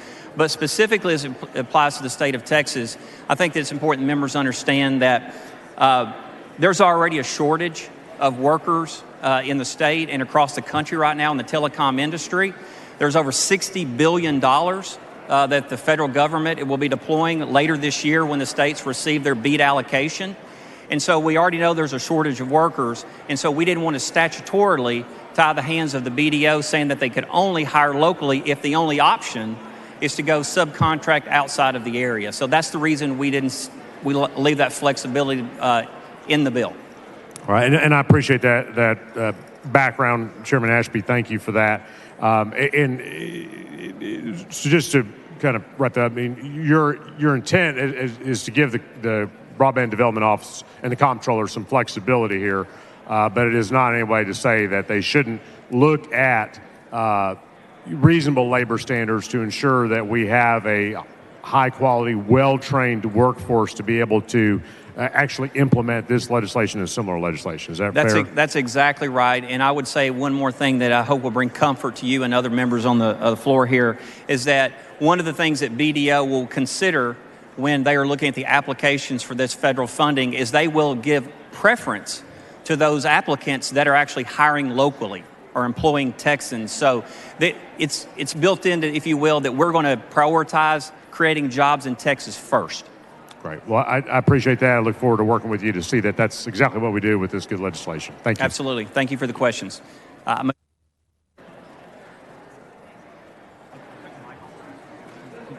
You say move conference. Move passage. The question occurs on final passage of SB 1238. This is a record vote. The clerk will ring the bell. Show Mr. Ashby voting aye. Dr. Buckley voting aye.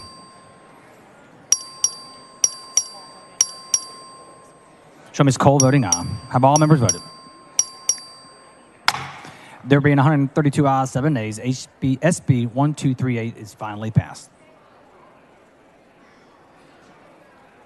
The chair lays out on third reading SB 664. The clerk will read the bill. SB 664 by Perry relating to the labeling of analog and cell cultured products. The chair recognizes Dr. Buckley to explain the bill. Thank you, Mr. Speaker. Senate Bill 664 aims to provide consumers with transparent and accurate labeling of alternative and traditional proteins. This is the fake meat bill, and I move passage. The question occurs on final passage of SB 664. This is a record vote. The clerk will ring the bell. Show Dr. Buckley voting aye. Have all members voted? There being 140 ayes, 0 nays, SB 664 is finally passed. The chair lays out on third reading SB 1730. The clerk will read the bill. SB 1730 by Zaffarini relating to the processing of United States passport applications by a district court clerk authorizing fees. The chair recognizes Ms. Cole to explain the bill. Hello, members. This bill gives our county district clerks the option to sell money orders. Move past it. The question occurs on final passage of SB 1730. This is a record vote. The clerk will ring the bell. Show Ms. Cole voting aye. Have all members voted? There being 137 ayes, 2 nays, SB 1730 is finally passed. The chair lays out on third reading SB 729. The clerk will read the bill.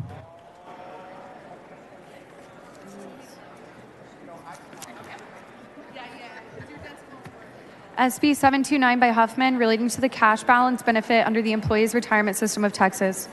The chair recognizes Dr. Bonin to explain the bill.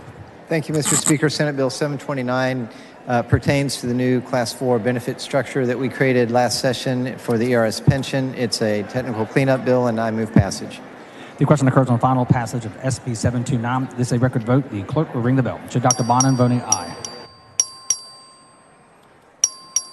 Have all members voted? There have been 142 ayes and 0 nays. SB 729 is finally passed. The chair lays out on third reading SB 1004. The clerk will read the bill. SB 1004 by Huffman relating to creating the criminal offense of tampering with an electronic monitoring device. The chair recognizes Mr. Anchia to explain the bill. Thank you, Mr. Speaker and members. Specifically, this bill creates a state jail felony for removing or disabling your ankle monitor while on community supervision, parole, mandatory supervision, or as a condition of bail. The bill also creates a penalty of the third degree felony if the person is in the super intensive program and they try to remove their ankle monitor. Move passage. The question occurs on final passage of SB 1004. This is a record vote. The clerk will ring the bell. So Mr. Anchia voting aye. Have all members voted? So Mr. Wally voting aye.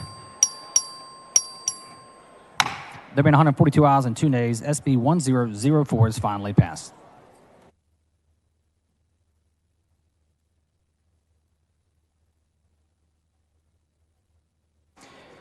The chair recognizes Dr. Oliverson for a notice. Thank you, Mr. Speaker. Pursuant to Rule 7, Section 37C, I hereby give notice that I intend in at least 1 hour's time to move to reconsider the vote by which HB 78 was defeated.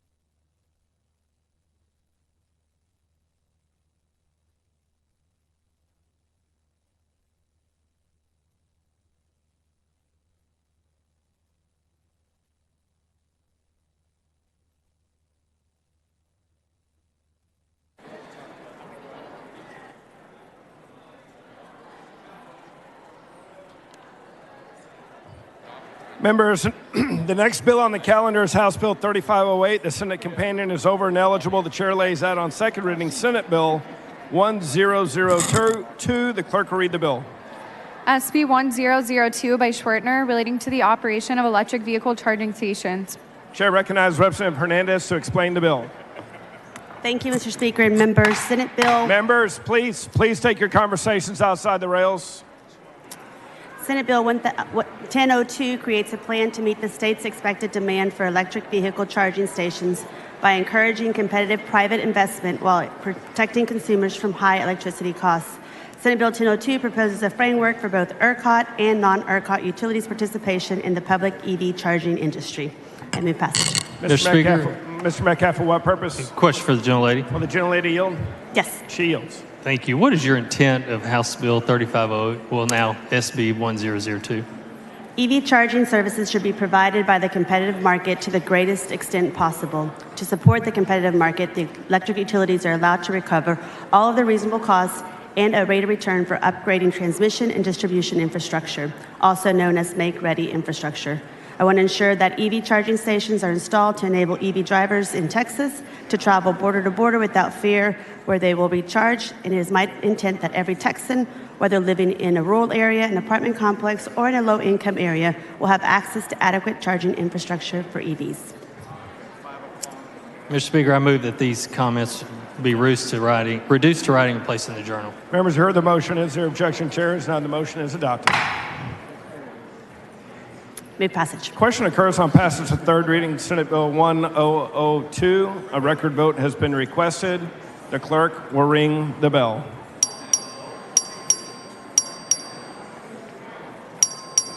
Show Representative Wally voting aye. Have all voted? Show Representative Hinojosa voting aye. There being 89 ayes and 52 nays, Senate Bill 1002 is passed at third reading.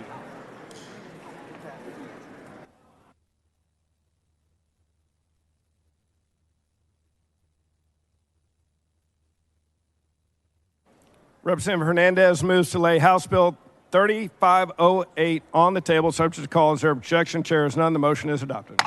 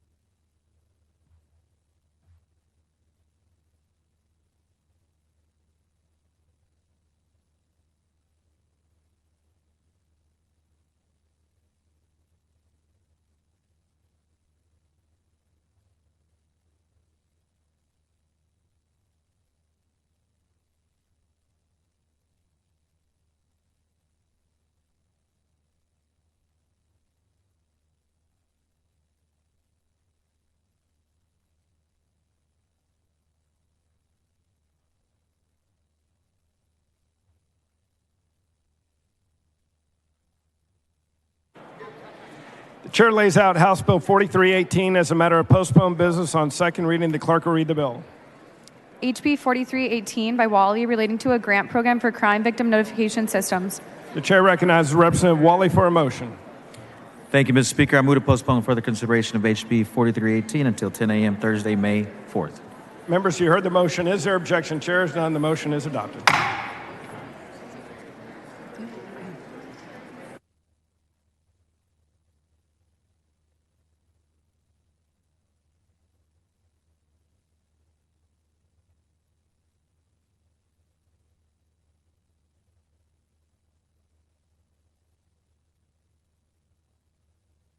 Chair recognizes Representative Hunter for a motion. Mr. Speaker, I move that the House grant permission for the Committee on State Affairs to meet while the House is in session today at 5 p.m. in room 1W14 Agriculture Museum to consider pending, referred, and committee business. Members, you heard the motion. Is there objection? Chairs, none. The motion is adopted. Following announcement, the clerk will read the announcement.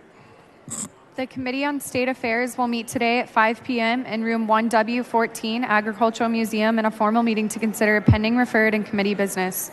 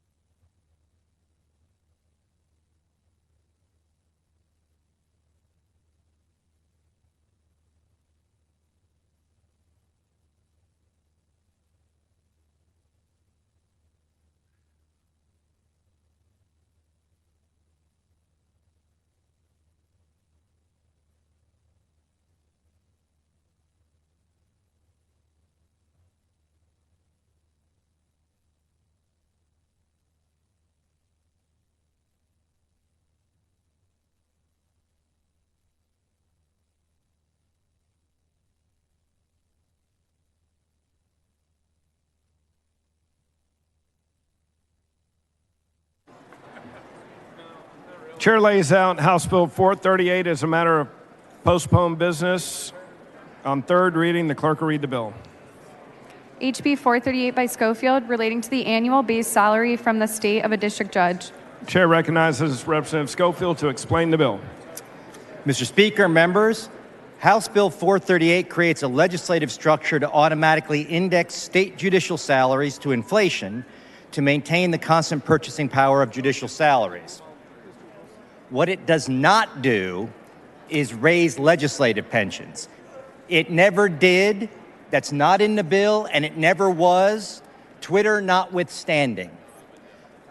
The section of law that links your salary or your legislative pensions to judicial pay is 814.103A. That section of law is not affected by this bill. This bill creates a second section, subsection B1, which would be the inflation adjustment for judges. The purpose of the bill is to make sure the third branch of government isn't constantly falling behind on their pay because we wait a decade to give them a raise. This would maintain their purchasing power level with today, and I move passage. Question occurs on final passage of House Bill 438. It's a record vote. The clerk will ring the bell. Show Representative Schofield voting aye. Representative... Have all voted. Representative Wilson voting aye. Show Representative Kane voting no. Representative Frazier voting aye. Show Dr. Buckley voting aye. Show Representative Harris of Anderson voting aye. Show Representative Niave voting aye. Have all voted.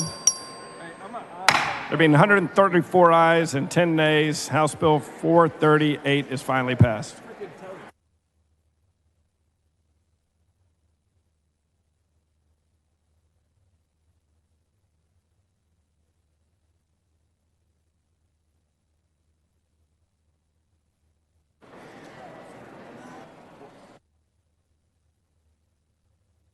The chair lays out House Bill 4857 as a matter of postponed business on second reading. The clerk will read the bill. HB 4857 by Wilson relating to the cosmetology licensure compact. The chair recognizes Representative Wilson for a motion. Thank you, Mr. Speaker. I move to postpone further consideration of House Bill 4857 until 10 a.m. Wednesday. Members, you heard the motion. Is there objection? Chair is none. The motion is adopted.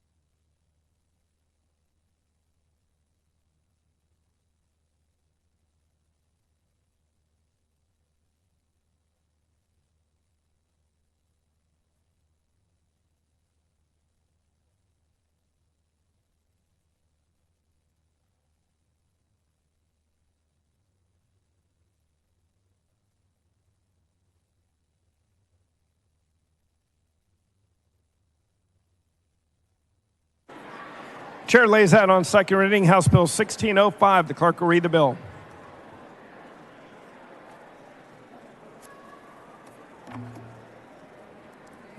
HB 1605 by Buckley, relating to instructional material and technology, the adoption and revision of essential knowledge and skills of the public school foundation curriculum, and creating allotments for the procurement of certain instructional materials under the foundation school program, authorizing fees. Chair recognizes Dr. Buckley to explain the bill.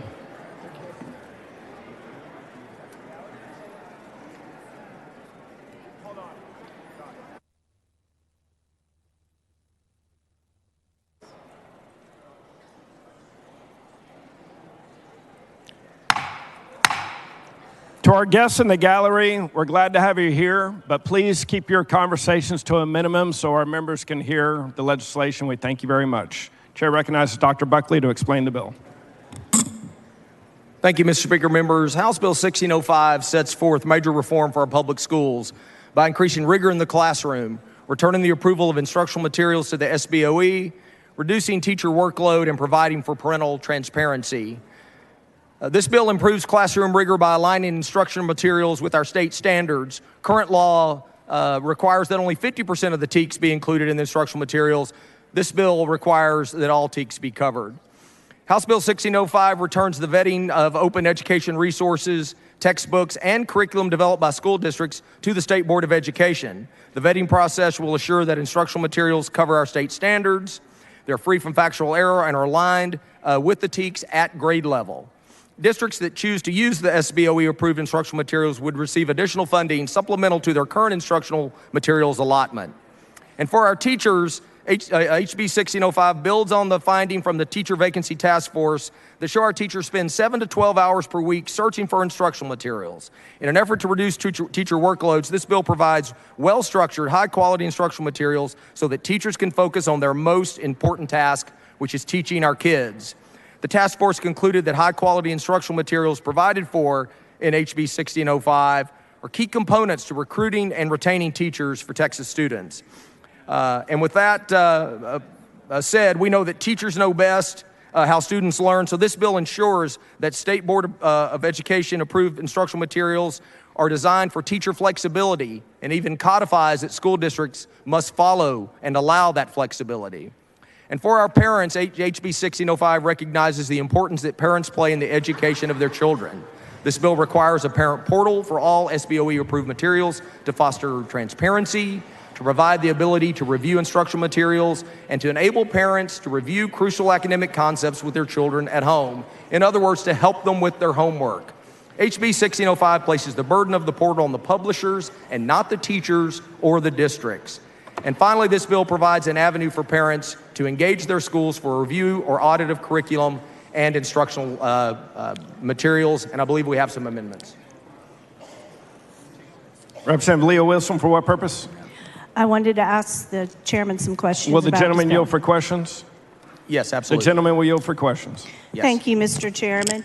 Is it true that when SB 6 was passed in 2011, it lowered the amount of TEKS coverage for publishers?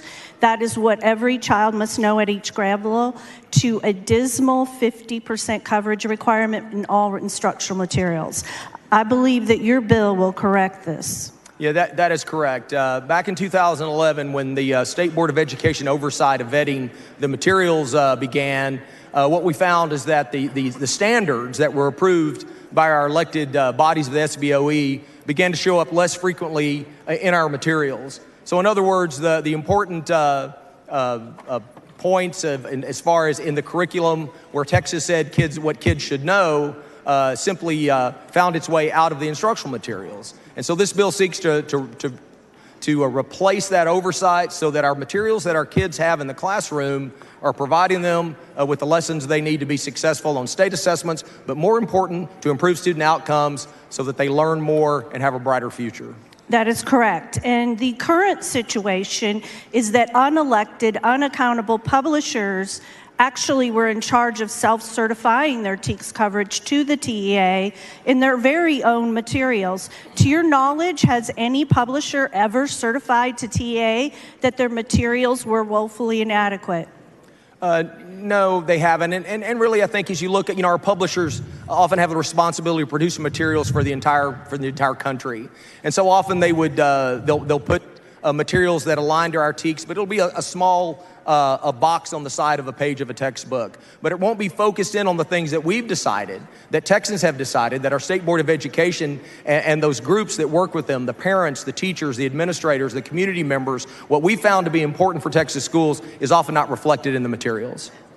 Yes, and I appreciated Mike Morass, TEA Commissioner's testimony before your board that they started investigating why test scores have plateaued or plummeted since 2011, and much of it had to do with instructional materials being a teacher's #1 teaching tool contained less than 20% of the TEKS. Do you, like I, inherently believe that students who have been taught from instructional materials that don't contain much of the TEKS, to hold them accountable to pass a STAR test where the test is coverage 100% of the TEKS? Yeah, it's difficult on our kids if the instructional materials don't meet all the standards that we know our kids need to be successful on the assessments, and I would offer even beyond the assessment. And one of the things that's interesting, if you want to, when it comes to legislation and about watching high-quality instructional materials that cover the TEKS in action, I've had the opportunity to visit classrooms. I've been in classrooms that are using these materials. I've seen how young people are learning, but most importantly, I've seen how teachers have responded. Teachers with 1 or 2 years of experience have told me, because of high-quality materials that cover the standards, I want to make sure that I stay in the teaching profession. A teacher that had been moved from 3rd grade to 5th grade pulled me aside to say she wasn't sure she could do it, but the high-quality materials allowed her to move from 3rd grade to 5th grade and still be effective and still make sure her kids are learning. That's correct. I believe that your bill actually removes some of the current authority from the TEA Commissioner over curriculum evaluation and puts it straight back in the elected SBOE's control over curriculum rules. I also believe, when I read it, that your bill restores to citizens of Texas the ability to voice their concerns over content and curriculum coverage in instructional materials by their elected State Board of Education members having a measure of oversight. Yeah, absolutely. This bill actually shifts authority and power from the Commissioner's office to the SBOE. It repeals his independent authority, and it requires that the review of materials be done by SBOE. And even on our open education resources, this bill requires that the SBOE approve those materials as well. So it absolutely puts the approval process back in the hand of the elected body. Does your bill require that the State Board of Education be allowed? Can I have? Thank you. Does your bill allow for the approved instructional materials and authorize the State Board to add a list of adopted materials as well as rejected materials? Yes, correct. And over the open source materials, is it important that a parent be able to see what is hitting their child's desk? Does your bill provide a parent portal so that a parent, before school starts, can look at the materials that will be on their child's desk? That is correct. There is a parent portal that is provided by the publisher of the material. It does not put the burden on the teacher or the school district. Does your bill also allow an appeal process if a parent does find something that's objectionable or unsuitable to go before the local school board and then even there up to the TEA? That is correct. It makes certain that there's a level of transparency in our schools involving instructional materials and curriculum so that parents can feel comfortable. And I think also just as important, we talk about the transparency about what we're being taught, but it also provides a portal where parents can glean an insight to what the kids are learning to be helpful at home. As a father of 3, I found often because of instructional materials that weren't always sent home with the child, this was sort of on the moment where we went from a lot of textbooks that you carried around to more virtual textbooks. what we found is that it was often difficult for me to help my kids with their homework because I didn't really have access. This provides the oversight and transparency to make sure that the content is suitable and appropriate, but it also provides parents to really be a partner in their kids' education to help them with their homework, to make sure that they're learning everything they need to learn. Well, and I think one of the important things and the criticisms of this bill is this is a digital Common Core.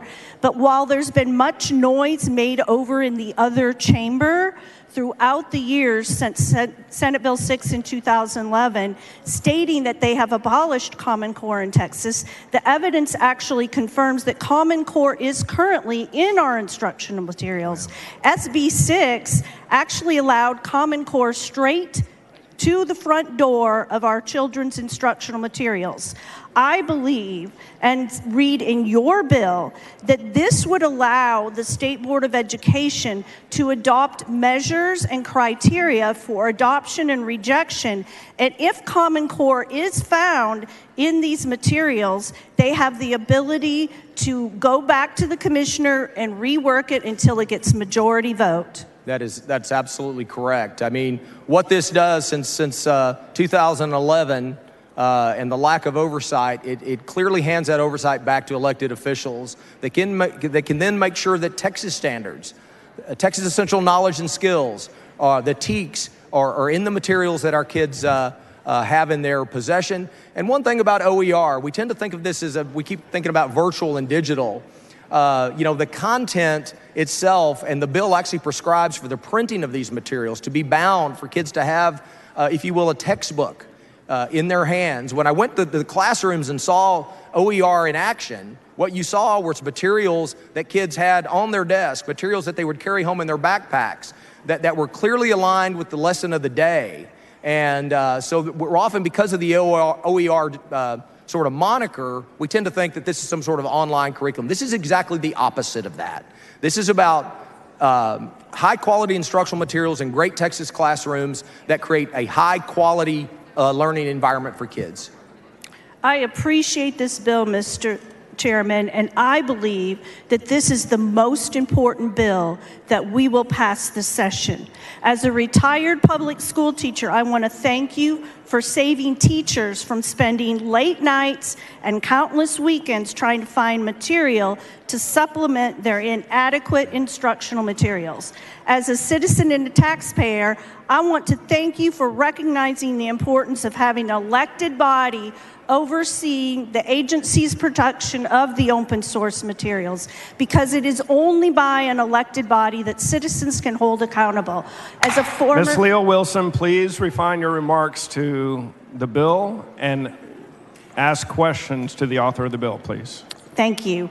I believe, and you answer if this is correct or not, but this bill will reverse one of the worst mistakes that the legislative body ever made in SB 6. I feel that your bill ensures the next generation of students to become successful. I believe that as well. As a faith-based person, I have long advocated and worked for and prayed for this bill. Thank you very much, Mr. Chairman. I appreciate your late nights, and I would ask that you also record these comments into the journal so that we preserve that. Thank you as a mom and a grandmother. Ms. Leo Wilson, do you want to make a motion to reduce the writing and enter into the journal your comments? Yes, I do. Members, is there any objection? Chair is none. The motion is adopted. Thank you. Representative Tinderholt, for what purpose? Will the gentleman yield for a couple Will questions? the gentleman yield for questions? I will answer a few questions. Thank you, sir. I had a lot of teachers email that they were objecting to this, and I didn't quite understand it. They said something about Amplify and that this is going to fund Amplify. Can you kind of respond to the people at home about those concerns, please? Yeah, absolutely. I've heard that as well about, this is the Amplify bill, if you will.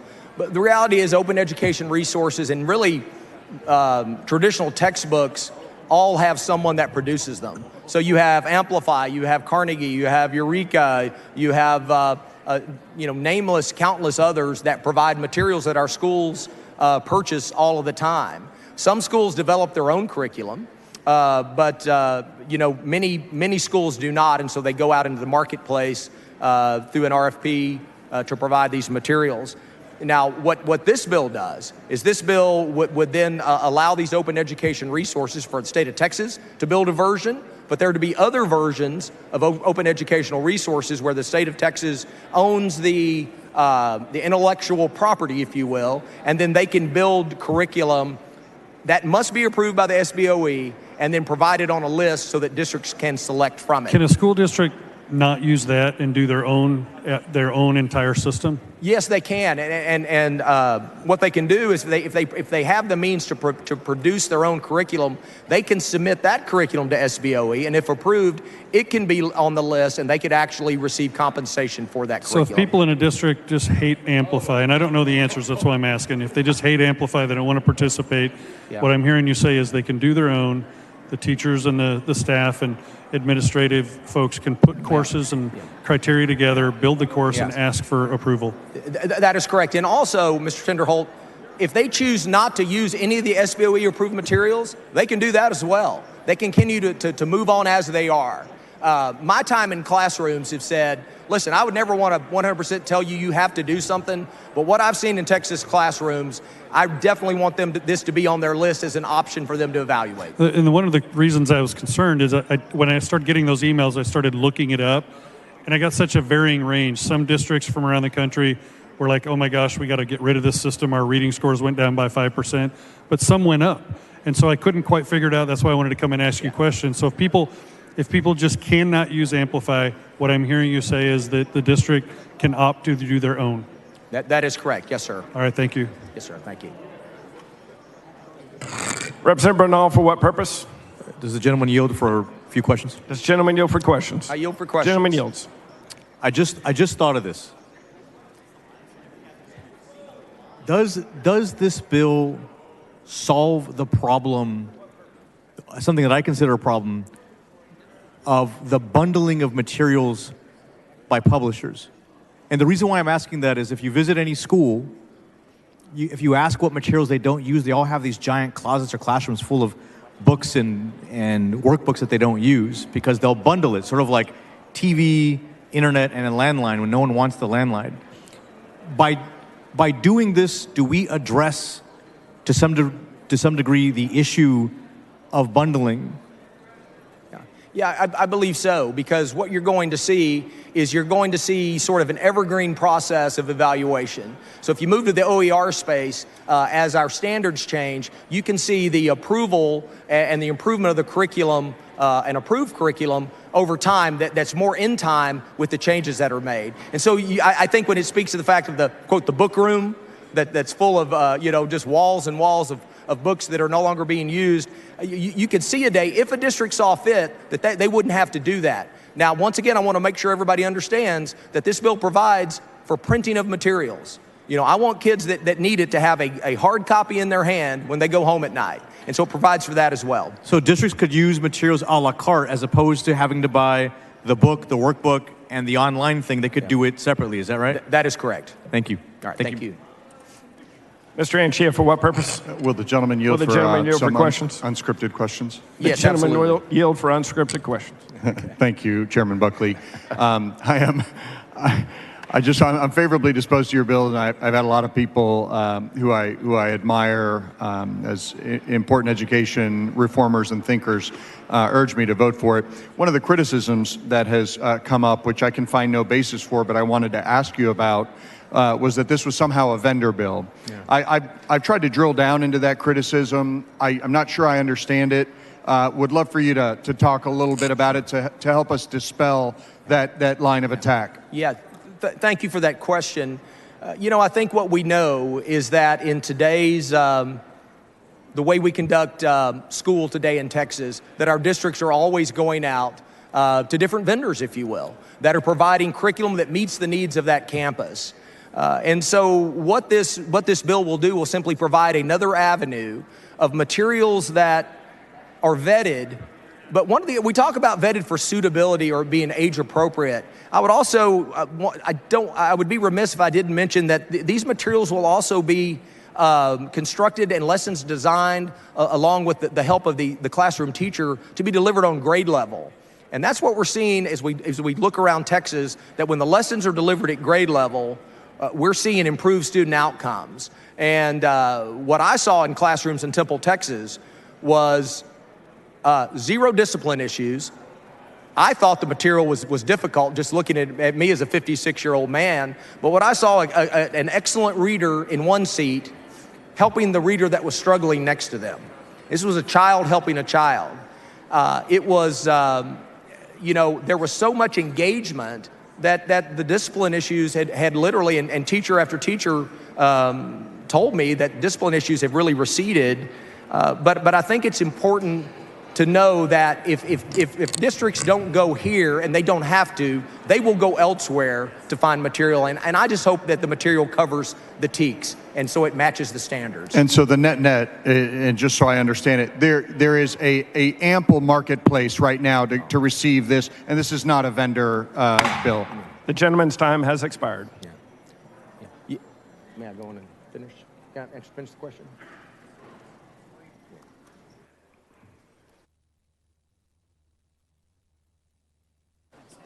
Okay. Mr. Speaker. Representative Vanchia. Will the gentleman, can we extend time? Just Members- briefly, so the gentleman can finish his answer. Members, you heard the motion. Is there objection? Chair is none.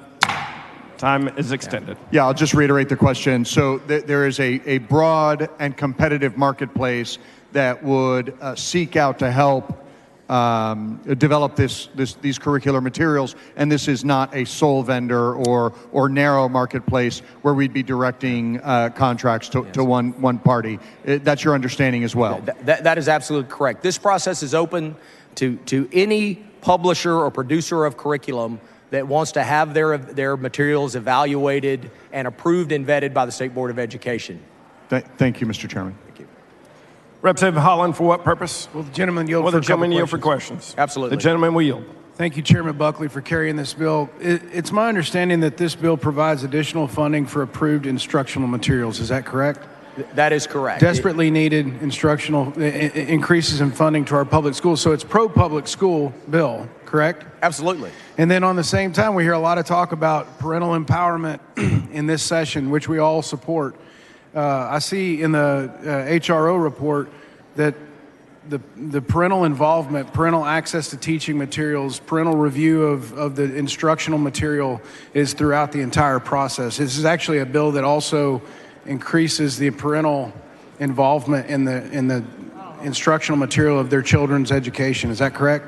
Absolutely. And I think as important as that is, it also puts that burden on the publisher or the producer of the materials and not on our teachers or districts to have to provide it.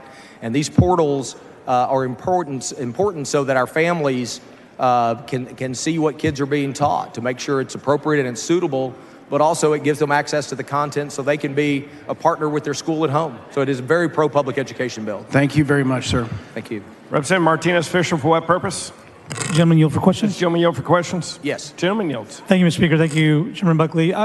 I'm just curious. I want to drill down on the economic aspect of it. I know there's a $700 million spend, and I think it's been represented that this is going to be new money. Is that correct? Yes. Okay, and so subject to appropriation, yes. I'm sorry? It's subject to the Appropriation, yes. Subject to the Appropriations Act, but just so I'm keeping all the dollars in the right buckets, I mean, we had a House Bill 100 last week or so, $5 billion. Is the vision that these monies will come from HB 100 that's going for the basic allotment? No, these are monies outside. Okay, so not that. And then, of course, the traditional money for instructional materials that's dispersed to school districts, we're not tapping into that either. This would be new money instead of This is new money on top of the current IMA, yes, sir. So, okay, so the current IMA stays, and then we're going to have a new amount of money, at least to this fiscal note, around $700 million, and that'll be new money.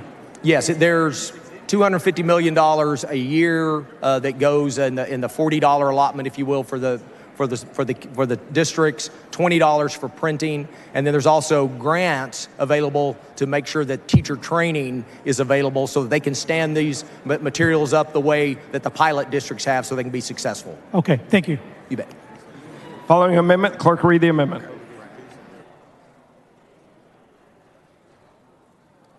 Which one is this? This one. Amendment by Buckley. Chair recognizes Dr. Buckley to explain his amendment.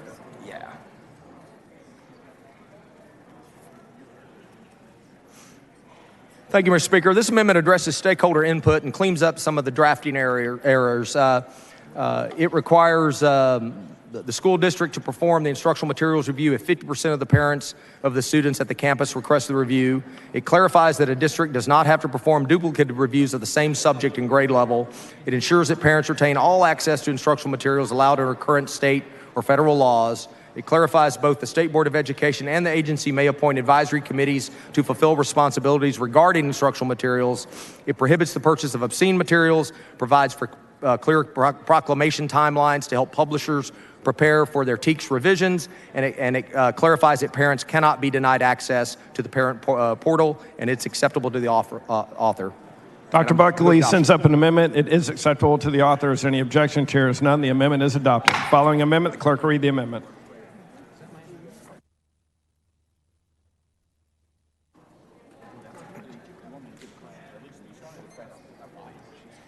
Amendment by Buckley. Chair recognizes Dr. Buckley to explain the amendment.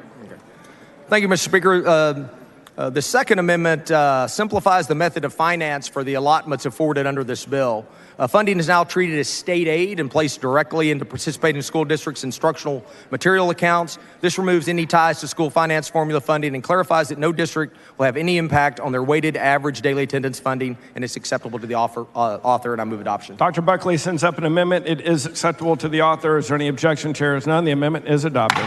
Following amendment, the clerk will read the amendment. Amendment by Buckley. Chair recognizes Dr. Buckley to explain the amendment.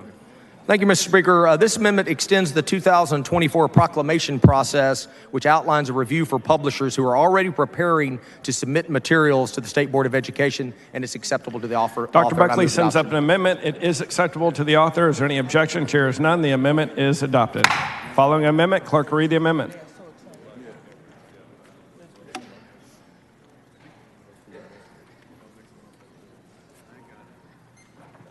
Amendment by Tallarico. Chair recognizes Representative Tallarico to explain the amendment. Thank you, Mr. Speaker. Members, this amendment helps ensure we protect teacher time so they can focus more on instructional duties. And if districts are going to ask teachers for more non-instructional duties, then teachers will be paid. This amendment also clarifies that any updates to teacher contracts applies to the 2024-2025 school year. I want to thank the Texas Classroom Teachers Association and the Texas Association of School Administrators and Dr. Buckley for working with me on this amendment. I believe it's acceptable to the author. Representative Tallarico sends up an amendment. It is acceptable to the author. Is there any objection? Chair is none. The amendment is adopted. Following amendment, clerk will read the amendment. Amendment by Busey. Chair recognizes Representative Busey to explain the amendment. Thank you, Mr. Speaker. And members, my amendment would add a provision to the teacher immunity section stating that teachers cannot have disciplinary action taken against them if they reasonably believe they were delivered the instructional material in a conforming manner, and I believe it is acceptable to the author. Representative Busey sends up an amendment. It is acceptable to the author. Is there any objection? Chair hears none. The amendment is adopted. Following amendment, clerk will read the amendment. Amendment by Rogers. Chair recognizes Dr. Rogers to explain the amendment. Members, my amendment will primarily do three things. Number one, it will retain the integrity of assessments by making all tests available for review on a campus, but protecting them from compromise on a public portal. We all know that if assessments are posted online, kids will find a way to get a hold of those. Number two, ensure open education resources are subject to all applicable state procurement laws for competitive bidding purposes. And number three, clarify that a publisher may only request review of its own materials and not trigger the review of its competitors, as is not the intent. I appreciate Chairman Buckley working with me to address these issues. The amendment is agreeable to the author. I move adoption. Dr. Rogers sends up an amendment. It is acceptable to the author. Is there any objection? Chair is none. The amendment is adopted. Following amendment, clerk will read the amendment.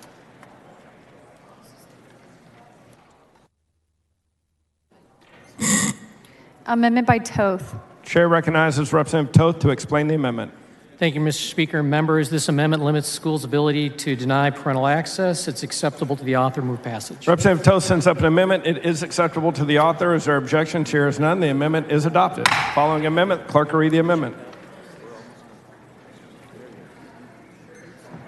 Amendment by Landgraf. Chair recognizes Representative Landgraf to explain the amendment.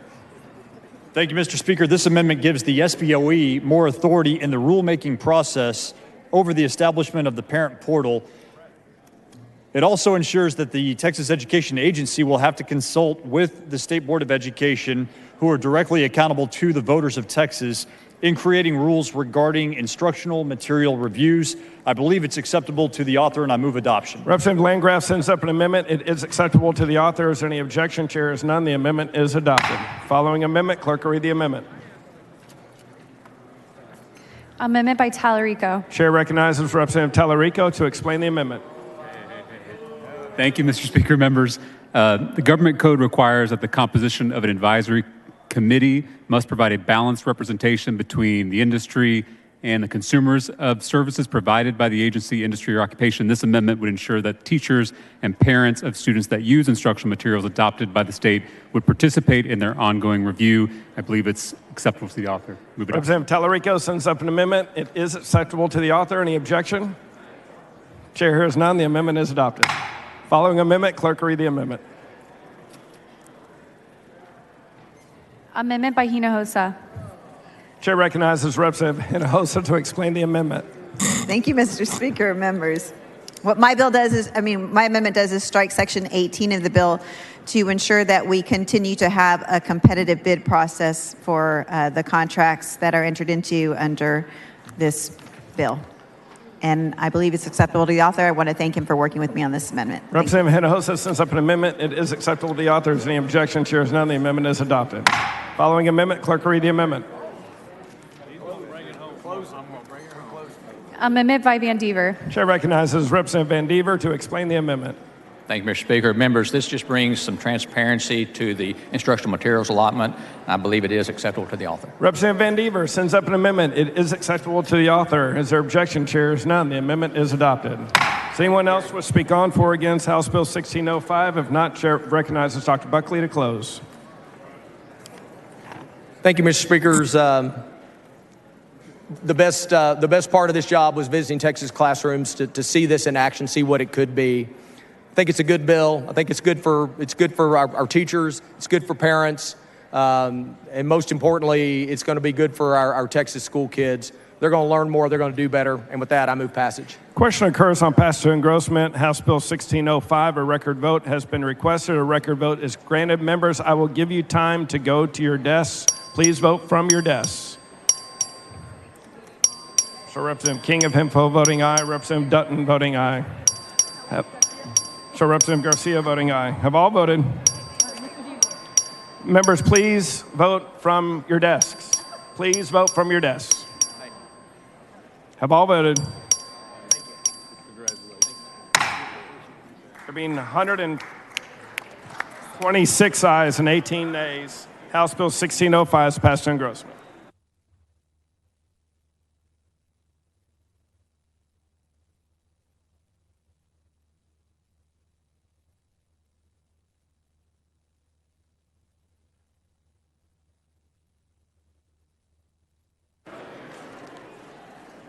Mr. Doorkeeper. Mr. Speaker, I have a messenger from the Senate at the door of the House. Admit the messenger. Mr. Speaker, I'm directed by the Senate to inform the House that the Senate has taken the following action. The Senate has passed the following measures. SB 1166, Birdwell, relating to the punishment for the offense of burglary of a vehicle involved in the theft of a firearm, increasing the criminal penalty. SB 1624, Zaffarini, relating to guardianships, alternative to guardianship, and support and services for incapacitated persons. SB 1896, Birdwell, relating to the investigation of a death of a prisoner in a county jail. SB 2220, Menendez, relating to the authority of certain municipalities and local government cooperations to use certain tax revenue for certain qualified projects. SB 2612, Flores, relating to the commissioning by the General Land Office of certain Alamo Complex Rangers as peace officers. SCR 4, Eckhart, directing the Texas Faculties Commission to name the Capitol Complex Child Development Center Emma's Garden in honor of Emma Barrientos, SCR 47, Middleton, in memory of Charles Dwayne Crampota. The Senate has concurred in the House amendments to the following measures. SB 240, 30 yeas, 0 nays. The Senate has refused to concur in the House amendments to the following measures and requests the appointment of a conference committee to adjust the differences between the two houses. SB 500. Senate conferees, West, Chair, Blanco, Hughes, Parker, Paxton. Respectfully, Patsy Spaw, Secretary of the Senate. Thank you. Very nice, very nice. Thank you. Very nice. No Hancock bills in there. Okay, what's your point of order? Hang on, let me go. I gotta finish.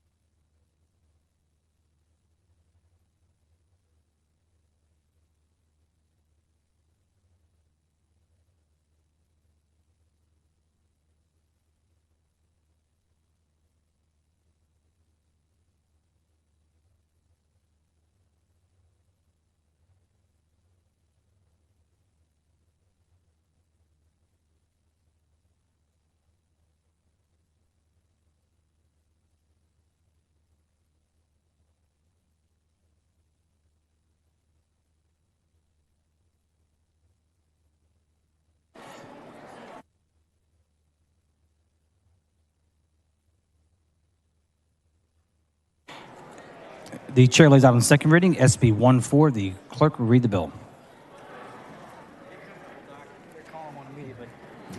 SB 14 by Campbell, relating to prohibitions on the provision to certain children of procedures and treatments for gender transitioning, gender reassignment, or gender dysmorphia, and on the use of public money or public assistance to provide those procedures and treatments. The chair recognizes Dr. Oliverson to explain the bill. Mr. Speaker, Ms. Gonzalez, for what purpose? I raise a point of order against further consideration of Senate Bill 14 under Rule 4, Section 32, on the grounds the bill analysis is inaccurate and misleading. Please bring your point of order down front.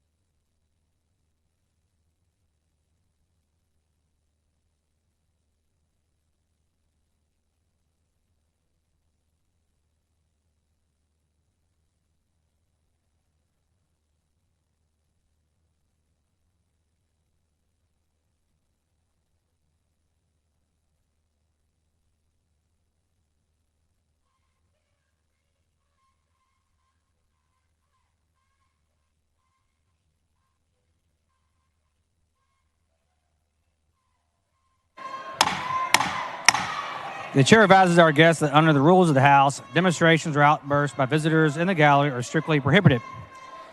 If there are additional demonstrations or outbursts in the gallery, the chair will order the Sergeant at Arms to clear the gallery under the House's constitutional authority to prevent obstructions of its proceedings.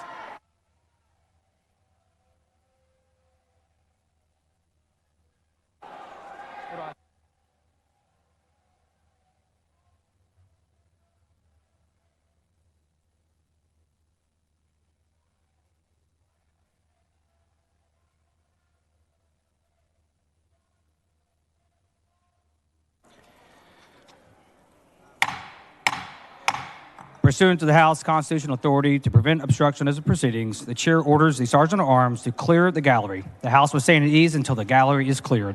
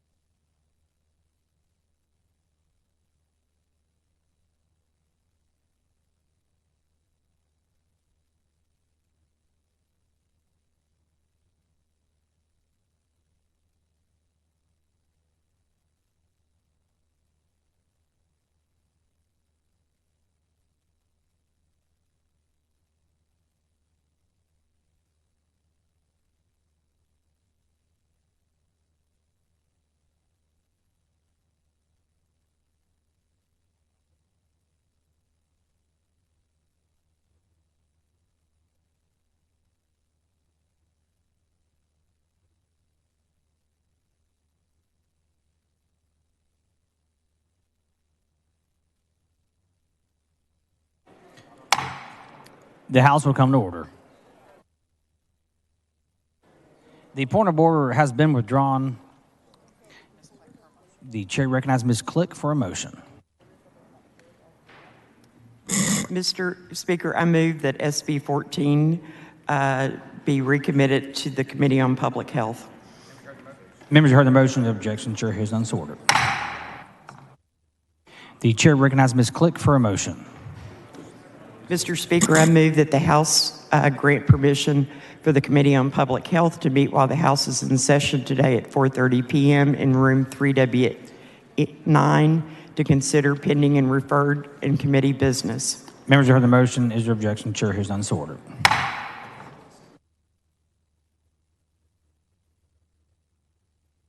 The following announcements, the clerk will read the announcement.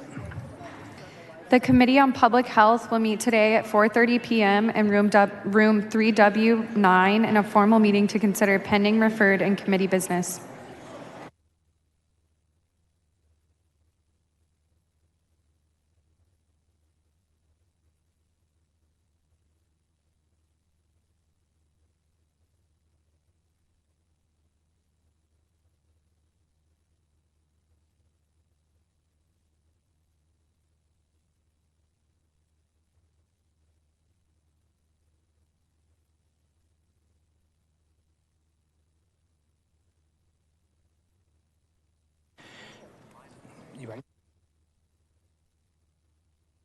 The chair lays out on second reading HJR 11. The clerk will read the resolution. HJR 11 by Thompson of Harris, proposing a constitutional amendment authorizing the legislature to enact laws providing for a court to terminate the sentence of a person who has successfully served the required number of years on parole. The chair recognizes Ms. Thompson of Harris to explain the resolution. Mr. Speaker, members, for the last 6 years, I've been looking at some numbers that deals with persons who have been on parole, life parole. And in looking at these numbers, I looked at the age of these persons that when they went on parole, and most of these persons went on parole at the age of 17 to probably 25. In looking at these numbers, there's about 9,924 persons, and this excludes persons who have been convicted of sex offenses. Of these 9,924 persons, about 50% of these persons are in life parole for drugs, which means that we are spending a lot of money just keeping people on the life parole for admission of drugs. So I started looking at what are the age range of these persons. The age range of these 9,924 persons happen to be between 55 and 65 years and older. And of that 9,000 persons, 7,100 of them falls within that age range. So I wanted to know, have any of these persons ever, since they've been on life parole, have they ever been back to prison? And I found out of 9,924 people, only 12 people have gone back to prison. So I'm wondering, why do we have them on parole? If they have been on parole for 10 years, 15 years, 20 years, and they have not gotten in any trouble, and only 12 out of 9,000 people have gone back, why don't we take another look and see whether or not that we can take them off, particularly when they fall within the age group of 55 to 65. We know that persons who are on parole, when they get on parole, if they're going to commit another crime, they normally do it within probably the first 6 months of the time that they're out on parole. But of this number, only 12 people out of 9,000 have been back to prison. So this bill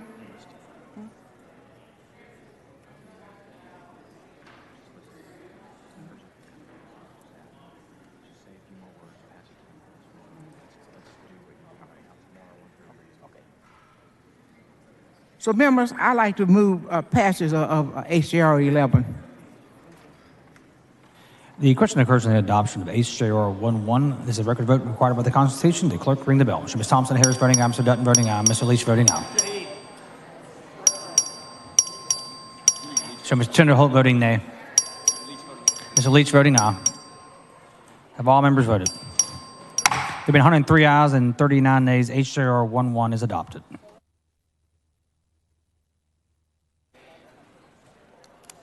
The chair lays out on second reading HB 2837. The clerk will read the bill.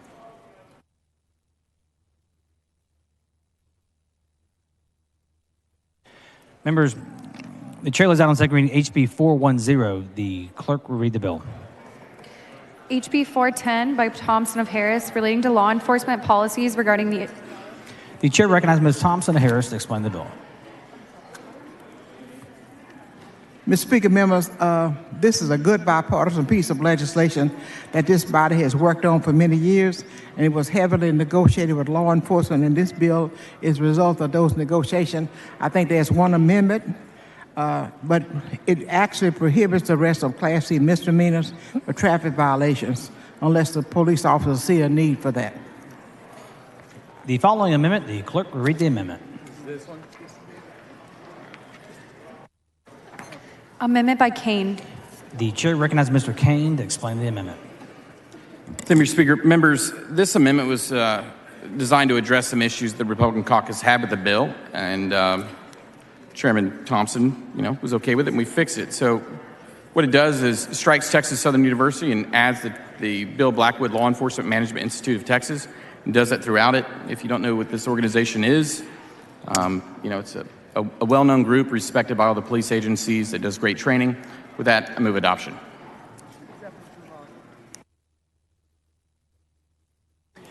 Mr. Kane sends an amendment. The amendment is acceptable to the author's objection to the adoption of the amendment. The chair hears none. The amendment is adopted. The chair recognizes Ms. Thompson Harris to close on the bill. Move passage. The question occurs on passage through engrossment of HB 410. All in favor say aye. Opposed say nay. The ayes have it. HB 410 is passed through engrossment. The chair lays out on second reading HB 2837. The clerk will read the bill. HB 2837 by Schaefer relating to prohibiting financial institutions in Texas from surveying, reporting, or tracking the purchase of firearms and ammunition, imposing a civil penalty. The chair recognizes Mr. Schaefer to explain the bill. Thank you, Mr. Speaker and members. This is the bill that will ensure that the status quo is maintained for banks and credit card companies when it comes to tracking your firearm and ammunition purchases. Ms. Ramos, for what purpose? Mr. Speaker, will the gentleman yield? The gentleman yield for questions. Yes, I will yield. Gentleman yields. Representative Schaefer, could you explain what your bill does in a little more in depth, please? Sure. So back in September of last year, the International Organization for Standardization, based in Switzerland, approved a new merchant category code for firearm and ammunition purchases for merchants to use. And this new merchant category code will allow banks, payment card networks, acquirers, and other entities involved in payment card processing to identify and separately track firearm and ammunition purchases. And that is what many believe a violation of the privacy of people who are exercising a constitutional right. And the constitutional right you're referring to is the Second Amendment right? Yes. You aware of a First Amendment right? Excuse me?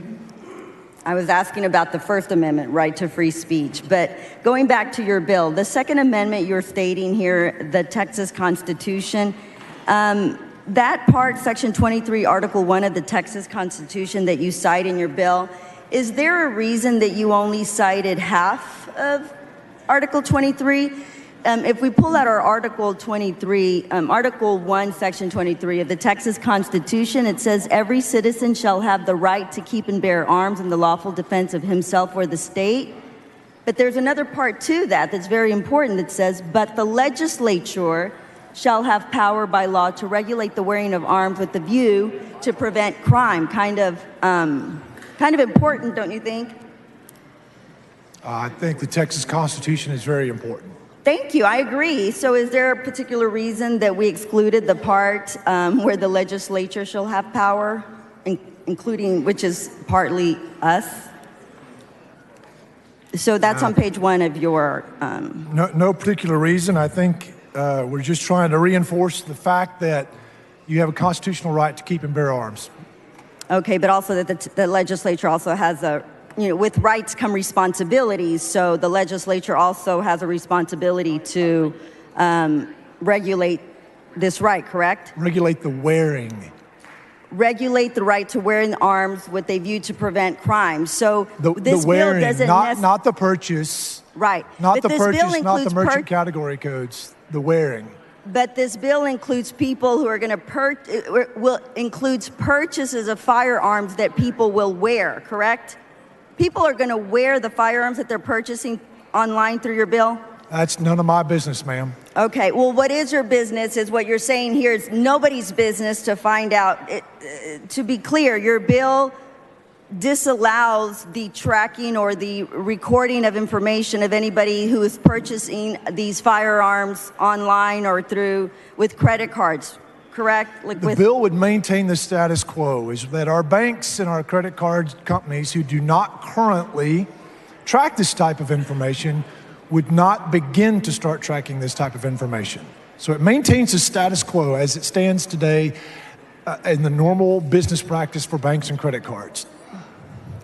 Okay, there is, you may not be aware, but there's a national strategy for countering domestic terrorism.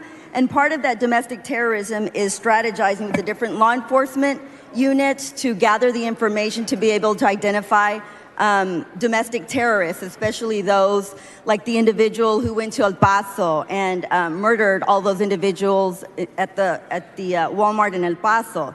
So part of this national strategy for countering domestic terrorism is working with DOJ and different agencies to collect information of potential domestic terrorists. How would your bill play in part with that, considering they do partner with different agencies, including financial institutions, to gather that information to prevent domestic terrorism, which has been stated to be one of the highest threats to our national security? I mean, we had the insurrection not too long ago.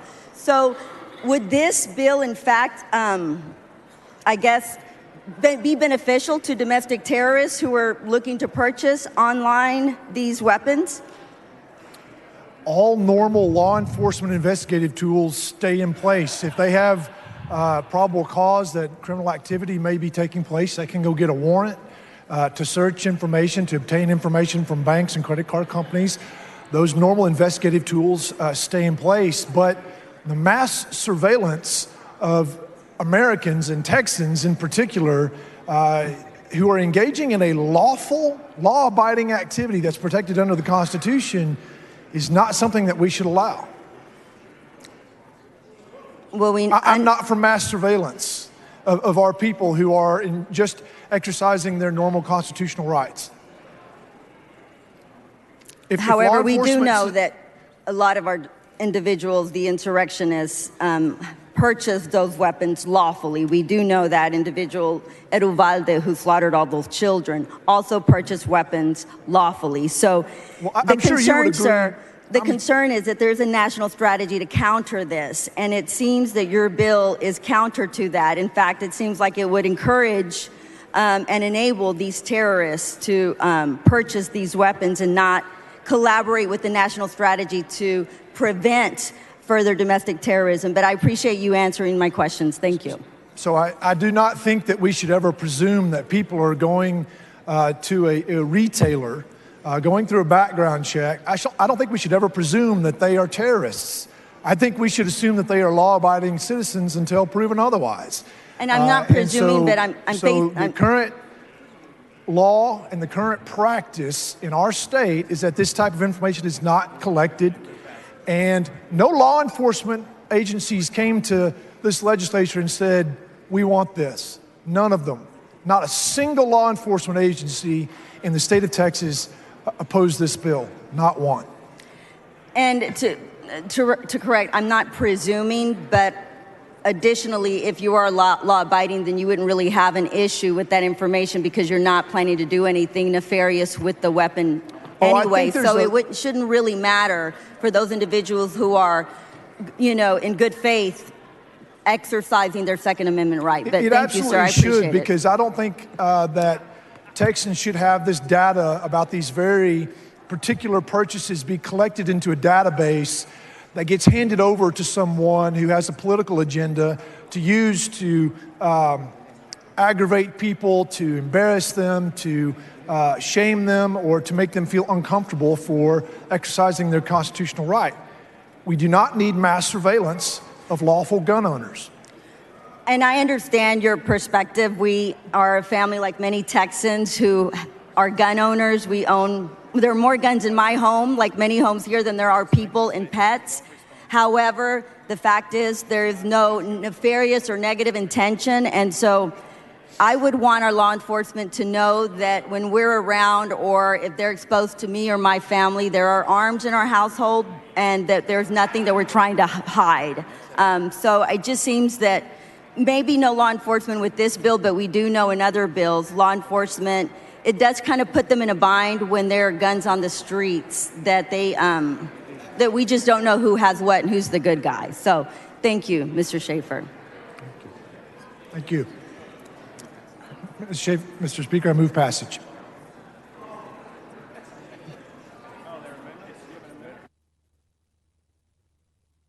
The following amendment, the clerk will read the amendment. Amendment by Bryant. The chair recognizes Mr. Bryant to explain the amendment. Ladies and gentlemen, I don't think the irony is lost on any of us that on the same day that we recognize the families of the children that were murdered in Uvalde, along with their teachers, that we're not taking up a bill to protect ourselves against and these children against guns. We're taking up a bill to protect guns. This amendment amends the legislative findings of this bill. This bill was written in order to prevent the establishment of merchant codes used by credit card companies and retailers to categorize the types of purchases that go through their system, and it prohibits such a category to be created for guns. Now, I have offered in this amendment a modification of the legislative findings that supports the purpose of the gun, of this bill, to prevent guns from becoming part of a merchant code, by pointing out that indeed the demand for such measures as this exists and is vastly enhanced by a series of factors. Reading from the amendment, it says the legislature finds that calls for maintaining firearms purchases by methods which may include merchant category codes have increased due to the dramatic increase in gun violence in Texas. For example, for what purpose? 3 of the 10 deadliest mass shootings in modern United States history have occurred in Texas in the past 5 years. The following mass shootings have occurred in Texas: 26 people killed in Sutherland Springs in 2017. 23 people were killed in Killeen, Texas in 1991. Ms. Morales, for what purpose? 13 people Will the were gentleman killed yield for some questions? Will the gentleman yield for questions?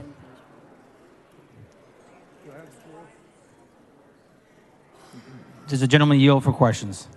Not at this time. Not at this time. 13 more people were killed in Killeen in 2009.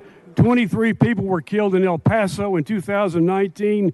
21 people were killed in Uvalde, Texas in 2022. And just last week, 5 more people killed in a mass shooting in Cleveland, Texas. Firearm homicide rates for children under 18 have more than doubled in Texas between 2014 and 2020. From 2015 to 2020, Texas lost 572 children to firearm homicides, more than any other state. Overall, firearm homicides rates in Texas have increased 66% from 2014 to 2020. And I might have added to this amendment the fact that 92 gun bills are sitting bottled up in the Select Committee on Community Safety, including one by Mr. King that already has the support of a majority of the members of this House, including the Ed Robb Elementary bill that I introduced that covers 3 important areas, all reasonable measures, but we can't get them to the floor for a vote. Is there any question or any misunderstanding about why there is a growing demand for measures like Mr. Schaefer is attempting to prevent. I don't think so. I yield to the lady from Houston. Ms. Morales, for what purpose? Some questions. The gentleman yield for questions. I do. The gentleman yields. Thank you, Representative Bryant, for your amendment. I didn't get to hear everything. There was a little interruption back here, but can you just tell me really quickly, what does your amendment do? My amendment amends the legislative findings of the bill to point out the reasons why there is great demand to institute measures such as merchant codes that include firearms sales, which is exactly what Mr. Schaefer is trying to prevent. We've got to have a legislative finding to back up the reasons for the bill, and I've amended the legislative findings. Thank you. And why is it important that this bill not only lists that the legislature recognizes the right to bear arms, but also recognizes the dramatic increase in gun violence in Texas? Because this legislature is not doing anything about it. We all stand up and honor the families from Uvalde today. We don't do one single thing to protect them and the kids, and here is a bill on the floor to protect guns. So, would you say that it's irresponsible not to consider these tragedies when discussing any legislation in regards to guns? I say it's an exercise of willful ignorance. Got it. To put on the blinders and pretend that we have no responsibility in this area. This is something we have a moral obligation to deal with. These are reasonable bills. These are not bills to ban guns. I'm just like Mrs. Ramos. I've got more guns in my house than people. We all do. But for goodness sakes, we ought not to have a situation in which an 18-year-old kid can go out and buy an assault rifle and go straight to the schoolhouse and murder 19 kids. And he didn't just shoot them down like in the movies. He blew them up. They were unrecognizable. They had to be identified by their tennis shoes. Are we not able to act at all? Mr. Guillen, won't you kick that bill out of committee? Let us have a vote. 92 bills are bottled up in your committee. Mr. Bryant, please confine your remarks to the amendment. Mr. Bryant. And refrain from personalities. Okay. Have any of our efforts to continue expanding the right to bear arms like permitless carry, campus carry, and lawless storage resulted in increased protection of Texans? Has it resulted in more successful cases of citizens being able to protect themselves? Or has it caused more senseless and preventable deaths? Members, please confine your remarks to the amendment before the House right now. The legislative findings that are in this amendment assert that more deaths, just as you referenced, are part of our immediate history, just the last 5 years, and that is the reason why there's a demand for measures like merchant codes that identify firearms purchases that Mr. Schaefer is trying to prevent. So by adding this section, it would help track guns used in horrible cases as in Uvalde, Santa Fe, El Paso, and prevent future mass shootings from happening. That would be the case if the bill doesn't pass. If the bill doesn't pass, it would be just the opposite. Thank you, Representative Bryant.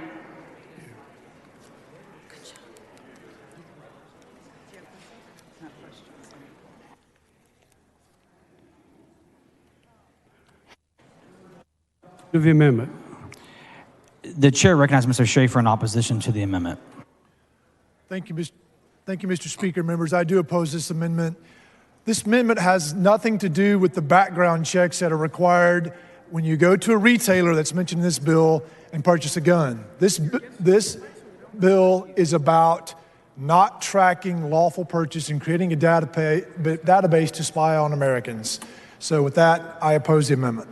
The chair recognizes Mr. Bryant to close on the amendment. Members, the amendment modifies the legislative findings by pointing out that the reason why people are demanding measures like Mr. Schaefer is trying to prevent is our almost unimaginable history in this state of repeated mass killings as recently as only 3 or 4 days ago. I won't make my entire speech again. I urge you to search your conscience and vote for this amendment. Mr. Bryant, send the amendment. The amendment is not acceptable to the author. The question occurs on the adoption of the amendment. This is a record vote. The clerk will ring the bell. So Mr. Bryant voting aye, Mr. Schaefer voting nay, Ms. Garcia voting aye, Mr. Bella Montgomery voting nay, Mr. Capriglione voting nay. Have all members voted? There being 63 ayes and 83 nays, the amendment fails to adopt. Any members speak?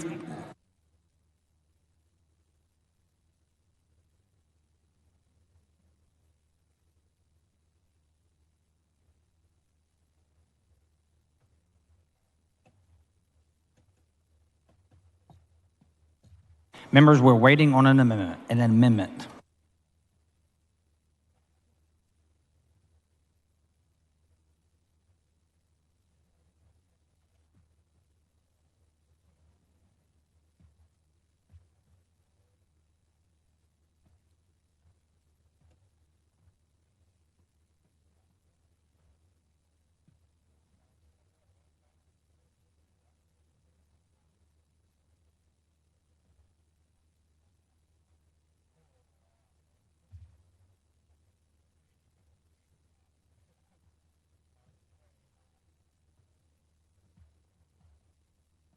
The following amendment, the clerk will read the amendment.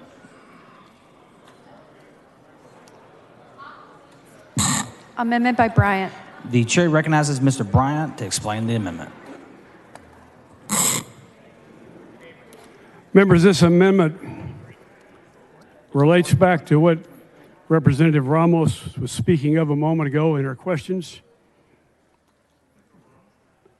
It's very peculiar that this bill recites the Texas Constitution, but cuts it off at mid-sentence. It says, every citizen shall have the right to keep and bear arms in the lawful defense of himself or the state. And it stops right there. But in our Constitution, the sentence continues. And it says, but the legislature shall have power by law to regulate the wearing of arms with a view to prevent crime. This amendment simply includes in the bill the full sentence rather than a half of a sentence, which is inaccurate, misleading, and fails to state the wishes of this people with regard to reasonable regulation of who gets to carry a firearm. Mr. Speaker? Ms. Ramos, for what will the purpose? gentleman yield? Will the gentleman yield for questions? I yield. The gentleman yields. Thank you. Thank you, Rep. Bryant. The discussion previously when we were talking about the Texas Constitution, which was partly cited in this bill, do you have any understanding of why the second part that talks about the legislature's power by law, why that would have been excluded from the original bill? Well, I assume it's because the authors wish that it wasn't there, but it is there. Is it your impression that I asked the author of the bill regarding this provision of the bill, and is it your impression or is it your understanding that regulating the wearing of arms, that is specifically that the legislature solely is to regulate that part and only when individuals are actually carrying? What does that mean? What is your understanding of what that means? It simply means that according to our state constitution, the legislature has the power by law to regulate the wearing of arms with a view to preventing crime. In other words, that's our responsibility in this legislature. That's what that means. And to the wearing of arms, I guess, would also include the purchasing of those arms that you're wearing, correct? That's correct. And this bill is about the purchasing of those arms, correct? That's correct. Okay, I think it's a great amendment, and I appreciate you being thorough in following the constitutional provisions. Members, the amendment simply includes the whole sentence in our Constitution in the bill and not just half of it. I urge you to vote for it. The chair recognizes Mr. Schaefer in opposition to the amendment. This amendment adds nothing to the bill. I've never seen it before, and I oppose it. The chair recognizes Mr. Bryant to close on the amendment.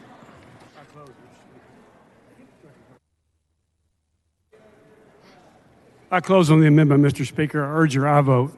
Mr. Bryant sends up an amendment. The amendment is not acceptable to the author. The question occurs on the adoption of the amendment. A record of vote has been requested. The clerk will ring the bell. Show Mr. Bryant voting aye, Mr. Schaefer voting nay, Mr. Bella Montgomery voting nay.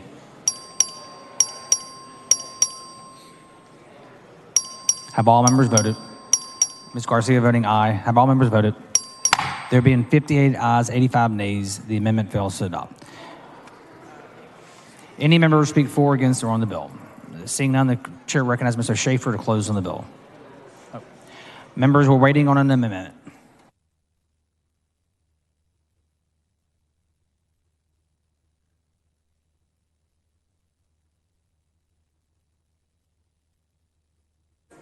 Ms. Goodwin, for what purpose?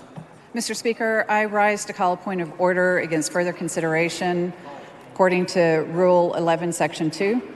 Please bring your point of order down front.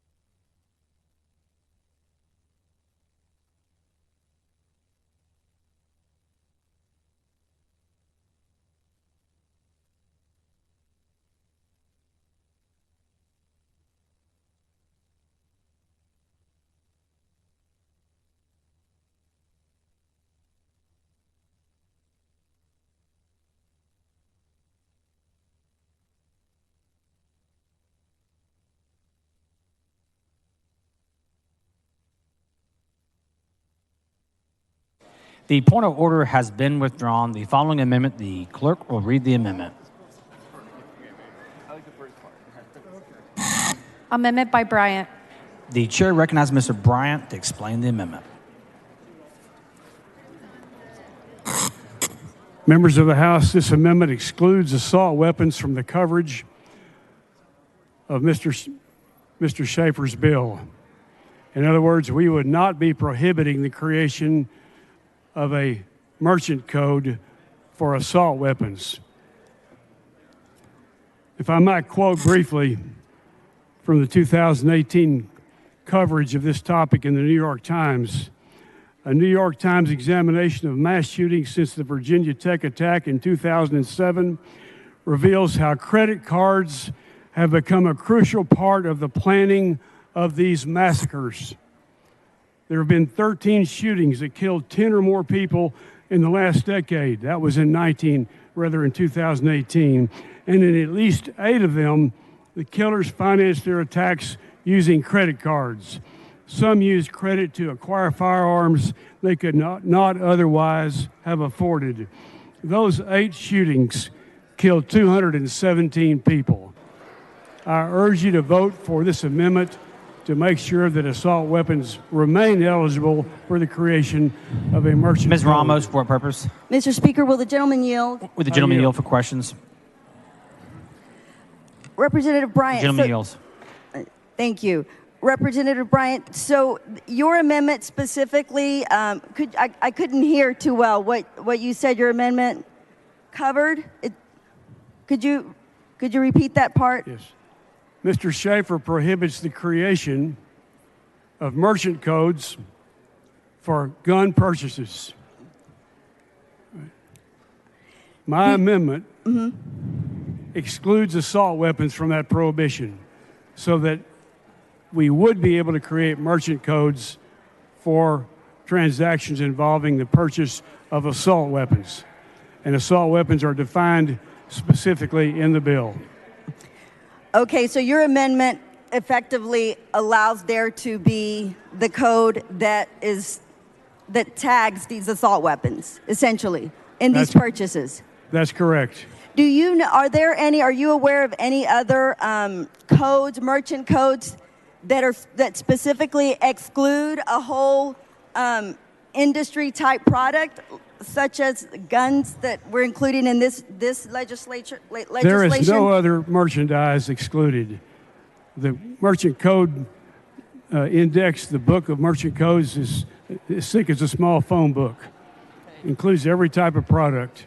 No other product is excluded. I'm simply asking this amendment that we allow the creation of merchant codes for assault rifles. Thank you, Representative. Thank you. I urge adoption of the amendment.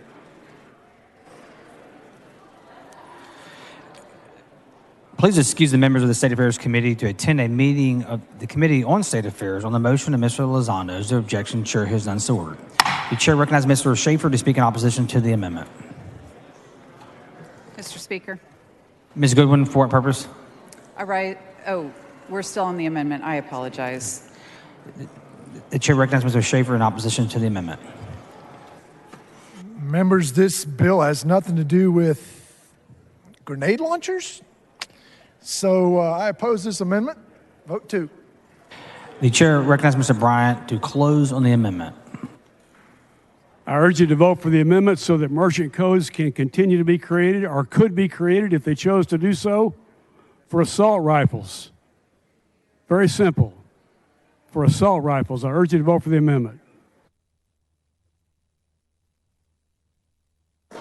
Mr. Bryant send up an amendment. The amendment is not acceptable to the author. The question occurs in the adoption of the amendment. This is a record vote. The clerk will ring the bell. Show Mr. Bryant voting aye, Mr. Schaefer voting nay.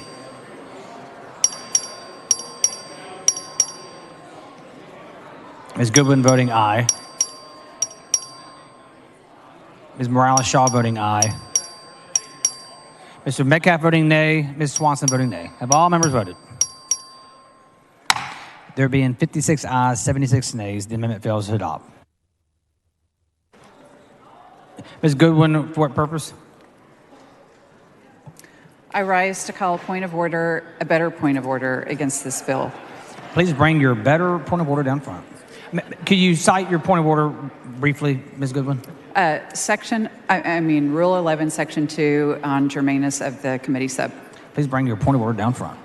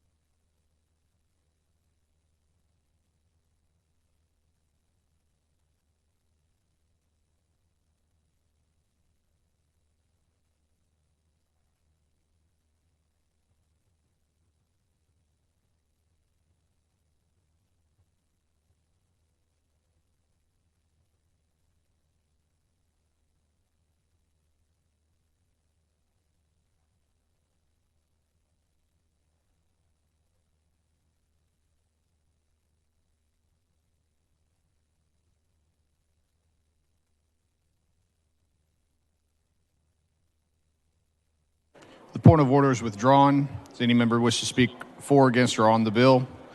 The chair recognizes Mr. Schaefer to close on the bill.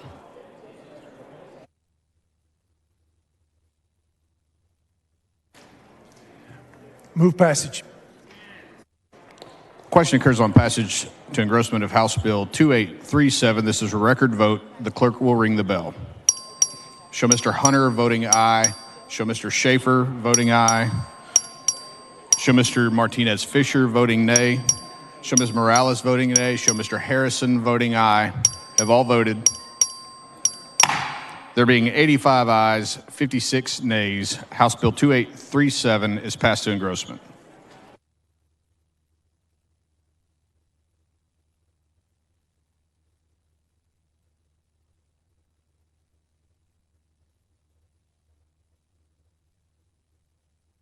Chair lays out on second reading HB 4082. The clerk will read the bill. HB 4082 by Goldman, relating to purposes for which certificates of obligation or tax anticipation notes may be authorized. Chair recognizes Mr. Goldman for a motion. Thank you, Mr. Speaker. I move to postpone further consideration of House Bill 4082 until 10 a.m. Wednesday. Members, you've heard the motion. Is there objection? Chair hears none, so ordered.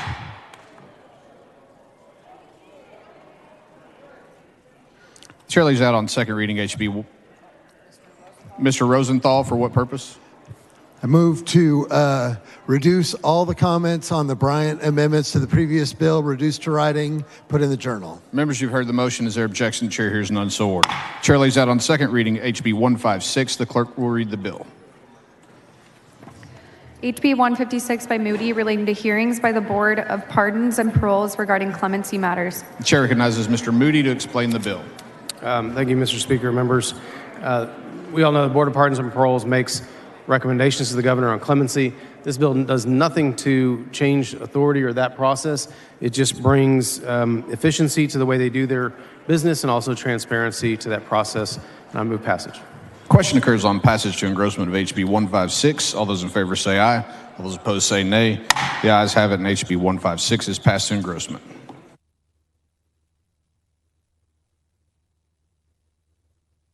The chair lays out on second reading HB 387. The clerk will read the bill. HB 387 by Bell Montgomery, relating to the Texas State Guard Uniform and Insignia Fund. The chair recognizes Mr. Bell to explain the bill. Thank you, Mr. Speaker. Members, House Bill 387 creates the option to fund the Texas State Guard Uniform and Insignia Fund through money appropriated, credited, or transferred by the legislature. It does not appropriate money, and I move passage. Question occurs on passage to engrossment of HB 387. All those in favor say aye. All those opposed say nay. The ayes have it, and HB 387 is passed to engrossment.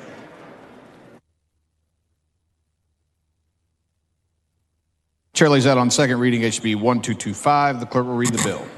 HB 1225 by Metcalf, relating to the administration of certain required assessment instruments in paper format. Chair recognizes Mr. Metcalf to explain the bill.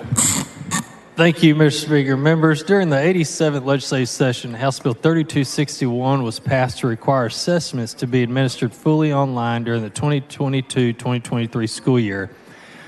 This process currently exists for districts to register students for a special paper administration of STAR, but unfortunately, neither parents, legal guardians, or teachers have the ability to request that child be given the assessment in paper format. House Bill 1225 would simply require school districts to administer assessments in paper format to any student whose parent, guardian, or teacher requests the paper format for their child, and requires that the paper test administered cannot exceed 3% of the number of the students enrolled in the district. Request to be made by December 1st of the school year. Members, we do have an amendment. The following amendment, the clerk will read the amendment. Amendment by Metcalf. Chair recognizes Mr. Metcalf to explain the amendment. Thank you, Mr. Speaker. Members, this amendment makes a couple adjustments to the bill. First, it aligns the requesting period for December testing with the language in the bill for spring testing, 4 months lead time. Second, it clarifies that the percentage cap on paper test TEA is required to provide does not include those students who are already able to request paper copies through an accommodation recommended for their ARD committee. Third, this amendment removes the prohibition on paper tests being used for accountability purposes. This is to keep in line with federal requirements. I move adoption. Mr. Metcalf sends up an amendment. The amendment is acceptable to the authors. Or objection to the adoption of the amendment? The chair hears none. The amendment is adopted. The chair recognizes Mr. Metcalf to close on the bill. Thank you, Mr. Speaker. Members, I move passage. Question occurs on passage to engrossment of HB 1225. All those in favor say aye. All those opposed say nay. The ayes have it, and HB 1225 is passed to engrossment.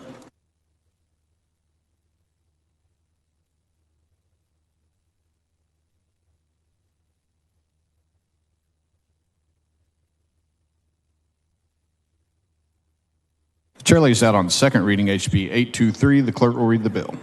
HB 823 by Allen, relating to the eligibility for an occupational license by certain former inmates and the practice of certain occupations by an inmate of the Texas Department of Criminal Justice. The chair recognizes Ms. Bowers to explain the bill.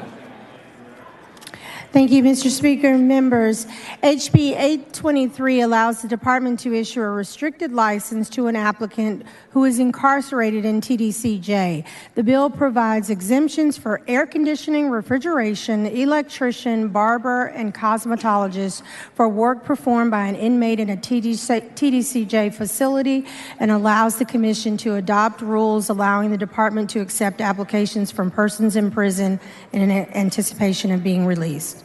Move passage. Question occurs on passage to engrossment of HB 823. All those in favor say aye. All those opposed say nay. The ayes have it, and HB 823 is passed to engrossment. Chair lays out on second reading HB 671. The clerk will read the bill. HB 671 by Gonzalez-Valpasso, relating to a veteran suicide prevention campaign. Chair recognizes Ms. Gonzalez for a motion. Thank you, Mr. Speaker. I move to postpone further consideration of HB 671 until 10 a.m. Wednesday, May 3rd. Members, you've heard the motion. Is there objection? The chair hears none, so ordered. Chair lays out on second reading HB 1010. The clerk will read the bill. HB 1010 by Turner, relating to the insurable interest of certain persons providing care to individuals with disabilities and the life of those individuals. Chair recognizes Mr. Turner to explain the bill.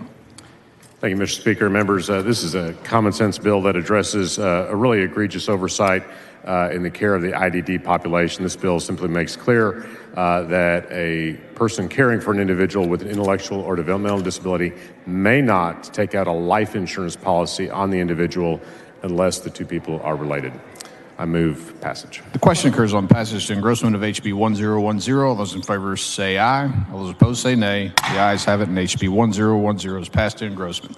Chair lays out on second reading HB 1283. The clerk will read the bill. HB 1283 by Oliverson, relating to prescription drug formularies applicable to the Medicaid Managed Care Program. The chair recognizes Dr. Oliverson to explain the bill. Thank you, Mr. Speaker, members. And this is a very, very important bill that will allow us to reauthorize the prescription drug formulary that all Medicaid beneficiaries in the state of Texas depend on. It is a mechanism by which the state extracts the maximum value out of the manufacturers to get the best price. And that money is ultimately passed directly back to the state and saves money in terms of how much it costs to administer the program and how much tax dollars we have to spend on the program. So it's tremendous savings. Mr. Speaker? Ms. Howard, for what purpose? Would the gentleman yield for a question? Will the gentleman yield? Gentleman yields. Thank you, Dr. Oliverson. I just want to clarify that I think some had questioned my vote, and I want to assure everyone that I think this is a very good bill. It's true, isn't it true that without your bill, the state loses control of the prescription drug list at the end of this year?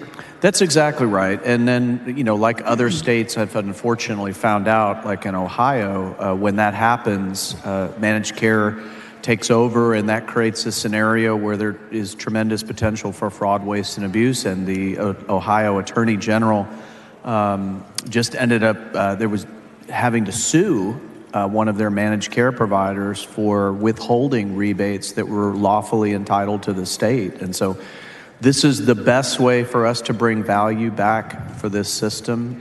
It has worked well. We come here every few years to basically renew it.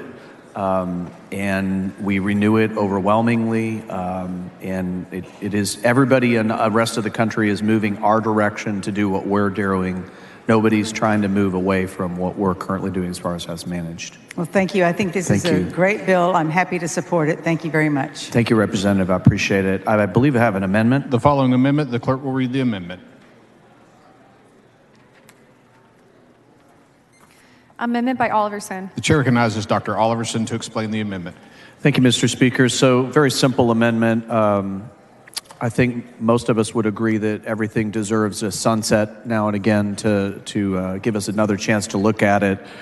So this amendment simply allows the program to once again sunset in 2033, which is a 10-year cycle, which is comparable to other state agency sunset provisions. And it is acceptable to me, and I move adoption.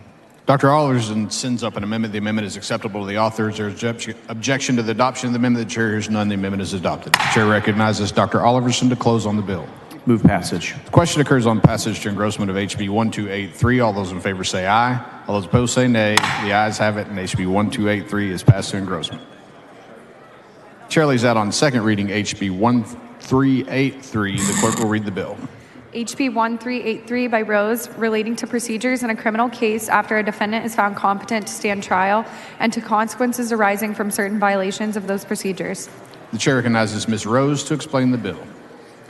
Thank you, Mr. Speaker. Remember, during the 84th legislative session, I passed House Bill 211, which required attorneys to visit with patients once they return from a state mental health hospital, and we didn't put any safeguards in it or any type of, well, I don't want to use the word penalties, but now we're putting some parameters in for the judges to make sure that, to make sure that the attorneys visit the inmates once they return from jail. So under House Bill 1382, courts can replace existing counsel with another attorney if they don't meet or confer in a timely manner with the defendant as required by Article 468.084.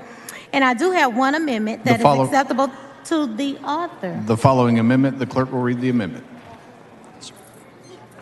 Amendment by Rose. The chair recognizes Ms. Rose to explain the amendment. Thank you, Mr. Speaker. This amendment strikes language requiring a judge to set a trial within 30 days of a defendant being restored to competency.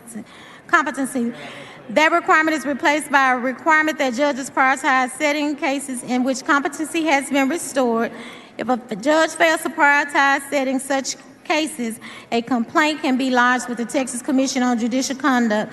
I move adoption. Ms. Rose sends up an amendment. The amendment is acceptable to the author. There's objection to the adoption of the amendment. The chair hears none. The amendment is adopted. The chair recognizes Ms. Rose to close on the bill. Move passage. The question occurs on passage to engrossment of House Bill 1383. All those in favor say aye. All those opposed say nay. The ayes have it, and HB 1383 is passed to engrossment. Chair lays out on second reading HB 1495. The clerk will read the bill. HB 1495 by Guerra, relating to a study on leasing state property for private use. Chair recognizes Mr. Guerra to explain the bill. Thank you, Mr. Speaker. Members. Mr. Speaker. Mr. Kane, for what purpose? I rise on a order against further consideration of this bill under Rule 8, Section 1A1 on the grounds of the caption fails to provide reasonable notice. Please bring your point of order down front.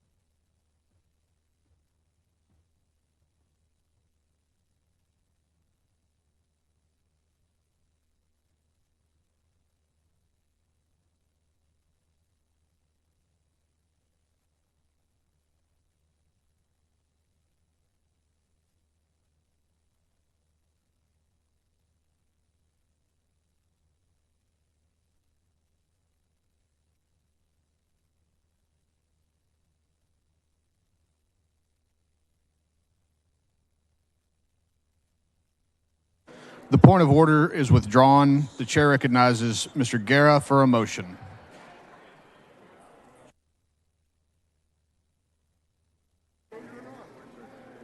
Mr. Speaker, I move to postpone further consideration of HB 1495 until May 30th. Members, you've heard the motion. Is there objection? The chair hears none, so ordered.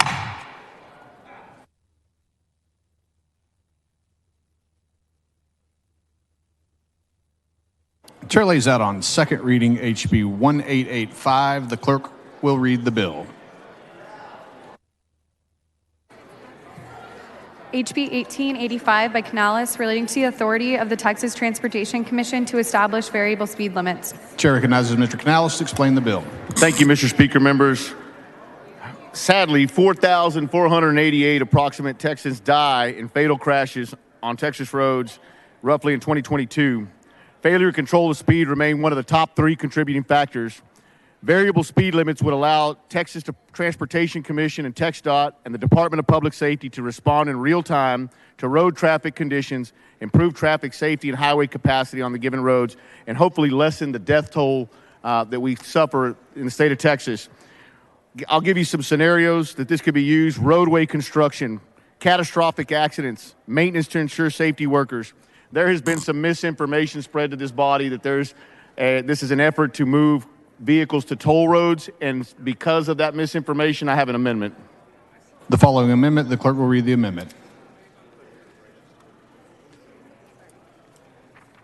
Amendment by Canales. The chair recognizes Mr. Canales to explain the amendment. What the amendment says is that this program may not authorize the lowering of a speed limit to divert traffic to a toll road for the purpose of increasing revenues. Some conspiracy theorists out there believe that this is to move traffic to increase toll revenues. So that's what this amendment does, is to take away any fears that conspiracy theorists might have. And I move adoption. It's acceptable to the author. Mr. Canales sends up an amendment. The amendment is acceptable to the author. Is there objection to the adoption of the amendment? The chair hears none. The amendment is adopted. The chair recognizes Mr. Speaker, members, this Canales. Thank you, Speaker. This is a bill that allows the Texas Department of Transportation, in conjunction with the Department of Public Safety, to help save lives when there's conditions that will create dangers on our highways. I move passage. Please excuse Mr. Ashby because of important business on a motion by Mr. Shine. Is there objection? The chair hears none, so ordered. Question occurs on passage to engrossment of HB 1885. This is a record vote. The clerk will ring the bell.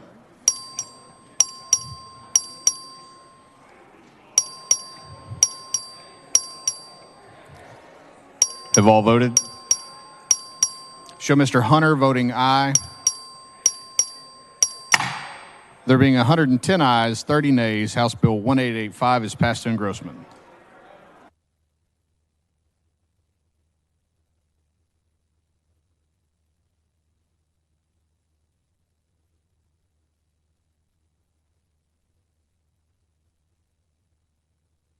The chair lays out on second reading HB 1979. The clerk will read the bill. HB 1979 by Rainey, relating to the powers and duties of the Texas Workforce Commission and local workforce development boards regarding the provision of child care. The chair recognizes Mr. Rainey to explain the bill.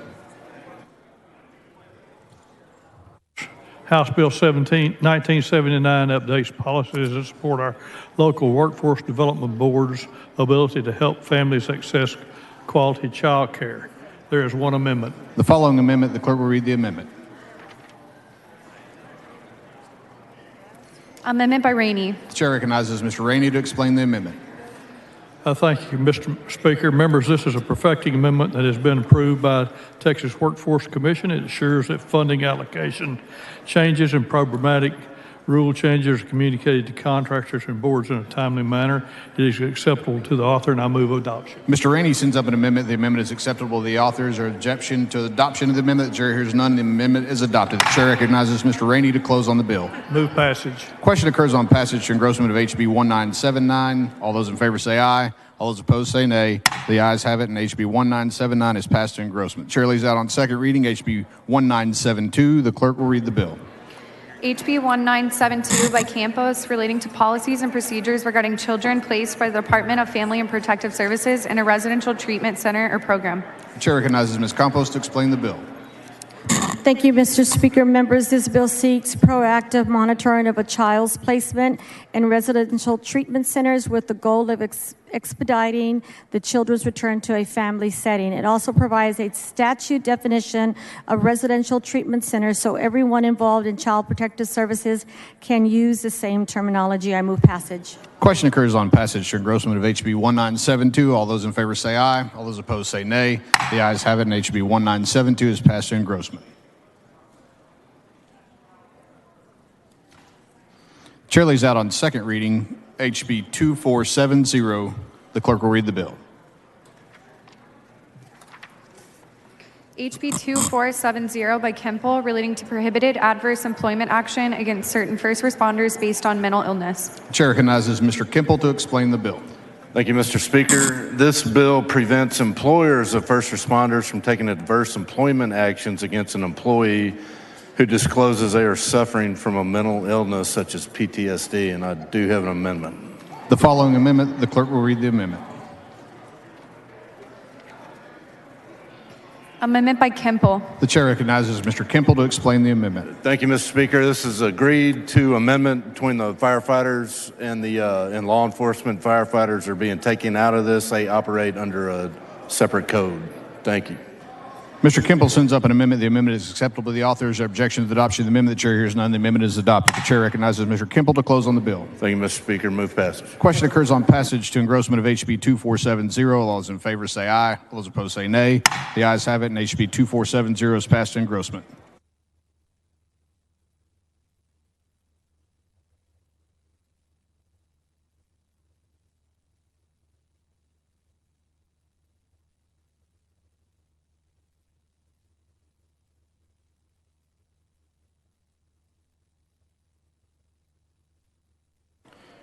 Members, the next bill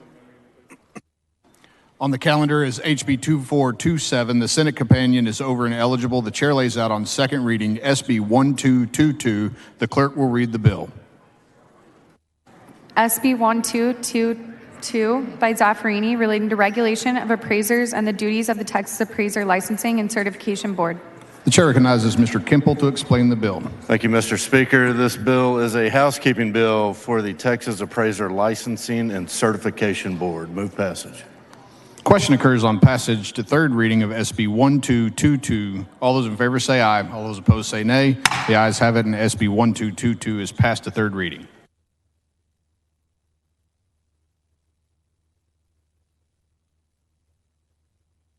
Representative Kemple moves to lay House Bill 2427 on the table, subject to the call.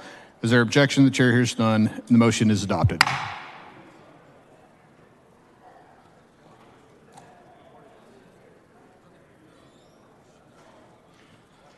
The chair lays out on second reading HB 2351. The clerk will read the bill. HB 2351 by Vo relating to the renewal of an appointment as a volunteer deputy registrar. The chair recognizes Mr. Vo to explain the bill. Thank you, Mr. Speaker and members. House Bill 2351 would simply eliminate the need for certified volunteer deputy registrars to retake their certification training and instead provide them notice of new election laws when continuing their service in the next electoral cycle. With that, I move passage. Question occurs on passage to engrossment of HB 2351. This is a record vote. The clerk will ring the bell. Show Mr. Vo voting aye. Show Mr. Hunter voting aye. Have all voted? There being 82 ayes, 54 nays, HB 2351 is passed to engrossment.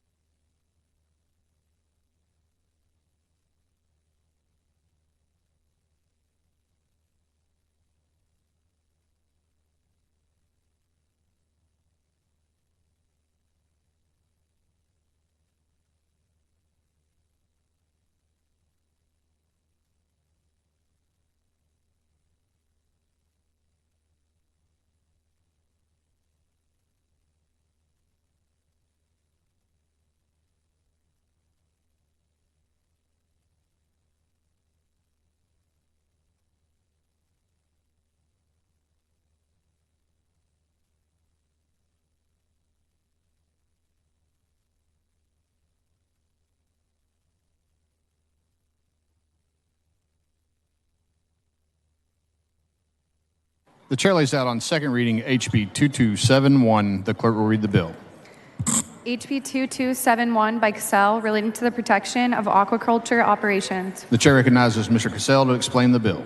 Thank you, Mr. Speaker. Members, aquaculture is a long, well-established agricultural practice. We're just simply moving it to the Agriculture Code. I move passage. Question occurs on passage to engrossment of HB 2271. All those in favor say aye. All those opposed say nay. The ayes have it, and HB 2271 is passed to engrossment.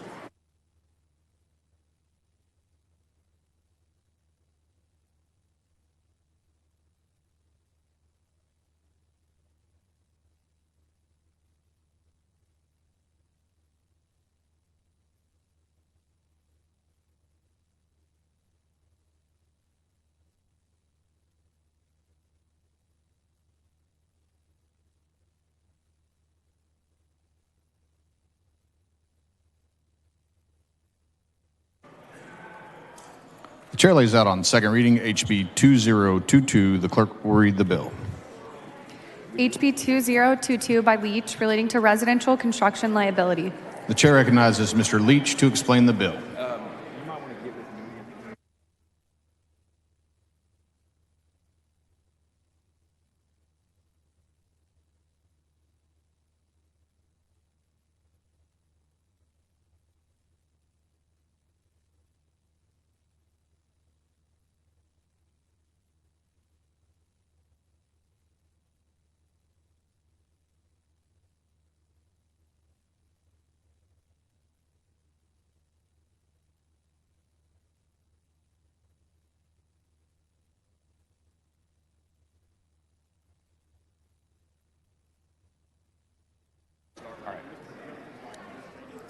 Thank you, Mr. Speaker.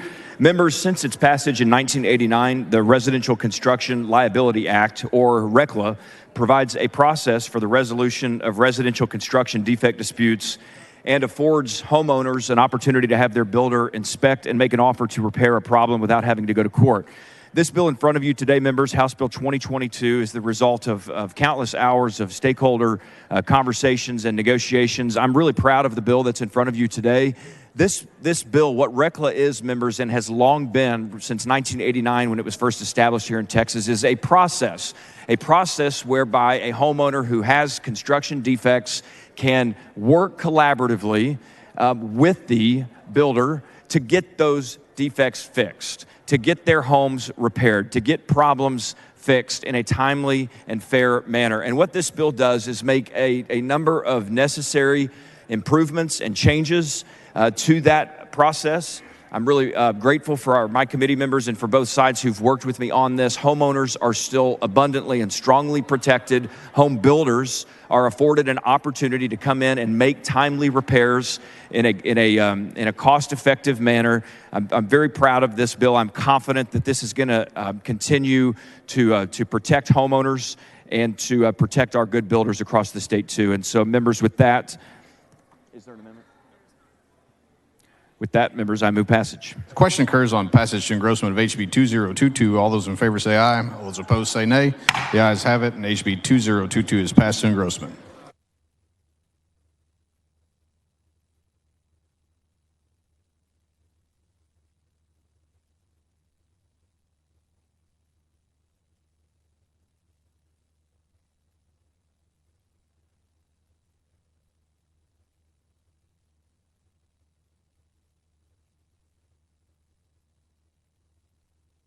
Members, the next bill on the calendar is House Bill 2771. The Senate companion is over and eligible. The chair lays out on second reading SB 1425. The clerk will read the bill.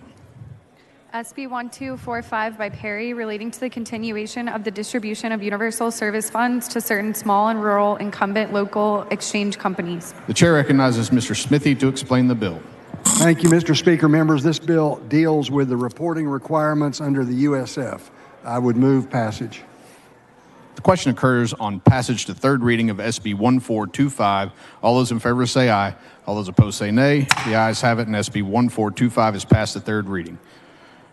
Representative Smithy moves to lay House Bill 2771 on the table, subject to the call. Is there objection? The chair hears none, and the motion is adopted.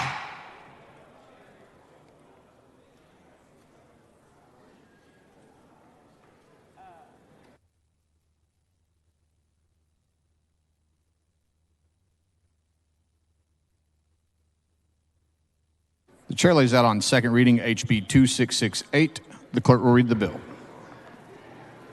HB 2668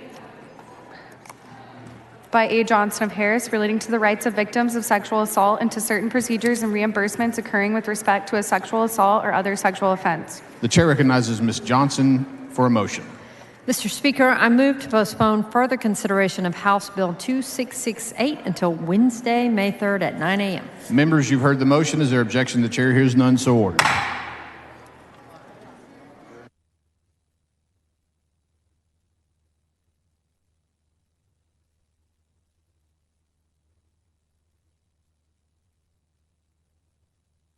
The chair lays out on second reading HB 3025. The clerk will read the bill.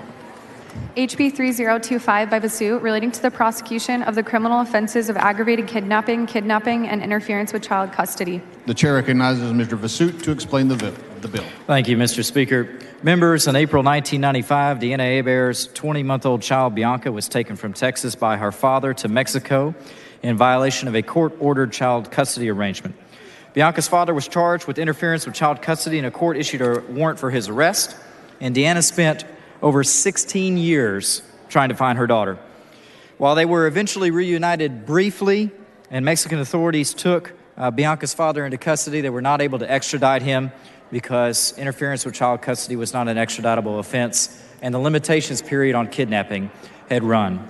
This bill amends the penal code to help reduce the likelihood of a similar injustice from taking place by removing the statute of limitations for interference with a child custody order when a child is taken abroad, increasing the statute of limitations for kidnapping of a minor to 20 years after the minor's 18th birthday, and permitting prosecution of individuals for kidnapping if they interfere with a child custody order by fleeing the United States.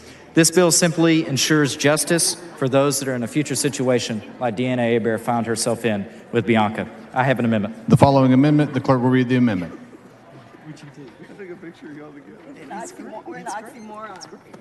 Amendment by Basu.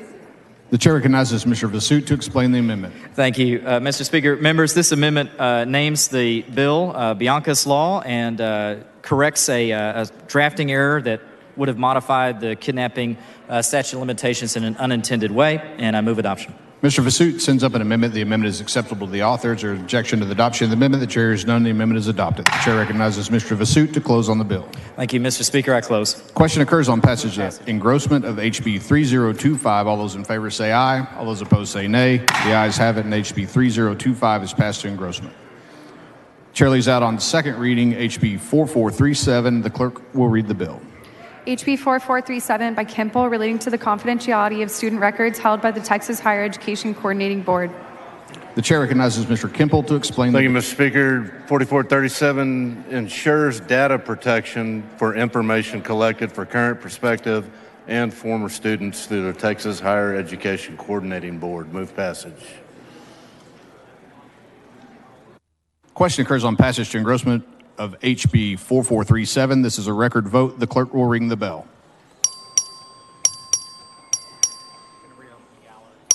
Have all voted? Show Ms. Harris of Williamson voting aye. Show Ms. Hinojosa voting aye. Have all voted? There being 138 ayes, 4 nays, House Bill 4437 is passed to engrossment.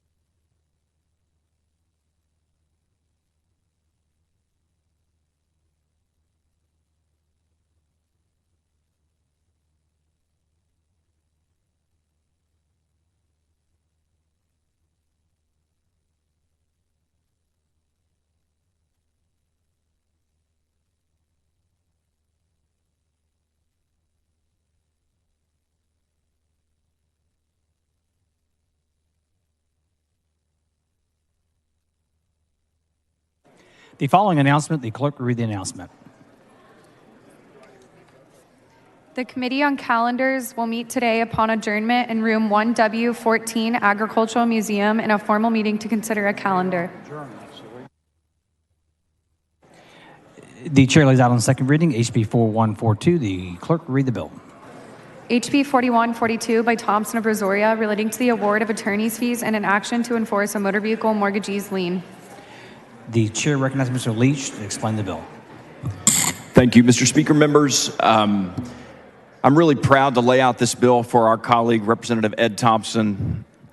And Ed was my desk mate our first session together in 2013, and this bill is very important to him, and I'm proud to lay this out. His layout here that he gave me is very short, and so I just want to read this briefly. This bill, members, is it gives teeth to existing law. These are his words that I'm reading. Gives teeth to existing law by providing that attorney's fees and court costs go to the prevailing party when a suit is brought involving a motor vehicle mortgagee's lien. He goes on to say, I want to thank Chairman Leach for his masterful, knowledgeable, and expert leadership on the bill. I could not have done it without him. Everybody should have a friend as good as Chairman Leach. Members, with that, I do know Representative Thompson is watching now. Ed, we love you and we're praying for you, brother. With that, I move passage. The question occurs on passage to engrossment of HB 4142. All in favor say aye. Opposed say nay. The ayes have it. HB 4142 is passed in engrossment.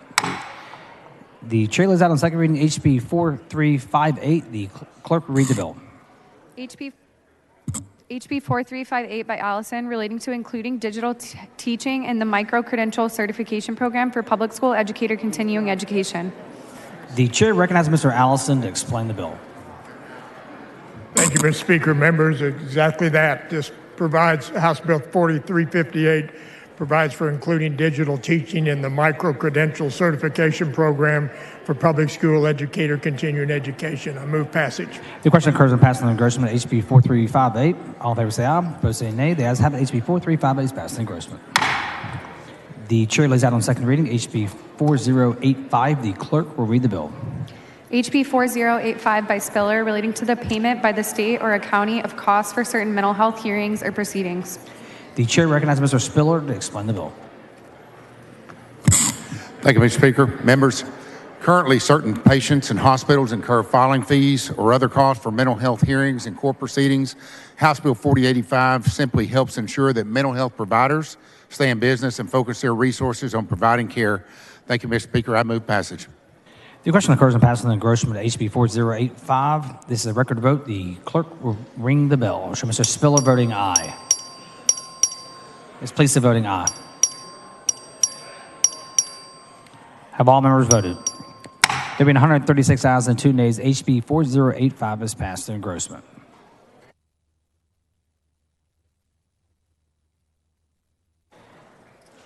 The chair lays out on second reading HB 3712. The clerk will read the bill. HB 3712 by Hernandez relating to the authorization of distributors to provide malt beverages products to retailers for authorized sampling purposes. The chair recognizes Ms. Hernandez to explain the bill. Thank you, Mr. Speaker and members. House Bill 3712 would reinstate the industry practice of allowing distributor licensees to provide malt beverage samples to retail permit holders. I move passage. The question occurs on passing the engrossment of HB 3712. This, all in favor say aye. Opposed say nay. The ayes have it. HB 3712 is passed in engrossment.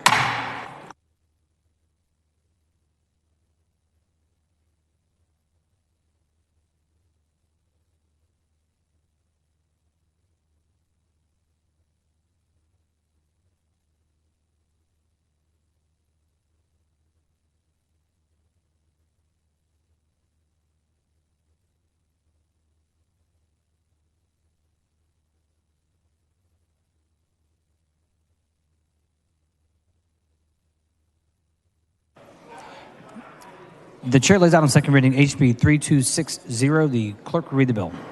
HB 3260 by Herrera relating to the expunction of arrest records and files by a statutory county court.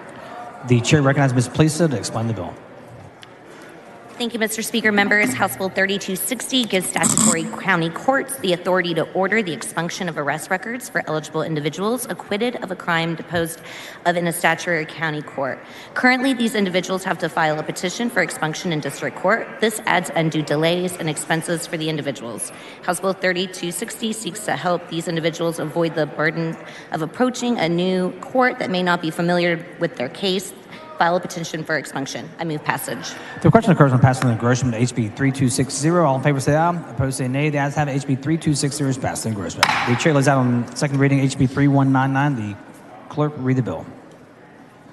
HB 3199 by Noble relating to requiring certain information before being employed by a child care facility.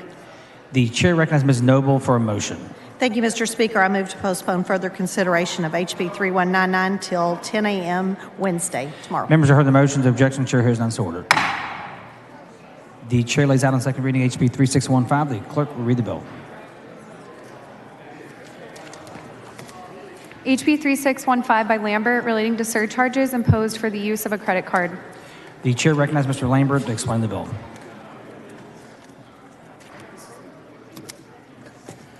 Thank you, Mr. Speaker. Members, in 2018, Federal District Court case Rowell versus Paxton held that the credit card surcharge prohibition statute in Texas violates commercial free speech rights under the First Amendment, concluding that it regulated how sellers may communicate their prices. House Bill 3615 would simply repeal the credit card surcharge prohibition in the Business and Commerce Code, thereby aligning Texas statute with the findings of the courts. It also requires merchants to provide notice of a credit card surcharge to their customers, and we have an amendment. The following amendment, the clerk will read the amendment. Amendment by Patterson. The chair recognizes Mr. Patterson to explain the amendment. Thank you, Mr. Speaker. This amendment simply states that disclosure is going to be made to the customer before they actually purchase the item. Move adoption. Mr. Patterson sends up an amendment. The amendment is acceptable to the author. The objection to the adoption of the amendment, the chair has done. The amendment is adopted. The chair recognizes Mr. Lambert to close on the bill. Move passage. The question occurs on passing the engrossment of HB 3615. All in favor say aye. Opposed say nay. The ayes have it. HB 3615 is passed the engrossment.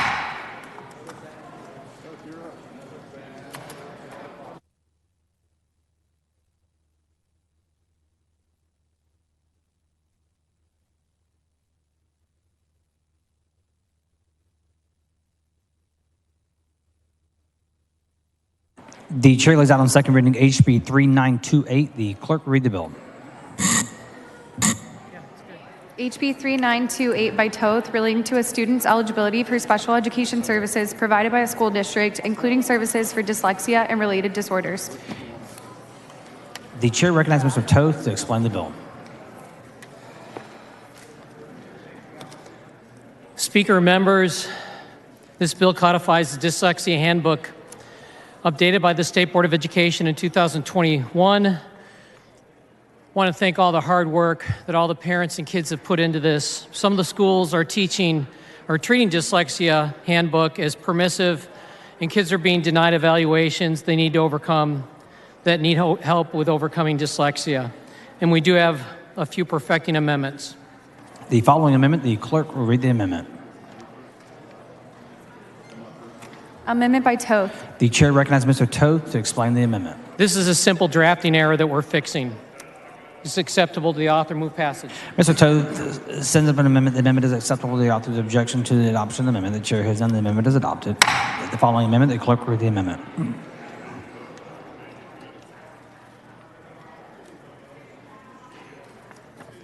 Amendment by Toth. The chair recognizes Mr. Toth to explain the amendment. Members, this simply adds charter schools to this as well. It's acceptable to the author. Move passage. Mr. Toth sends up an amendment. The amendment is acceptable to the author's objection to the adoption of the amendment. The chair has done. The amendment is adopted. The following amendment, the clerk will read the amendment.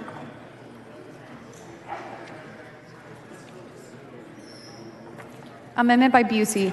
The chair recognizes Mr. Busey to explain the amendment. Thank you, Mr. Speaker and members. This amendment would allow for the role on the multidisciplinary team to be filled by any professional that meets training requirements as established by the commissioner, including instructional strategies for dyslexia intervention, and I believe it's acceptable to the author. Mr. Busey sends up an amendment. The amendment is acceptable to the author. The objection to the adoption of the amendment. The chair hears none. The amendment is adopted.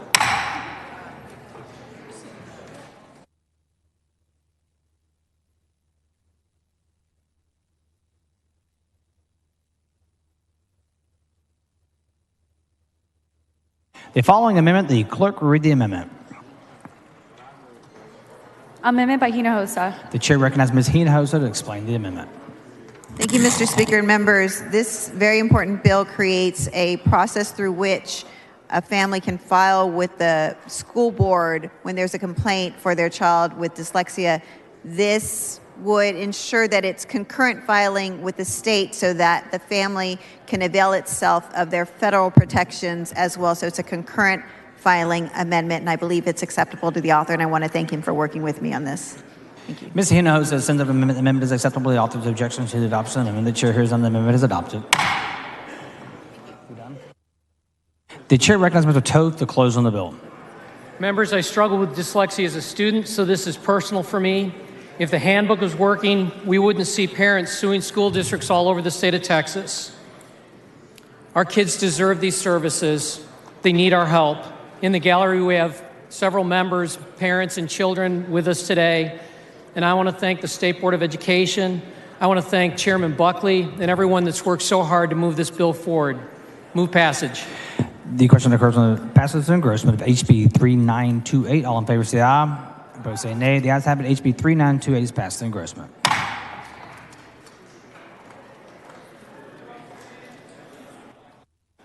The chair lays out on second reading HB 3990. The clerk will read the bill.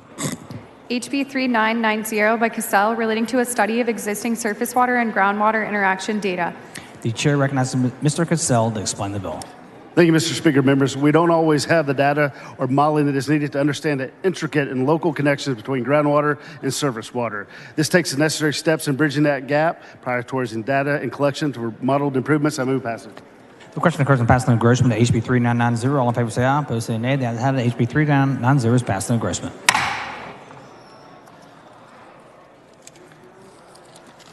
Members, the next bill on the calendar is HB 5217. The Senate companion is over and eligible. The chair lays out in second reading SB 2038. The clerk will read the bill.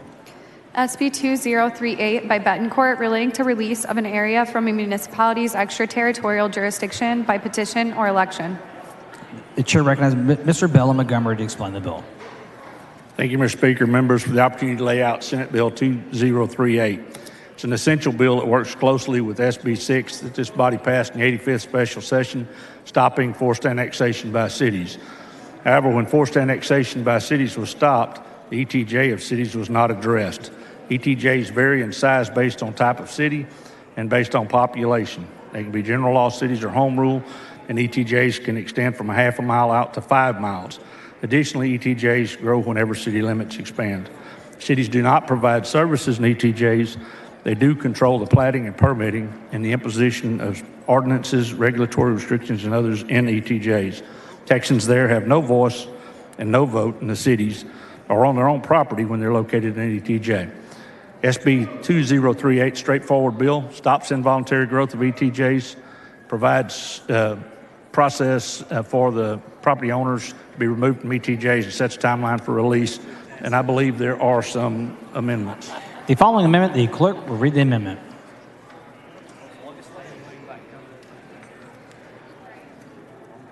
Amendment by Bell Montgomery. The chair recognizes Mr. Bell and Montgomery to explain the amendment. This is a simple amendment. Oh, this is different. So what this amendment does is make sure that any agreement which was created during the time of annexation has an arbiter between the county where you could be and the city where you were, and that is your property owner, your constituent. Move passage. Mr. Bell and Montgomery sends up an amendment. The amendment is acceptable to the author. The objection to the adoption of the amendment, the chair hears none. The amendment is adopted. The following amendment, the clerk will read the amendment.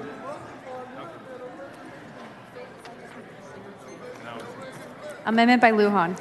The chair recognizes Mr. Lujan to explain the amendment. Thank you, Mr. Speaker. Members, this amendment simply exempts land within Bexar County at the request of the DOD or the U.S. military and is acceptable to the author. Mr. Lujan sends up an amendment. The amendment is acceptable to the author. The objection to the adoption of the amendment. The chair hears none. The amendment is adopted. The chair recognizes Mr. Bella Montgomery to close on the bill. Mr. Pursuit, for what purpose? Will gentleman yield for a brief question? The gentleman yield for a question. For a question, yes, sir. Gentleman yields. Thank you, Mr. Bell. I just want to make sure that I'm crystal clear. On page 1 of the bill, it says that the subchapter does not apply in an area designated as an industrial district. Is that correct? That is correct. So if a city has an industrial district agreement right now in place, that land that would be the subject of that agreement is exempted from this bill. Is that correct? Absolutely. Thank you very much. Yes, sir. Move passage. The question occurs on passing the engrossment of HB 2038. This is a record vote. The clerk will ring the bell. So Mr. Bella Montgomery voting aye. Mr. Schofield voting aye.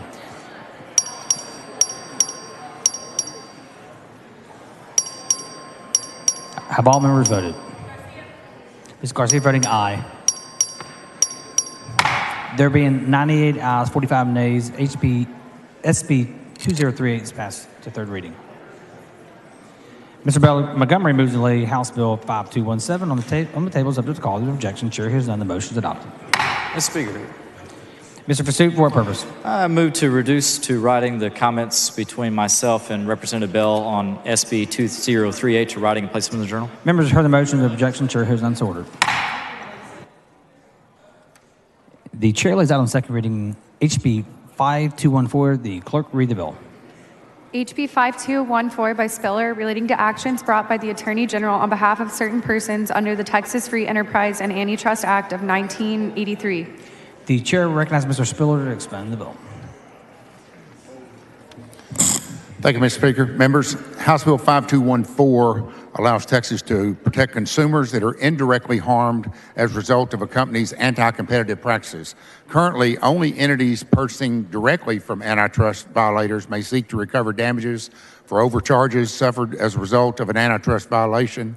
This bill seeks to provide the Attorney General authority to recover economic damages from antitrust violators who do not make direct sales to ordinary customers. This bill will deter anti-competitive conduct, allow for recovery of damages on behalf of indirect purchasers. Mr. Speaker, I move passage. The question occurs on passage to engrossment of HB 5214. This is a record vote. The clerk will ring the bell. So Mr. Spiller voting aye.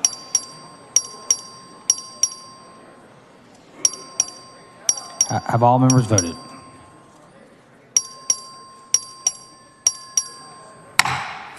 There being 135 ayes and 1 nay, HB 5214 is passed to engrossment.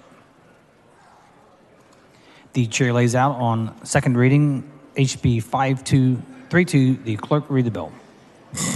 HB 5232 by Spiller relating to civil penalties imposed for violations of the Texas Free Enterprise and Antitrust Act of 1983. The chair recognizes Mr. Spiller to explain the bill. Thank you, Mr. Speaker. Members, this bill is a companion bill to the last bill we just addressed. It seeks to increase the deterrent effect of Texas antitrust laws and creates a fine structure that holds large companies accountable regardless of their structure or their market capitalization. So this bill increases the maximum fine for individual violators and amends the current act so that any business entity is subject to the same fine regardless of how it's organized. This bill ensures that civil fines can fulfill their role as, again, a legitimate deterrent. Mr. Speaker, I do have an amendment. The following amendment, the clerk will read the amendment. Amendment by Spiller. The chair recognizes Mr. Spiller to explain the amendment. Thank you, Mr. Speaker. Members, this is a perfecting amendment clarifying the fine structure for the largest classification of entities addressed in the statute. I move adoption. Mr. Spiller sends an amendment. The amendment is acceptable to the author. The objection to the adoption of the amendment. The chair hears none. The amendment is adopted. The chair recognizes Mr. Spiller to close on the bill. I move passage. The question occurs on passing an engrossment of HB 5232. This is a record vote. The clerk will ring the bell. So Mr. Spiller voting aye.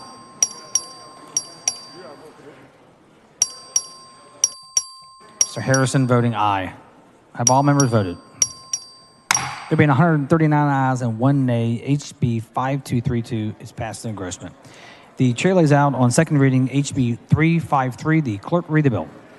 HB 353 by Jay Johnson of Harris relating to parole determinations and individual treatment plans for inmates. The chair recognizes Mr. Johnson to explain the bill. Thank you, Mr. Speaker. Members, there's been a lot of talk about what this bill does and does not do. What I do want to tell you, the bill is a simple bill that instructs TDCJ to provide prisoners with an ITP, which is an individual treatment plan, before a parole hearing.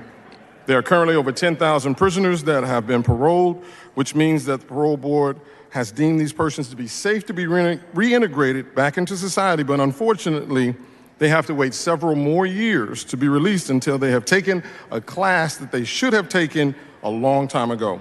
What this bill does not do is to let anyone out early. It doesn't force the courts to do anything that they don't already do, and this bill does not unduly influence the parole board. Simple bill, making sure that we reduce the recidivism rate, making sure that everyone is entitled to receiving their individual treatment plan. So I move passage.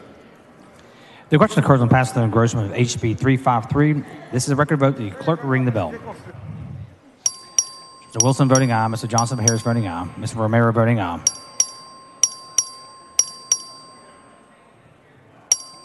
Have all members voted? There being 63 ayes and 81 nays, HB 353 fails to pass the engrossment.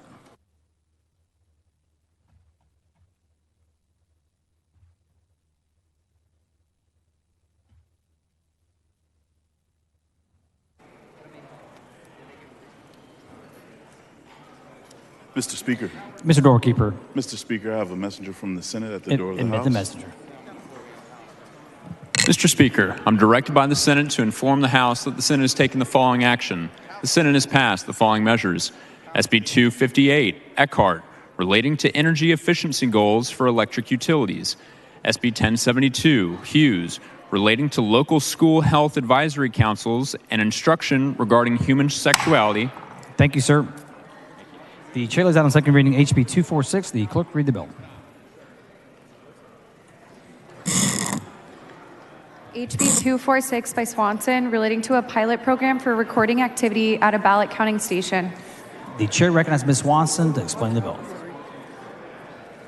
Thank you, Mr. Speaker. Members, House Bill 246 is a pilot program my office worked on with the Secretary of State that will allow the state to have optimal data and develop best practices for video recording in ballot stations. No cameras near voters or voting machines, and I move passage. The question occurs on passage and engrossment of HB 246. All in favor say aye. Opposed say nay. The ayes have it. HB 246 is passed in engrossment.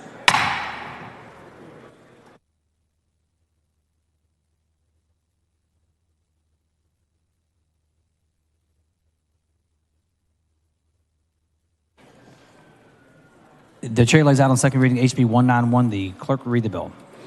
HB 191 by Bernal relating to the system by which an application for a low-income housing tax credit is scored. The chair recognizes Mr. Bernal to explain the bill. Thank you, Mr. Speaker. Members, so we're going to do air conditioning in prisons, but we haven't done them in apartments. There are thousands of units, affordable housing, government housing, that were built a long time ago that don't have air conditioning. And what this bill does is say, if you're going to come and ask for tax credits, government taxpayer money, to build affordable housing or government housing, you need to make sure that all of your previous developments, all the ones in your portfolio already have air conditioning if you want the points. And if you don't, you get negative points. I do have an amendment. The following amendment, the clerk will read the amendment.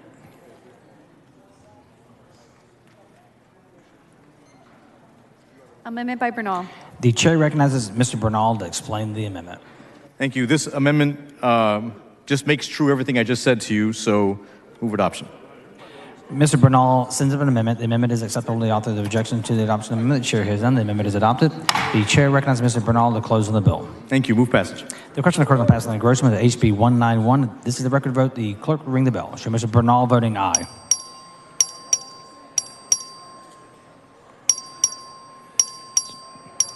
Have all members voted?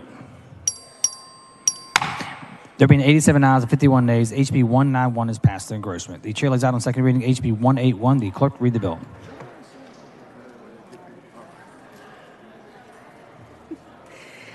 HB 181 by J. Johnson of Harris relating to the establishment of the Sickle Cell Disease Registry. The chair recognizes Mr. Johnson of Harris to explain the bill. Thank you, Mr. Speaker. Members, HB 181 is a bill that I have introduced for 2 sessions now. This bill is in honor of my goddaughter, who is 32 years old, who has sickle cell, who's been afflicted with sickle cell for all of her life, and simply needs the support and care that every one of us certainly deserves. This is a simple piece of legislation that overwhelmingly passed out of the body last session, and I certainly hope that it can get across the finish line this session.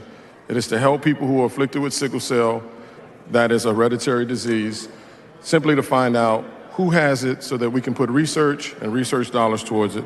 I certainly would love your support in the honor of Shay Hendry, who has been afflicted with this and been in and out of the hospital and certainly needs the support that I think this body can give us. And with that,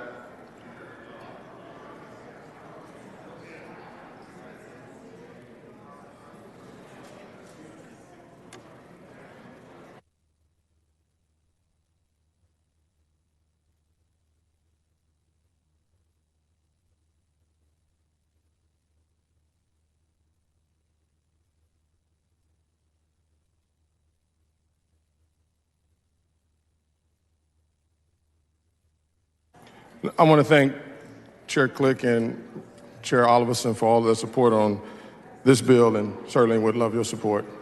I move passage. The question occurs on passage of engrossment to HB 181. This is a record vote. The clerk ring the bell. So Mr. Johnson of Harris voting aye. Ms. Gervin Hawkins voting aye. Dr. Oliverson voting aye. Have all members voted? There being 91 ayes and 53 nays, HB 181 is passed through engrossment.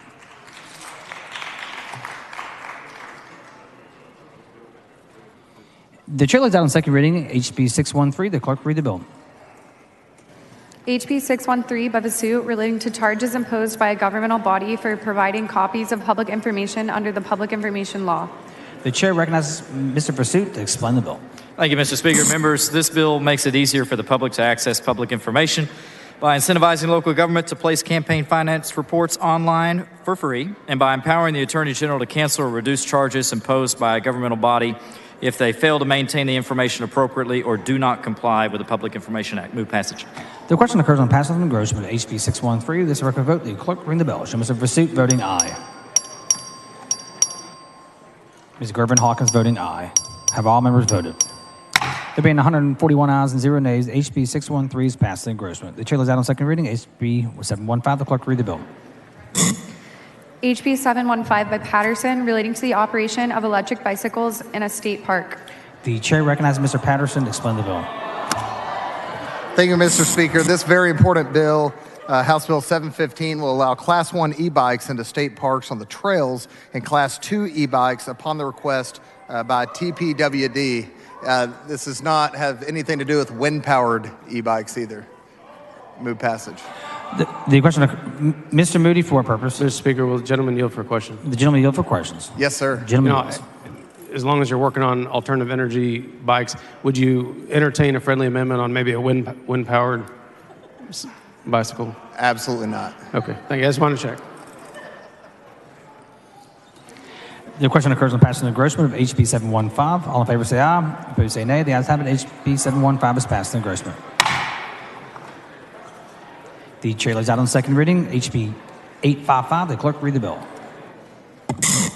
HB 855 by Gervin Hawkins relating to the reimbursement of state employees for groceries consumed while traveling on official state business. The chair recognizes Ms. Gervin Hawkins to explain the bill. Thank you, Mr. Speaker. Members, HB 555, a simple bill. It just allows state employees to buy groceries before they go out in areas where there may not be any food or restaurants. I move passage. The question occurs on passing the engrossment of HB 855. This is a record vote. The clerk will ring the bell. Show Ms. Gervin Hawkins voting aye.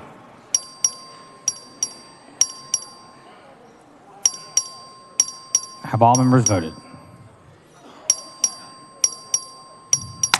There being 87 ayes and 54 nays, HB 855 is passed to engrossment.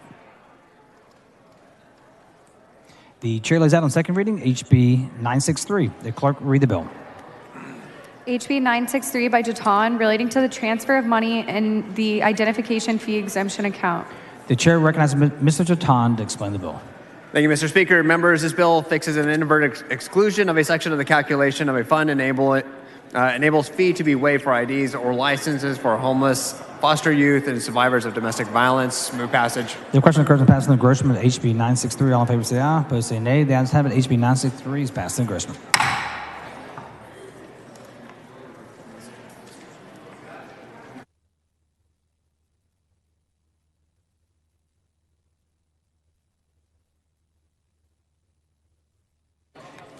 The chair lays out on second reading HB 1003. The clerk read the bill. HB 1003 by Shaheen, relating to ineligibility to serve as a poll watcher. The chair recognizes Mr. Shaheen to explain the bill. Thank you, Mr. Speaker. Members, House Bill 1003 seeks to make an individual ineligible to serve as an election poll watcher if the individual has been convicted of a felony. These are crimes such as murder, rape, arson, holding child pornography. Despite the fact that there are a large number of jobs that are not available to those convicted of a felony, currently a person can be a poll watcher in Texas and have a felony conviction. Jobs that are not available to those convicted of a felony include a peace officer, working at a bank, working at our schools. So, members, this bill prohibits an individual from serving as a poll watcher convicted of a felony. Mr. Busey, for what purpose? The gentleman yield for some questions. The gentleman yield for questions. I have one more sentence, and then I'll... And one more sentence, Mr. Busey. And requires a certificate of appointment that are required to be signed by a poll watcher to state the individual is not a convicted felon. Mr. Busey, for what purpose? Will the gentleman yield for some questions? The gentleman yield for questions. Yeah, Yield for questions. Representative Shaheen, thank you for speaking about this bill with me. I just want a couple questions about it. Is it not accurate that current eligibility requirements to be a poll watcher already preclude anyone convicted of an election-related crime? Is that not accurate under current law? Current election law is whether it's a felony violated, or a misdemeanor, if it's an election-related crime, they already can't do this, correct? If it's election-related, you cannot be a poll watcher. If you've murdered somebody, if you committed arson, you can be a poll watcher. Any felony, right? A tax crime, any felony. So currently, if it's an election-related crime, they can't do this ever. But what you're trying to do in this bill is say if it's a felony, even a nonviolent felony, once they've re-earned their right to participate in our democracy, once they've re-earned their right to the vote, are you saying you do not think that those nonviolent felons should not be allowed to participate in this aspect? A poll watcher is a volunteer position, and it's a position of trust. So, yeah, like a police officer, like people that work in our schools, like people that work in our banks, if they've committed a felony, they should not be available to participate as a poll watcher. So your bill would say if you've done the crime, you've done the time, you're back in society, you don't get to be a part of this part of our society. That's accurate. If you've had possession of child pornography, if you committed arson, if you committed somebody, and if we could find an amendment, I'd be willing to work on it. But you cannot participate as a poll watcher in an election. That's okay, true. last question. Yeah. This is true if this bill passes also for non-violent crimes, is that correct? Non-violent felonies. Can you repeat the question? I didn't hear it. Would this bill ban non-violent felons from ever being able to participate? If you commit any felony, you cannot be a poll watcher. Right. Yes, sir. Okay. All right. Didn't we work on... all right. Just I have an inquiry. You did say it was your last question, but go ahead. Let me ask you a question, just for clarification. What if someone has been pardoned? Would they be allowed? What would your bill do for someone that's been pardoned?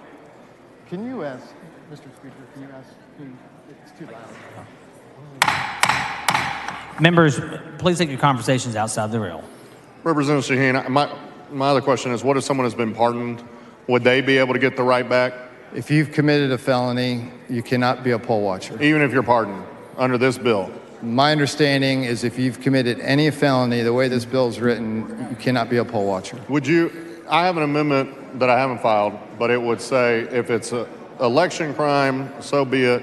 But what if we said nonviolent felonies, then they get to earn their right back? I mean, that's the status quo today. So the way it is today is you can't be a poll watcher unless you're eligible to be a voter, and you can't be a voter if you're serving your felony crime. So your amendment would just wipe out the bill. Is that non-negotiable? Thank you, Mr. Mr. Speaker. Mr. Schofield, for what purpose? Will the gentleman yield? Would the gentleman yield for questions? Yes, sir. Mr. Shaheen, isn't it true that under current law, if you're convicted of any felony, you can never exercise your Second Amendment rights again in Texas? That's correct. But you can influence an election and be around an election and get involved with that if you're a felon. That's correct. You have a good bill. Thank you. Thank you, sir. Mr. Speaker, I move passage. The question occurs on passing the engrossment of HB 10. Mr. Turner, for what purpose? Mr. Speaker, I raise a point of order against further consideration of House Bill 1003 under Rule 4, Section 41, and Rule 11, Section 2. Please bring your point of order down front.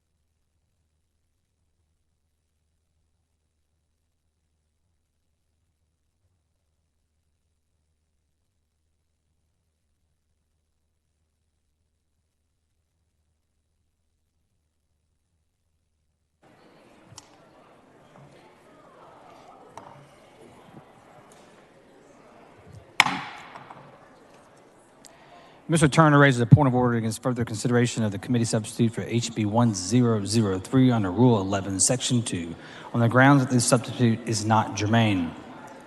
The class of offenses embraced by the original bill is first and second degree felonies. The class of offenses embraced by the substitute is all felonies. Mr. Turner argues that the substitute impermissibly expands the original class. Despite their name, state jail felonies do not result in prison time and thus are of a different class than other felonies.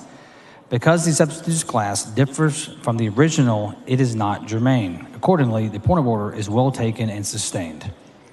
Pursuant to Rule 4, Section 41, HB 1003 is returned to the Committee on Calendars. The following announcement, the clerk read the announcement. The Committee on Defense and Veterans Affairs will meet today upon final adjournment at desk 36, Rep. Ray Lopez's desk, in a formal meeting to consider pending referred and committee business.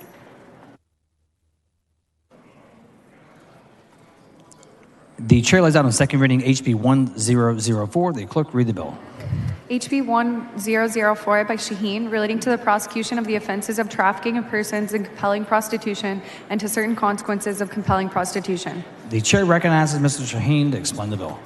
Thank you, Mr. Speaker. Members, House Bill 1004 seeks to provide better protection for disabled Texans from being victims of sex trafficking. Similar to children, disabled individuals are especially vulnerable to being victims of human trafficking.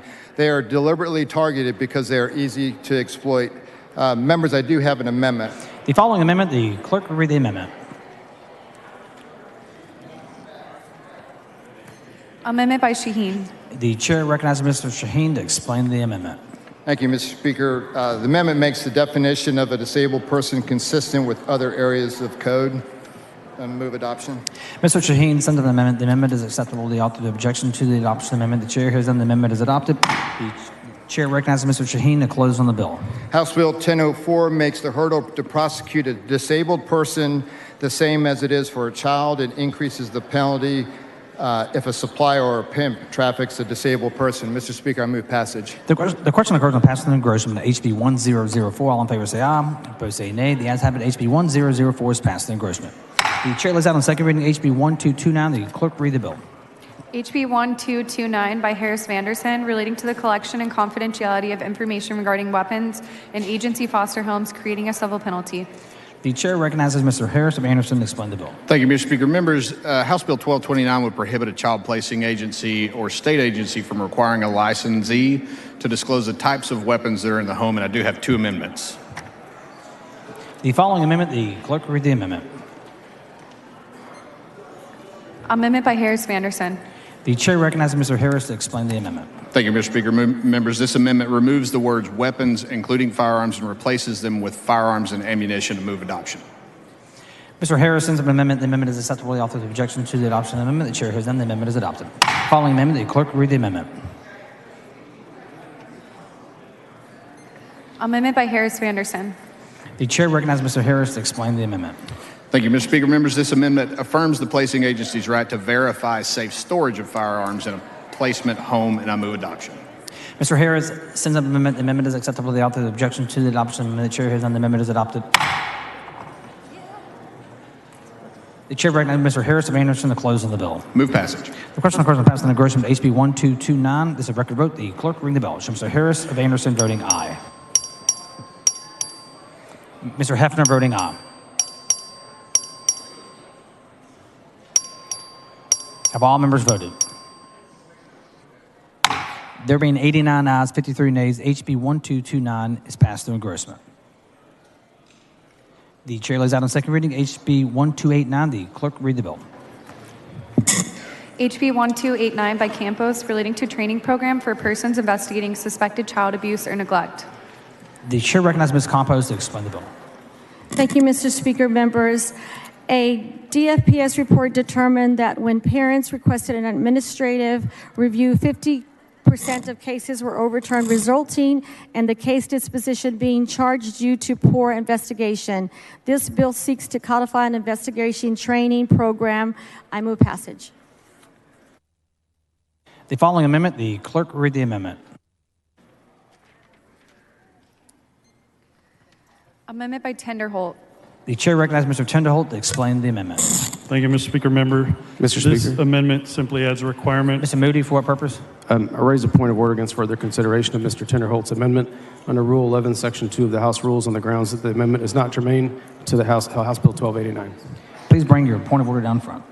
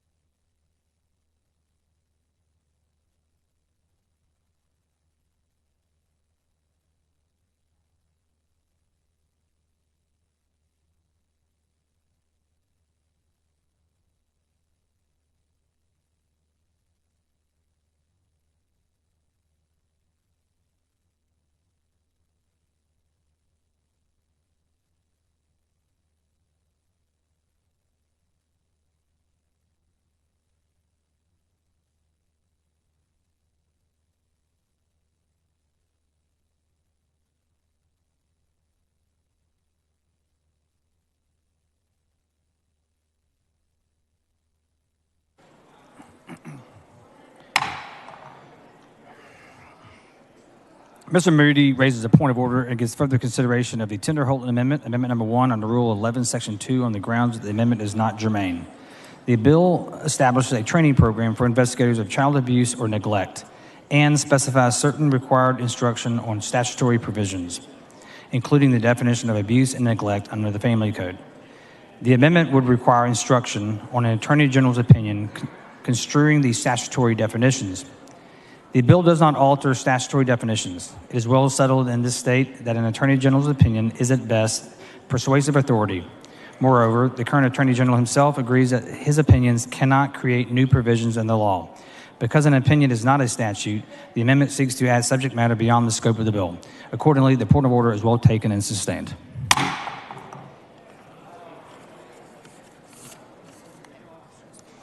Any member speak for, against, or on the bill? Seeing none, the chair recognizes Ms. Campos to close on the bill. I move passage. The question occurs on passing the engrossment of HB 1289. All in favor say aye. Opposed say nay. The ayes have it. HB 1289 is passed in engrossment. The chair recognizes Mr. Hunter for a motion. Thank you, Mr. Speaker. Members, I move to suspend the 5-day posting rule to permit the Committee on State Affairs and a public hearing on Wednesday, May 3rd at 10:30 a.m. or on final adjournment, recess, or bill referral, permission granted in room JHR 140 to consider HB 854 by Swanson relating to the address information contained in reports of political contributions and expenditures made available on the internet by the Texas Ethics Commission. Members heard the motion. Objection, chair has unsorted. The chair lays out in second reading HB 1617. The clerk read the bill. HB 1617 by Ardaz relating to notice for certain defendants regarding the unlawful possession or acquisition of a firearm or ammunition. The chair recognizes Ms. Ardaz to explain the bill. Thank you, Mr. Speaker. HB 1617 amends the Code on Criminal Procedures by having peace officers and judges inform defendants charged with a felony or violent misdemeanor of how their rights will change if convicted. And I have, there's an amendment. The following amendment, the clerk will read the amendment. Amendment by Schaefer. The chair recognizes Mr. Schaefer to explain the amendment. This amendment strikes the words or ammunition to conform the bill to match state law. Move passage. Mr. Schaefer sends an amendment. The amendment is acceptably altered. The objection to the adoption of the amendment. The chair hears none. The amendment is adopted. The chair recognizes Mr. Ordez to close on the bill.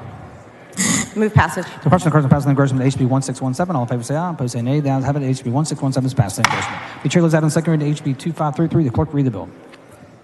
HB 2533 by Wally relating to the implementation of a statewide homelessness data sharing network to share real-time data on homelessness. The chair recognizes Mr. Wally to explain the bill.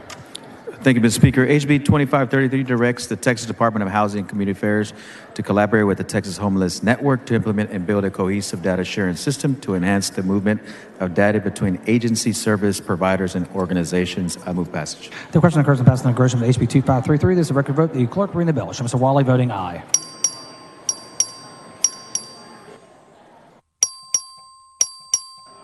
Have all members voting? Mr. Gertis voting aye. Mr. Smith voting aye. Have all members voted? There have been 117 ayes and 25 nays. HB 2533 is passed in engrossment. The chair lays out on second reading HB 3723. The clerk read the bill. HB 3723 by Gerdes relating to the establishment of the Rural Workforce Training Grant Program. The chair recognizes Mr. Gertis to explain the bill. Thank you, Mr. Speaker. HB 3723 creates a rural workforce training grant program which will allow access to opportunities in rural communities. I move passage. The question occurs on passing the engrossment of HB 3723. This is a record vote. The clerk reading the bill. Show Mr. Gertis voting aye. Have all members voted? There being 110 ayes, 22 nays. HB 3723 is passed to engrossment.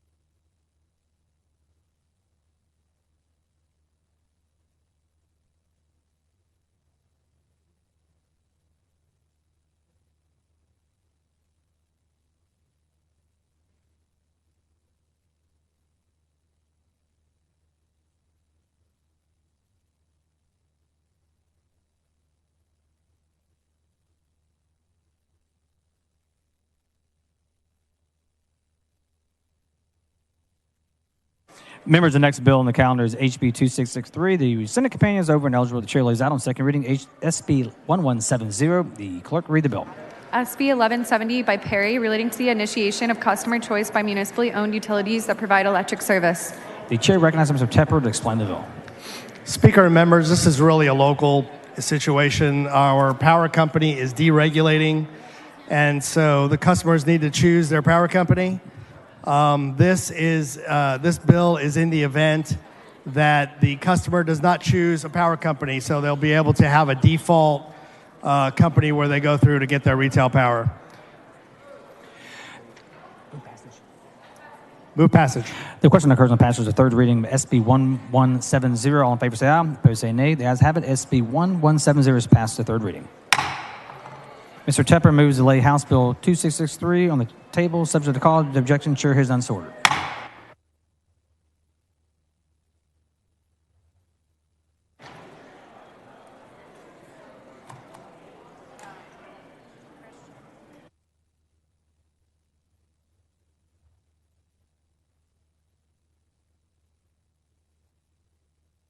The chair lays out on second reading HB 2093. The clerk will read the bill.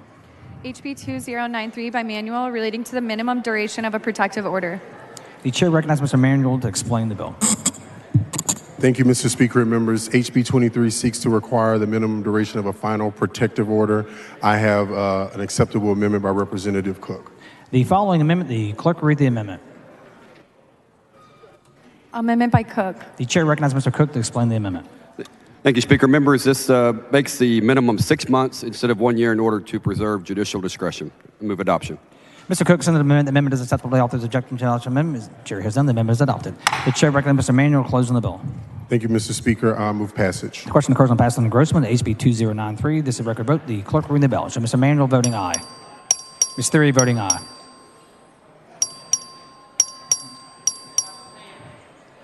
Have all members voted? There being 105 ayes and 31 nays, HB 2093 is passed to engrossment. The chair lays out on second reading HB 2239. The clerk will read the bill. HB 2239 by Troxclair, relating to municipal regulation of the removal of an ashy juniper tree. The chair recognizes Ms. Troxclair to explain the bill. This bill will strengthen private property rights by allowing residents to cut down cedar trees on their own property. Move passage. Oh, I have an amendment. The following amendment, the clerk will read the amendment. Amendment by Troxclair. The chair recognizes Ms. Troxclair to explain the This amendment just clarifies that this is specific to residential property. Move Ms. passage. Troxclair, since the amendment is acceptable, the author of the objection to the adoption of the amendment, the chair has done. The amendment is adopted. The chair recognizes Ms. Troxclair to close on the bill. Move passage. The question occurs on passage to engrossment HB 2239. This is a record vote. The clerk will ring the bell. Show Ms. Troxclair voting aye. Ms. Harris Williamson voting aye. Ms. Leo Wilson voting aye. All members voted. There being 111 ayes and 30 nays, HB 2239 is passed to engrossment. The chair lays out on second reading HB 3014. The clerk will read the bill. HB 3014 by Harris Williamson, relating to the motor vehicle safety inspection of electric vehicles. The chair recognizes Ms. Harris Williamson to explain the bill. Thank you, Mr. Speaker and members. HB 3014 is a vehicle inspection cleanup bill, and I move passage. The question occurs on passage to engrossment HB 3014. All in favor say aye. Opposed say nay. The ayes have it. HB 3014 is passed to engrossment. The chair lays out on second reading HB 4827. The clerk will read the bill. HB 4827 by Leo Wilson, relating to the prosecution of the offense of possessing or carrying a weapon in certain prohibited places associated with schools or educational institutions. The chair recognizes Ms. Leo Wilson to explain the bill. Mr. Speaker, members, HB 4827 defines the term educational institution and school in a list of places where firearms are prohibited. This closes loopholes in which other institutions can claim that they are an educational institution and prohibit lawful carry of firearm. These definitions provide certainty in the law and ensure the intent of the state statute is correctly interpreted. I move passage. Members were waiting on an amendment by Mr. Bryant.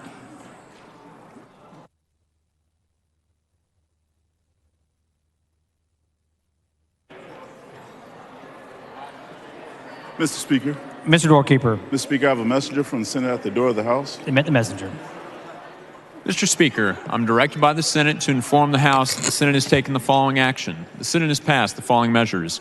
SB 1712, Perry, relating to the purchase, sale, or lease of real property on behalf of a limited partnership or a limited liability company. SB 1966, Alvarado, relating to a grant program for a school-based healthcare initiatives established to serve certain underserved students. SB 1993, Middleton, relating to the authority of the Secretary of State to order a new election in certain counties. SB 2016, Zaffarini, relating to the licensing and regulation of dietitians. SB 2107, Nichols, relating to the ownership of the pore space underlying the surface of land. SB 2200, Hancock, relating to the public acknowledgement of donations made to the Texas Department of Transportation. SB 2476, Zaffarini, relating to the consumer protections against certain medical and healthcare billing by emergency medical service providers. SB 2527, Campbell, relating to the regulation of telemedicine medical services, teledentistry services, and telehealth services, providing a civil penalty. Respectfully, Patsy Spa, Secretary of the Senate. Solid work. Solid.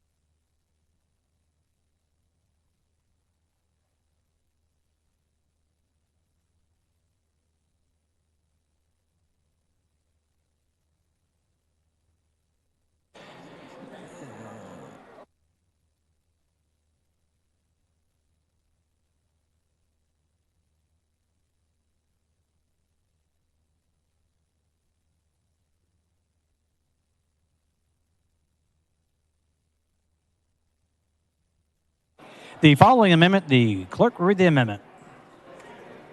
Okay, so no. Amendment by Bryant. The chair recognizes Mr. Bryant to explain the amendment. Members of the House, this amendment raises the legal age for buying an assault rifle to 21.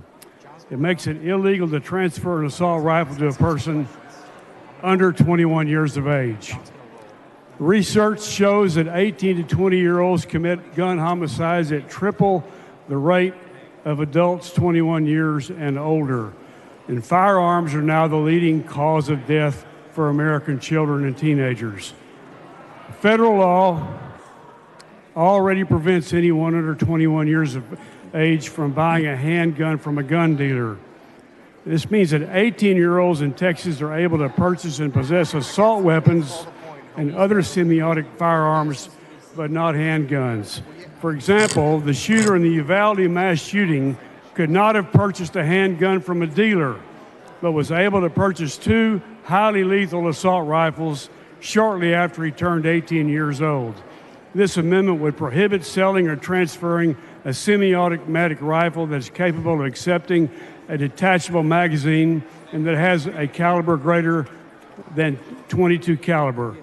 The definition would prohibit selling or transferring AR-15 style rifles and other assault weapons to people under 21. Texas should raise the age Mr. Anchia, for what purchase purpose? assault weapons and Will the other gentleman yield for semi-automatic questions on rifles this amendment? to 21. Would the gentleman yield for questions? I yield. The gentleman yields. Thank you, Ambassador Bryant. Wanted to ask you a couple of questions about your amendment. Your amendment essentially raises the age from 18 to 21 for purposes of persons eligible to purchase an assault rifle. Is that That's correct? And it is your belief in bringing this amendment that there would be 19 children and 2 teachers alive today had your proposal been in place already. This mirrors what Representative and Chairman King has done. Is that not right? That's correct. And it is your feeling that we need gun safety legislation like the one you're proposing today in order to prevent, in this case, an AR-15 from ending up in the hands of an 18-year-old who was able to purchase it legally for a mass murder that occurred at Raub Elementary in Uvalde. Is that not correct? That's correct. It's very well said and a very good summary of what we're trying to do with this amendment. Thank you. I appreciate you bringing this amendment. Thank you. Mr. Pursuit, for what purpose? Mr. Speaker, I raise a point of order against further consideration of the Bryan Amendment under Rule 11, Section 2 on the grounds that it is not germane. Please bring your point of order down front. The amendment has been withdrawn. The point of order, pardon me. The point of order has been withdrawn. The amendment has been withdrawn. The chair recognizes Ms. Leah Wilson to close on the bill. Move passage. The question occurs on passing on engrossment to HB 4827. All in favor say aye. Opposed say nay. The ayes have it. HB 4827 is passed on engrossment. The chair lays out on second reading SB 1563. The clerk will read the bill.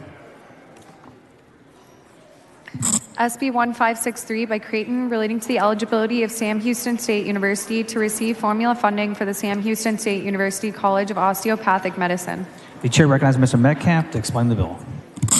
Thank you, Mr. Speaker. Members, Senate Bill 1563 will move the statutory prohibition against the university receiving formula funding for the College of Osteopathic Medicine for Sam Houston State University. I move passage. The question occurs on passage of third reading of SB 1563. A record vote has been requested. The clerk will ring the bell. Show Mr. Metcalf voting aye. Mr. Smith voting aye. Have all members voted? There being 136,005 nays, SB 1563 is passed to third reading. Members, we have one more bill to reconsider.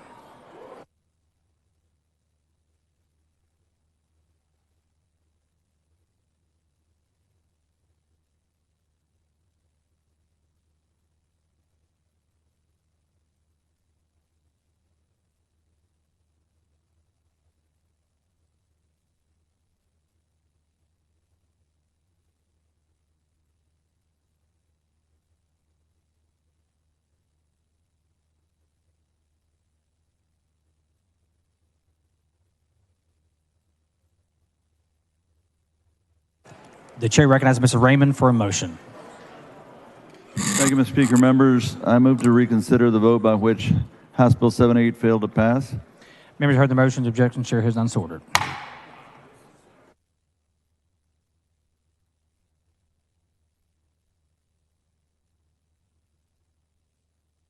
Members, House Bill 78 is back before the House.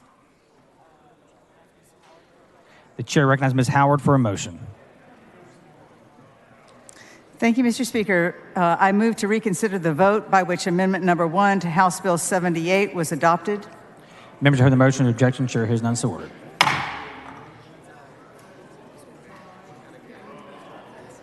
I withdraw the amendment. The amendment has been withdrawn. The chair recognizes Ms. Ortega to close on the bill. Thank you, Mr. Speaker. House Bill 78 is a local bill that we passed yesterday with the amendment of Bexar County that was filed by Mr. Lujan, and it basically deals with transportation funding. I move Mr. Schaefer, passage. for what purpose?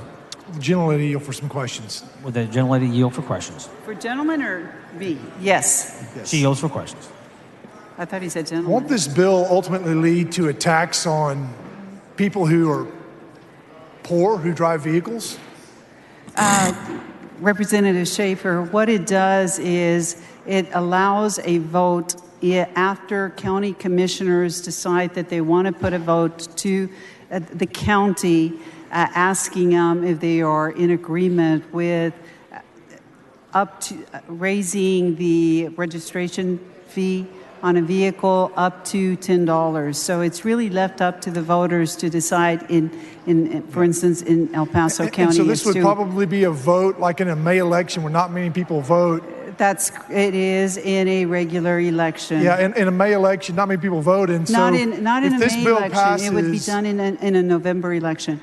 It would be in a regular election. Representative Ortega, would you not agree that this bill, if implemented as envisioned, would impact poor people more than rich people? Mr. Schaefer, this is not a very large amount, and it actually helps them in the long run. It's not a large amount to rich people. May I answer but your question, please, sir? Okay. What it creates is it's for the purpose of getting funding in a community for transportation. If we're able to raise sufficient monies, then this is what is used for projects in the county itself that is set out by the MPO, where there is a lot of And isn't it true that under the bill, then the fee on poor people's cars will be paid year after year after year? No, it will help them in the long run because it brings jobs, it brings work, and it helps set up good road system. And it's necessary, especially because we don't have tolls in our community. And so this is one means of actually helping people in our community. And we're not looking at a very large amount. And remember, I just think it's people need to understand that this is a bill that's ultimately going to lead to a tax on people who can least afford it. Okay. Mr. Tyndall, for what purpose? Will the representative yield for question? Will the representative yield for questions? She yields. Yes. Thank you, Mr. Speaker. Is this essentially not a tax, an additional tax on people? No, it's a fee. And It's a fee, but can it be construed that we're taxing individuals to use their vehicle? It is not a tax. It is a fee, and it's left up to the voters. So if the voters are against it, then it's not going to happen. It's something that the community has to want. Well, I understand what you're trying to do. I look at it like it's an additional tax on people, so I'll be voting no. All right. Thank you, sir. Okay. Move passage. The question occurs on passage to, the question occurs on final passage of HB 78. This is a record vote. The clerk ring the bell. Ms. Ortega voting aye. Mr. Lujan voting aye. Show Ms. Howard voting aye. Have all members voted? There being 84 ayes and 57 nays, HB 78 is finally passed. The following bills and resolutions on first reading and referral to committee. The clerk read the bills and resolutions. SB 561 by Sparks, relating to the authority of a political subdivision to issue debt, to purchase or lease tangible personal property, referred to the Committee on Pensions, Investments, and Financial Services. SB 1145 by West, relating to a local exemption from ad valorem taxation by a county or municipality of all or part of the appraised value of real property used to operate a child care facility, referred to the Committee on Ways and Means. SB 1399 by Schwertner relating to the renewal and review of standard permits for certain concrete plants, referred to the Committee on Environmental Regulation. SB 1780 by Parker relating to online notarizations, referred to the Committee on Judiciary and Civil Jurisprudence. SB 2580 by Nichols relating to the creation of the Liberty County Municipal Utility District Number 12, granting a limited power of eminent domain, providing authority to issue bonds, providing authority to impose assessments, fees, and taxes, referred to the Committee on Land and Resource Management. SB 2594 by Nichols relating to the creation of the Liberty County Management District Number 2, providing authority to issue bonds, providing authority to impose assessments, fees, and taxes, referred to the Committee on County Affairs. The following resolutions are being referred to the Committee on Resolutions calendar. H.R. 1316 by Lee Wilson, H.R. 1317 by Lee Wilson, H.R. 1318 by Hernandez, H.R. 1319 by Munoz Jr. The following resolutions by Harris of Williamson are being referred to the Committee on Resolutions calendar. H.R. 1320 through H.R. 1334.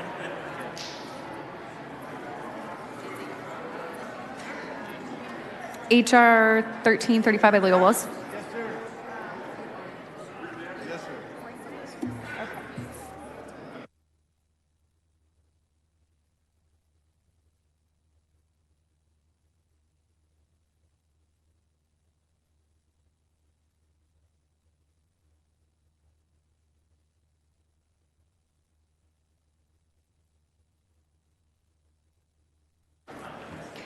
H.R. 1335 by Leo Wilson, H.R. 1336 by Guerra, H.R. 1337 by Guerra, H.R. 1338 by Hinojosa, H.R. 1339 by Leo Wilson, H.R. 1341 by Bell Montgomery, H.R. 1343 by Canales, H.R. 1344 by Canales, H.R. 1345 by Canales, H.R. 1346 by Canales, H.R. 1347 by King of Hemphill, H.R. 1348 by King of Hemphill, H.R. 1349 by King of Hemphill, H.R. 1350 by King of Hemphill, H.R. 1351 by King of Hemphill, H.R. 1352 by King of Hemphill, H.R. 1355 by Leo Wilson.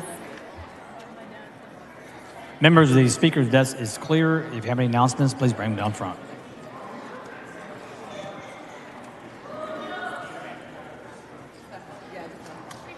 Mr. Canales moves the House adjourn until 10 a.m. Wednesday.